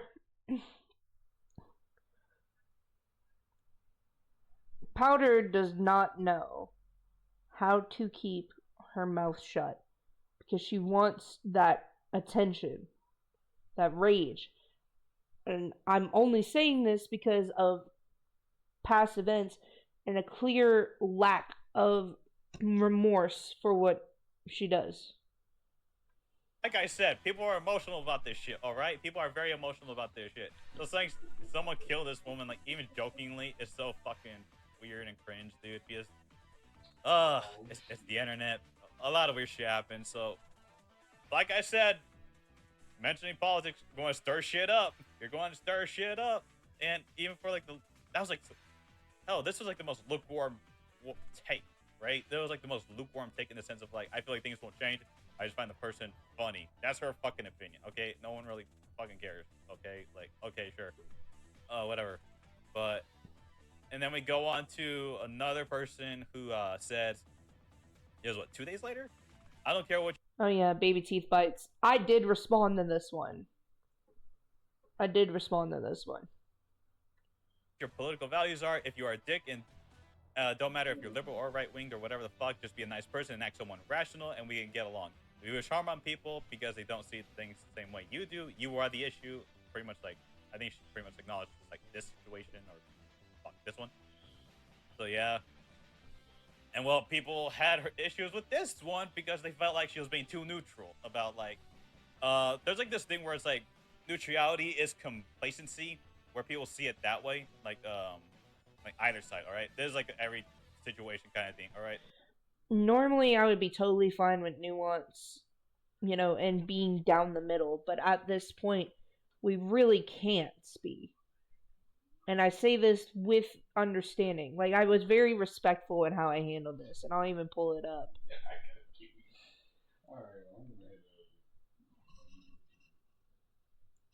Why are you leaving? Okay. I wasn't sure. I just wasn't sure if I was bothering you with what I was watching or not.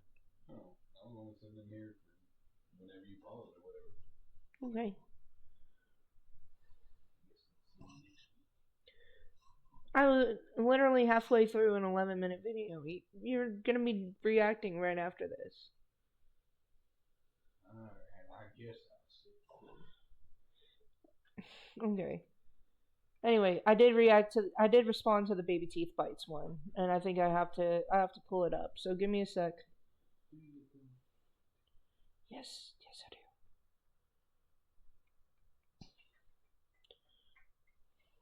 do. Okay, hold on.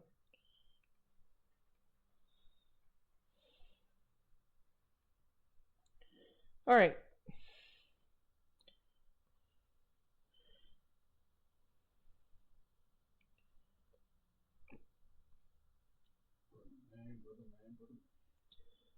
Replies.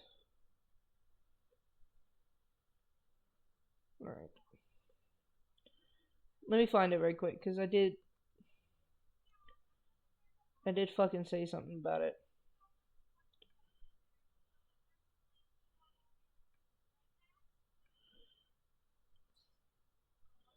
All right.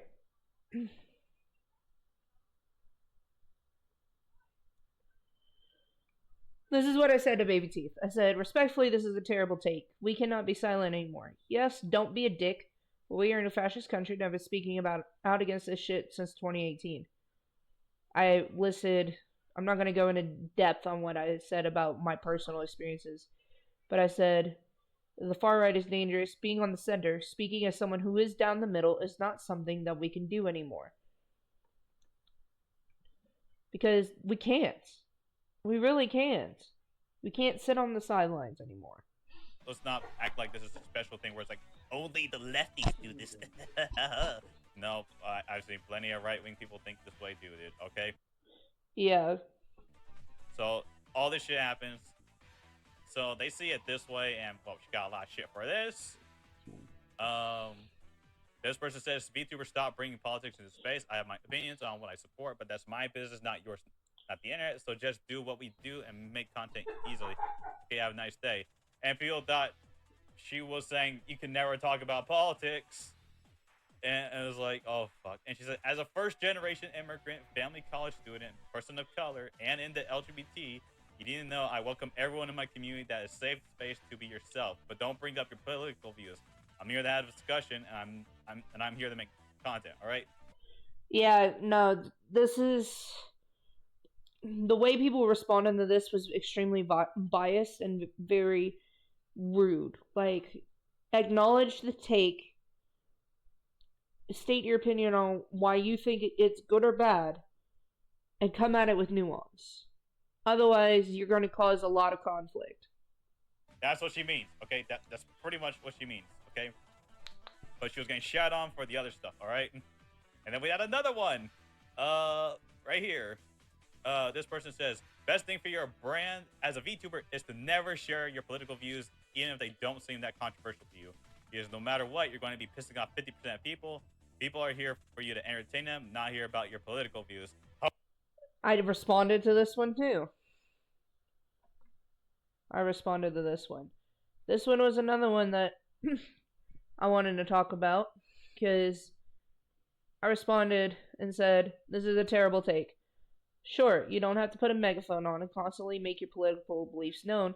The current climate needs to be spoken about for several reasons. 1, you create a safe space. 2, this isn't about politics, it's about morality and humanity. 3, if your political beliefs align with the idea of people being hurt just for their existence, then you need to be isolated and ostracized because without... Huh? What? What did you say? Just now. Okay. Oh, okay. The reason I say isolated and ostracized is because a lot of the, school pew-pewers we have right now are, like, right-wing nationalists and, like, supremacists. I say that because they've expressed that. Anyway, 4, some of your fans don't know what's going on and you can educate them and create critical thinkers. 5, you protect those who need it by speaking out against atrocities. So, yes, while we are here to entertain people, we also have a teaching moment, and we also have a place for our fans to come when they are in dire need.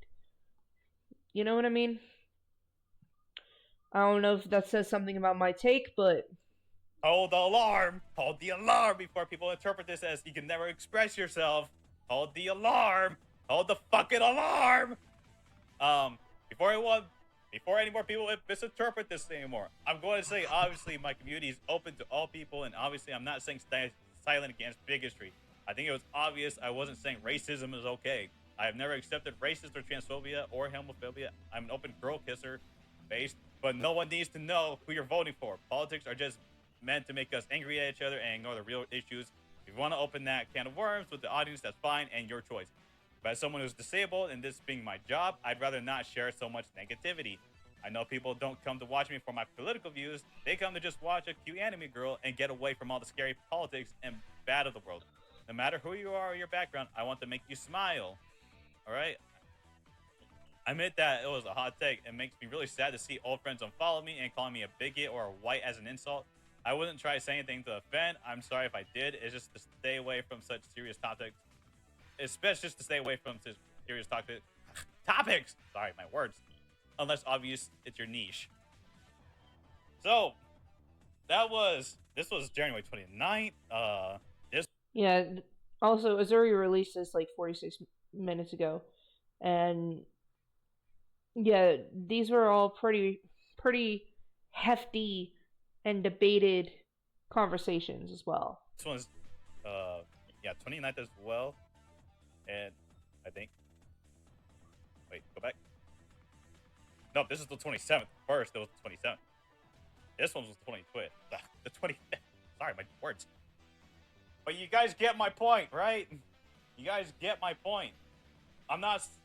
Before someone says it, or someone starts thinking it, or you're probably already thinking it, let's be fucking real. There's not a left-right issue. It's a politics issue. This shit always fucking happens. If you express something a little bit that leans towards something else where people insinuate that you're talking about, oh, I don't care who's... As long as you're a good person in my community, you accept racists? No, you're jumping to conclusions, okay? You're jumping to conclusions, all right? This is Twitter. This is what Twitter does, okay? Okay? Twitter is a very immediate emotions and immediate assumption. Yeah, they've been that way since 2014.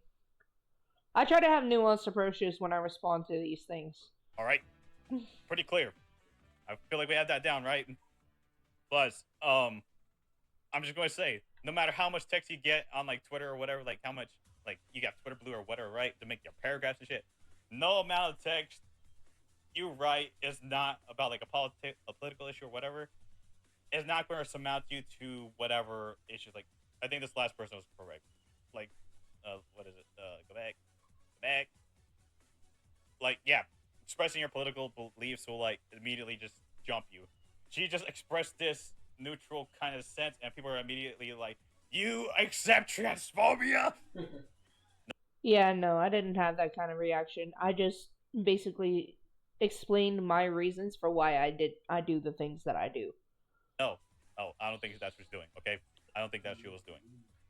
So yeah, So this is why VTubers do not want to talk about politics because, well, if you're trying to like, Yes, you about to yell mustard? Why would you say that? Because I did that to you the other day. That's why.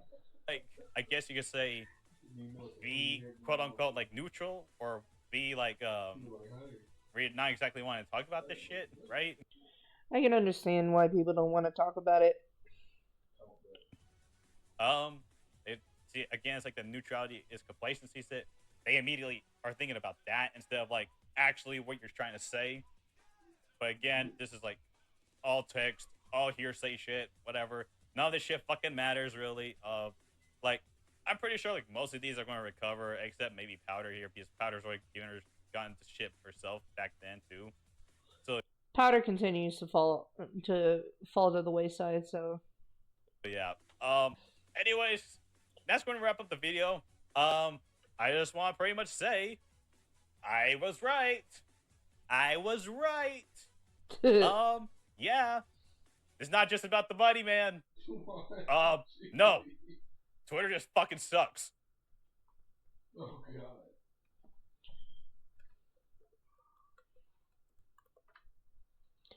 I'm gonna leave him a comment. All right. Now that that's done, thank you, Azuri. I appreciate you. Give me a sec. I got to set up for Kuro. Okay? Kuro's gonna jump on into this, so give me a second. Another week has gone by. Has it been 2 since I last showed up? I don't remember. Time flies when you're working. Anyway, it's nice to meet all you people. See all y'all are doing well, and for those that aren't, well, things will get better hopefully. In the meantime, Kuro the Namielle will show you a couple of videos that he's found rather interesting. Why? One's on the counter. Yeah. Yeah. Check the ones in the freezer. Those are going to be my breakfast for the next 3 days. See if they're firm. How was I? Yeah. Let's start off with something a little simple. Kyrie and I have gotten into this lately. Lego cooking.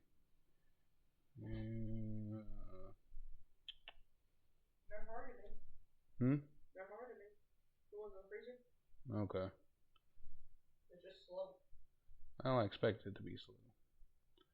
Oh, this guy's pretty good. Okay. Alright, let's see. What do we got? What does he got for us to per view?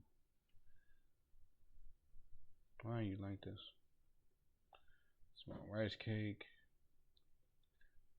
Videos.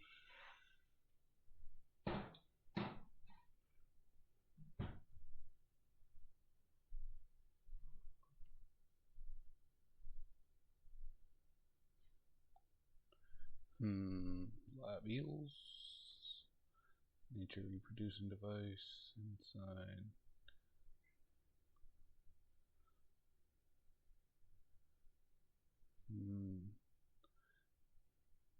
Alright, I'm trying to find one we haven't seen before. I'll watch this. Alright, we'll start with Lego triple layer cheesecake.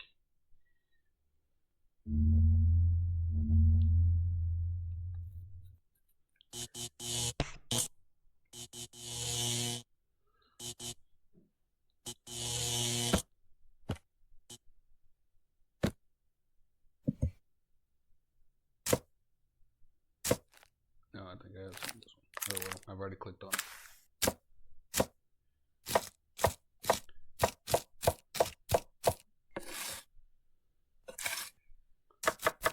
Oh no, Lego or stop motion hands always seem weird to me. I'm pretty sure it's because 1,000 pictures would make it look wonky, but they never seem real.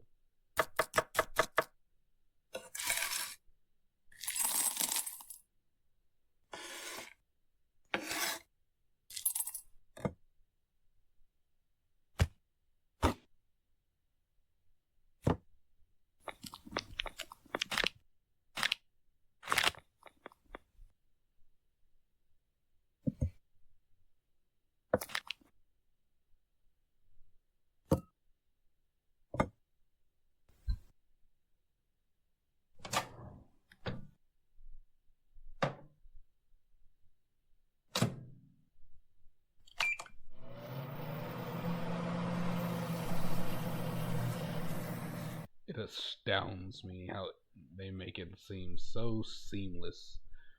One point it's a bunch of yellow bricks and now they're clear yellow bricks. Did you already eat all 3 of those burritos? No. Oh, okay. I'm wondering. Yeah, it'll toss your ass out on the floor if you ain't careful.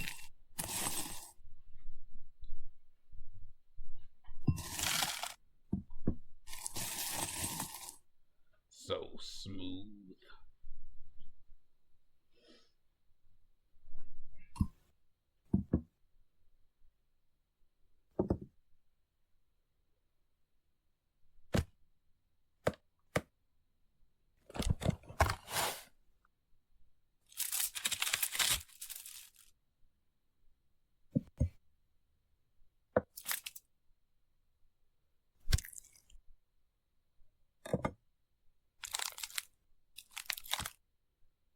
It's gonna be a nightmare to wrap that thing back up. I've tried, trust me. It never goes well.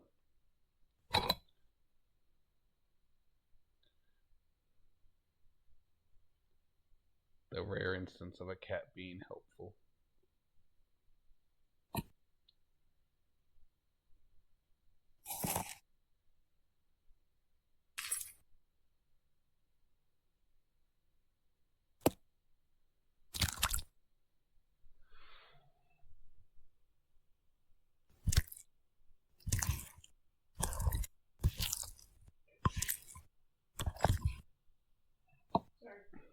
No, I just want to know if you were turning that cup inside out.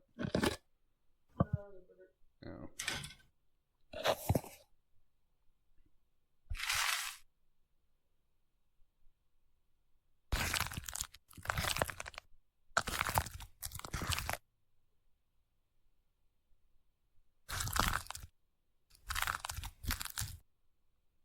This is also satisfying and I don't know why.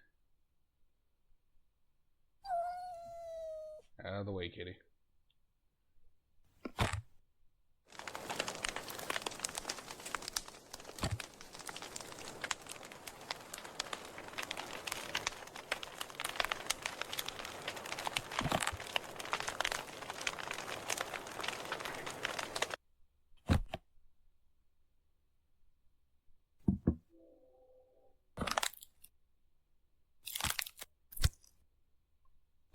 Oh, solve the problem. Don't have to wrap it up if you use the whole thing.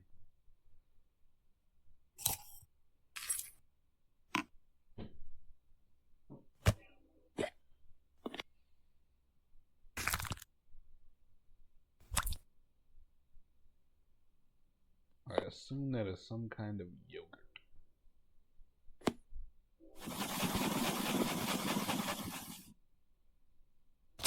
Show off.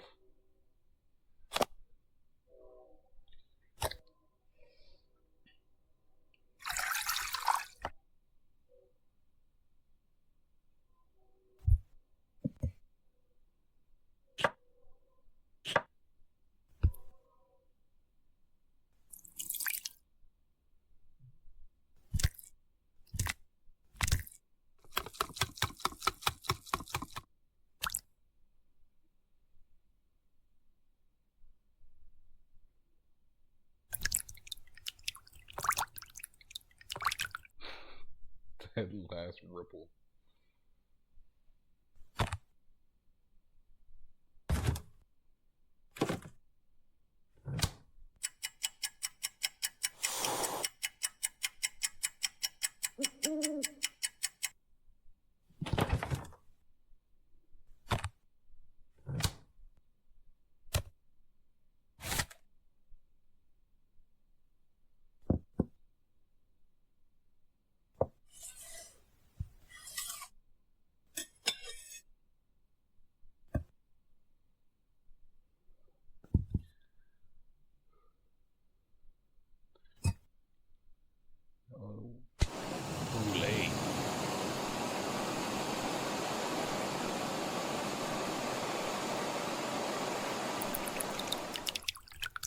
No, it just melted.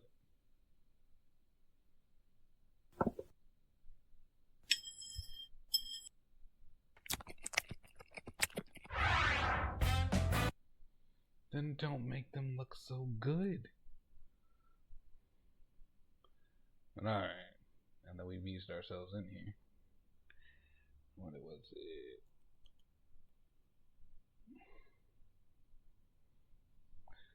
Time for some abridged nonsense.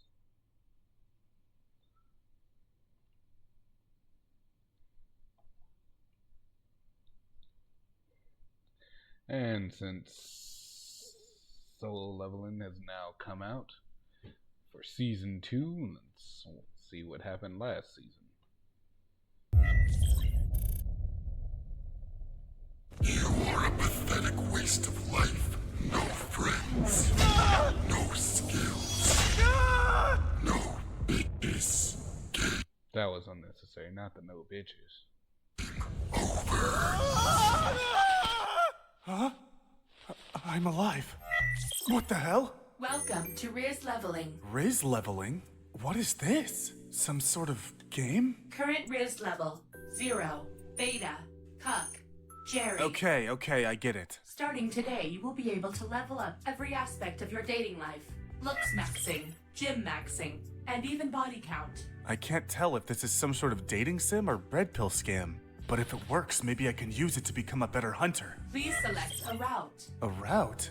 Nurse route, healer route, hero route. What is this? Huh? Stepsister route? Stepsister route selected. What?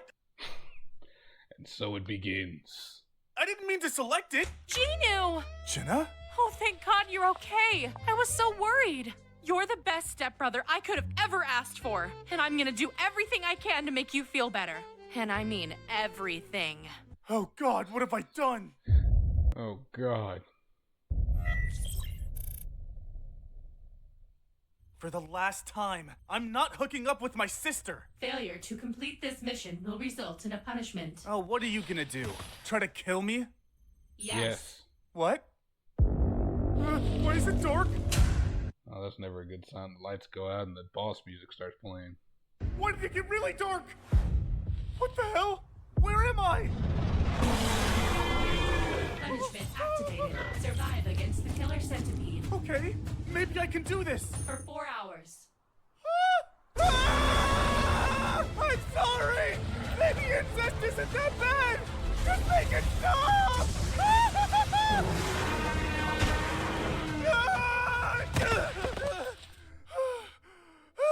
Punishment successfully completed. What the hell is this game? New mission available. 2 nurses, 1 catheter. Oh God! Oh God. Not 2 nurses, 1 catheter. Oh, and he's far too tired to resist. Oh no! Mr. Sung! Quick, get the catheter!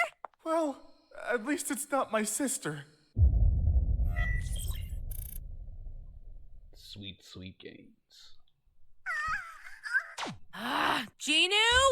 I told you to stop looking at hentai on the family TV. It's Oh, who are you? Oh, Jinha, it's me. Genu? Why do you look hot? I mean, different. Oh, I just started following Sam Sulik's workout program, so I guess I've gotten a little more ripped. God, that's hot. I mean, that's so cool, stepbro. Jinha, we're not step siblings. We're blood related. No, I'm pretty sure I'm adopted. Anyways, are you busy later? Like, do you want to Netflix and chill? I mean, watch movies together? In my bed? You know, I wish I could, but I actually have to prepare for another dungeon raid. Oh, okay. Always back to the dungeon. Okay. Well, if you change your mind, I'll be stuck in the dryer. I mean, drying my wet clothes. Because they're wet. Alright. Do you want to What? What? Whoa. This upgrade system has everything. They even have an upgrade section for dick size. Not like I need that or anything. Dick size upgrade. Well, if they have it, might as well take advantage of it. Rated to 12 inches. Nice. Wait, what's voice appeal? Voice appeal upgraded. What the hell is this supposed to... Whoa. I sound sexy as fuck. Yada yada. Now bend over. I could tell people to do anything with a voice like this. But how is this supposed to help me raid dungeons? It'll help you to raid my dungeon, step bro. Yeah, system, you could put my voice back to normal now. No, not the voice upgrade. Leave it alone.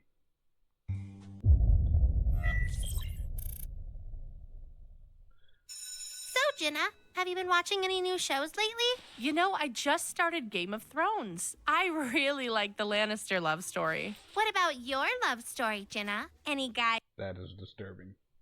you have your eyes on? Well, there is one guy. So, what did you call me here for? It's about your sister. Oh God. She's really hot. Alright, I'm leaving. Wait! I just want to know if she's single. How the hell am I supposed to know? She's your sister. Well, you guys don't talk? Honestly, I try to avoid her as much as possible nowadays. Well, do you think she would be interested? Are you related to us? No. Yeah, I don't think she would be interested. What if I just so happen to transfer a large sum of money directly into your bank account? Are you trying to buy my sister off me? What kind of brother do you think I am? $10 million. That is a lot of money. Welcome to the family. The Riz. So, Jenna, how are things going with that boy you were talking about? Well... No, stop. We're related. Stop! Hey, Ginu, I had a nightmare. Yeah, me too. I'm scared to sleep alone. Can I sleep with you tonight? No. Not too... Absolutely not. Well, have you tried being a little more direct? This running date was a great idea, Ginu. But you know, there's other ways to get me hot and sweaty. This isn't a date, Jenna. It's just a regular stroll through the park. Hey, how about we race? If I win, we finish this workout back in my room. And if you win... Ginu? He is gone. Usain Bolt, eat your heart out.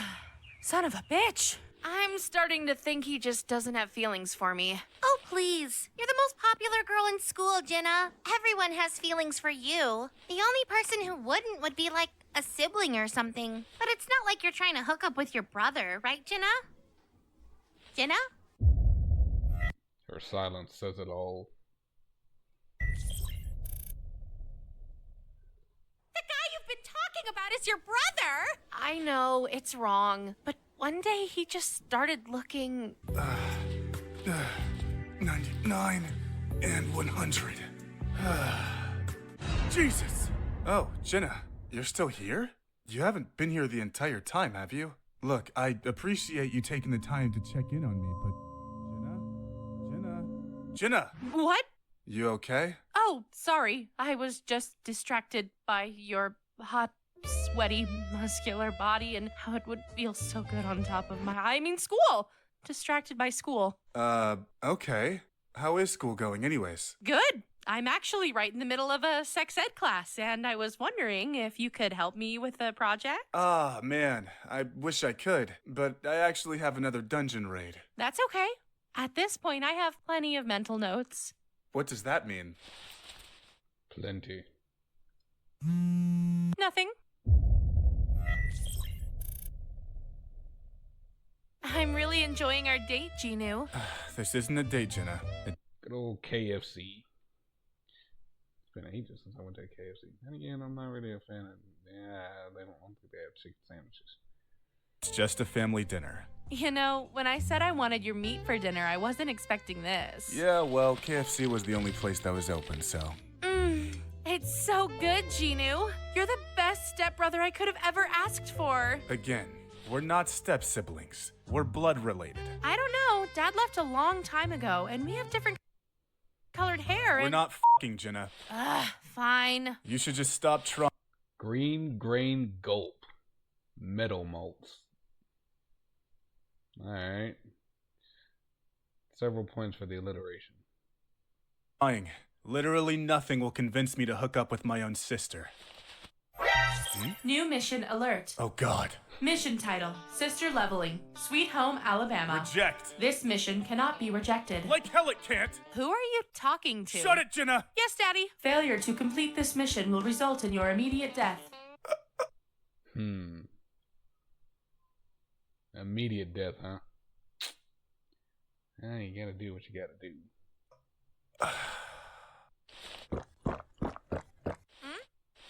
No one hears about this. No one will hear except the neighbors. God, I hope you're adopted.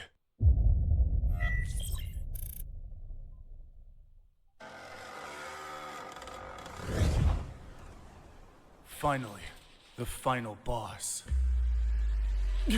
Jenna? Hey there, stepbro. This can't be!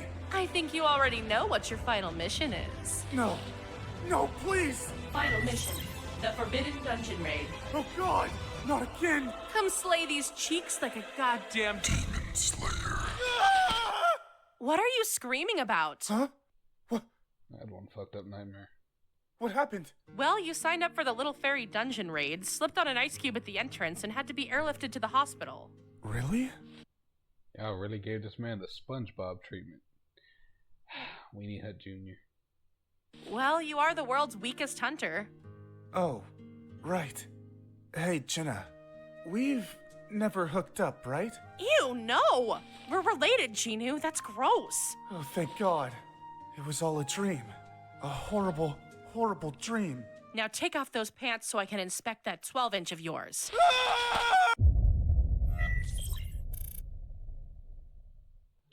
Alright, that's enough of that.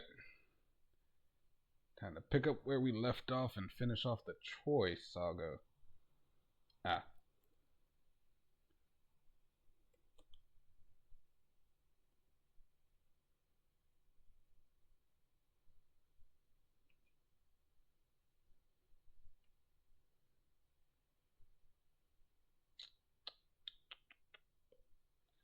Pick a decent one. We're gonna save Mercy for the Cyclops saga.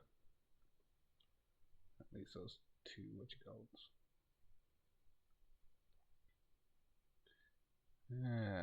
should do what I want to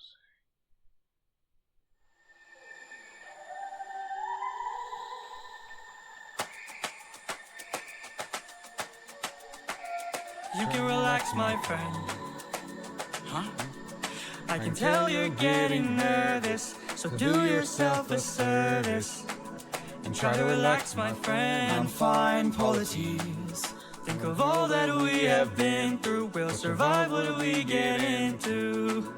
I know that you're tired of the war and bloodshed. Tell me, is this how we're supposed to live? Look at how you grip your sword, enough said. Why should we take when we can give? You can show a person that you trust them when you stop and lower your guard. Here we have a chance for some adjustment.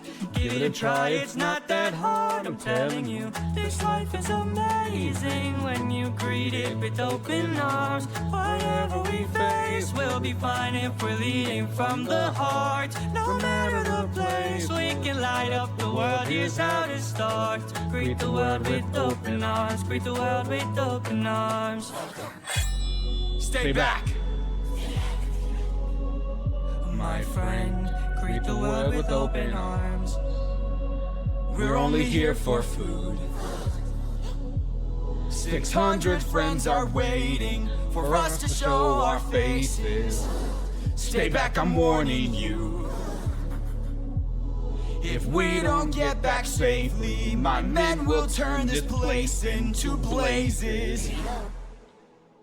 See? This life is amazing when you greet it with open arms. Whatever we face, we'll be fine if we're leading from the heart. No matter the place, so we can light up the world. Here's how to start.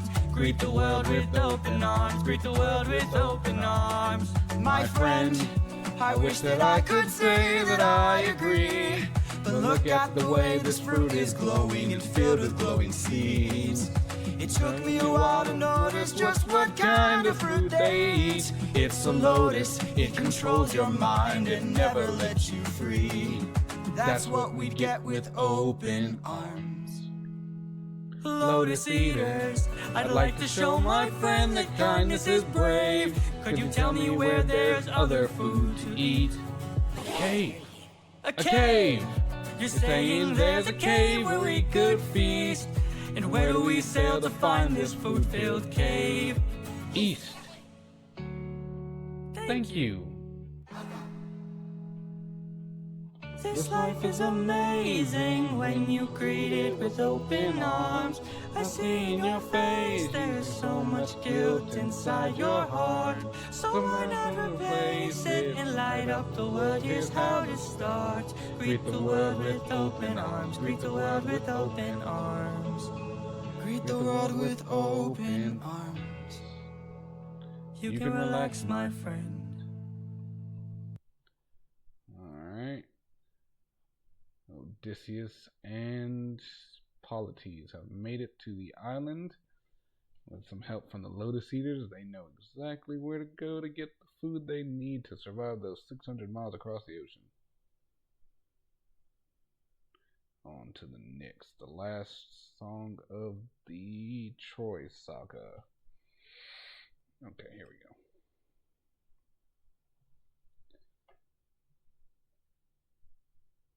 we go. Oh, Bad Guys 2. This one, because I like this one. Well, I like the design of Athena in this one.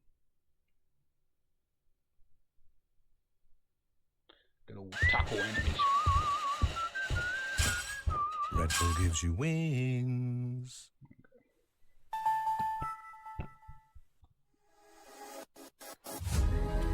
Have you forgotten the lessons I taught you? Athena! Have you forgotten to turn off your heart? This is not you. I see you changing from how I designed you. Have you forgotten your purpose? Let me remind you. Goddess of wisdom, master of war. My life has one mission: create the greatest warrior. I had a challenge, a test of skill, a magic bore only the best could kill. One day a boy came for the thrill, a boy whose mind rivaled the boy's own will. Let's go! Maybe one day he'll follow me and we'll make a greater tomorrow. Then they'll see I know he'll change the world, 'cause he is a warrior of the mind. Maybe one day I'll reach him and we can build his skills as I teach him. If there's a problem, he'll have the answer. He is a warrior of the mind.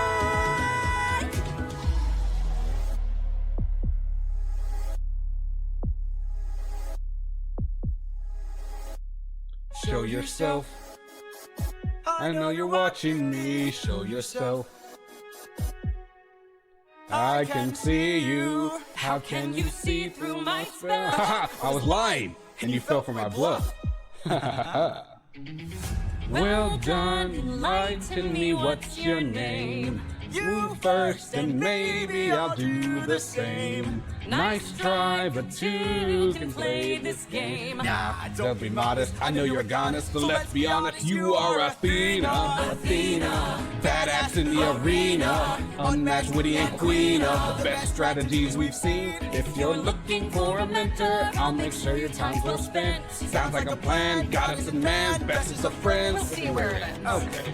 Maybe one day they'll follow me and we'll make a greater tomorrow. Then they'll see I know we'll change the world, 'cause we are the warriors of the mind. Maybe one day we'll reach them and we can build their skills as we teach them. If there's a problem, we'll have the answer. We are the warriors of the mind. I still intend to make sure you don't fall behind. Don't forget you are a warrior of a very special kind. You are a warrior of the mind. Don't disappoint me. And that is it for the Troy Saga. Next up will be the Cyclops Saga, but y'all will have to wait until next week for that. Luckily, I know those songs a lot better. I can't wait to sing Polyphemus. But it seems like my time is done and over with.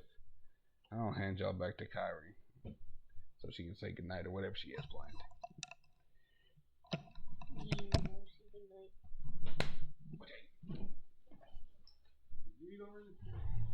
I ate like 1.5 burritos.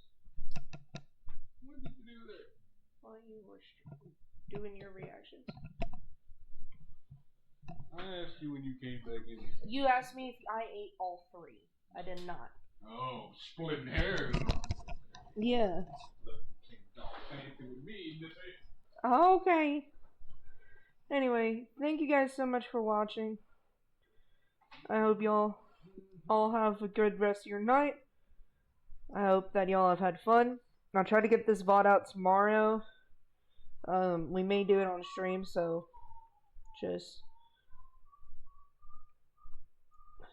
bear with us. We are gonna raid somebody, so I gotta give me a second. Turn Wardo back on.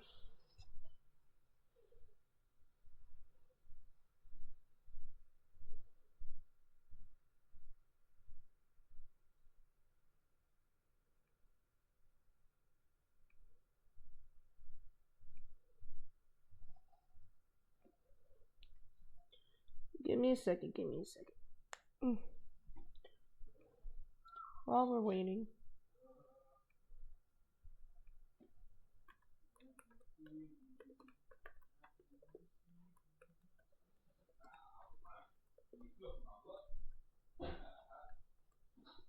Here's the copy and paste for the raid.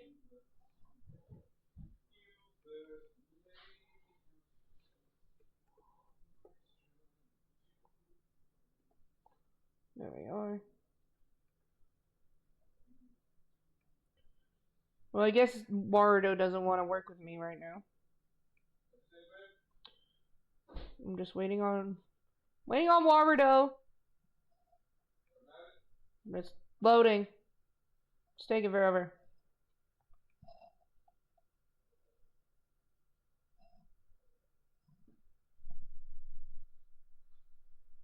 Alright. Hopefully you guys got that copied and pasted. Gonna go bing bong.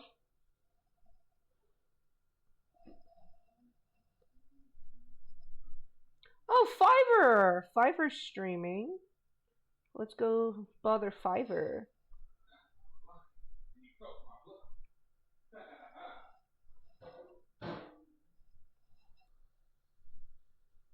Thank you, Sari.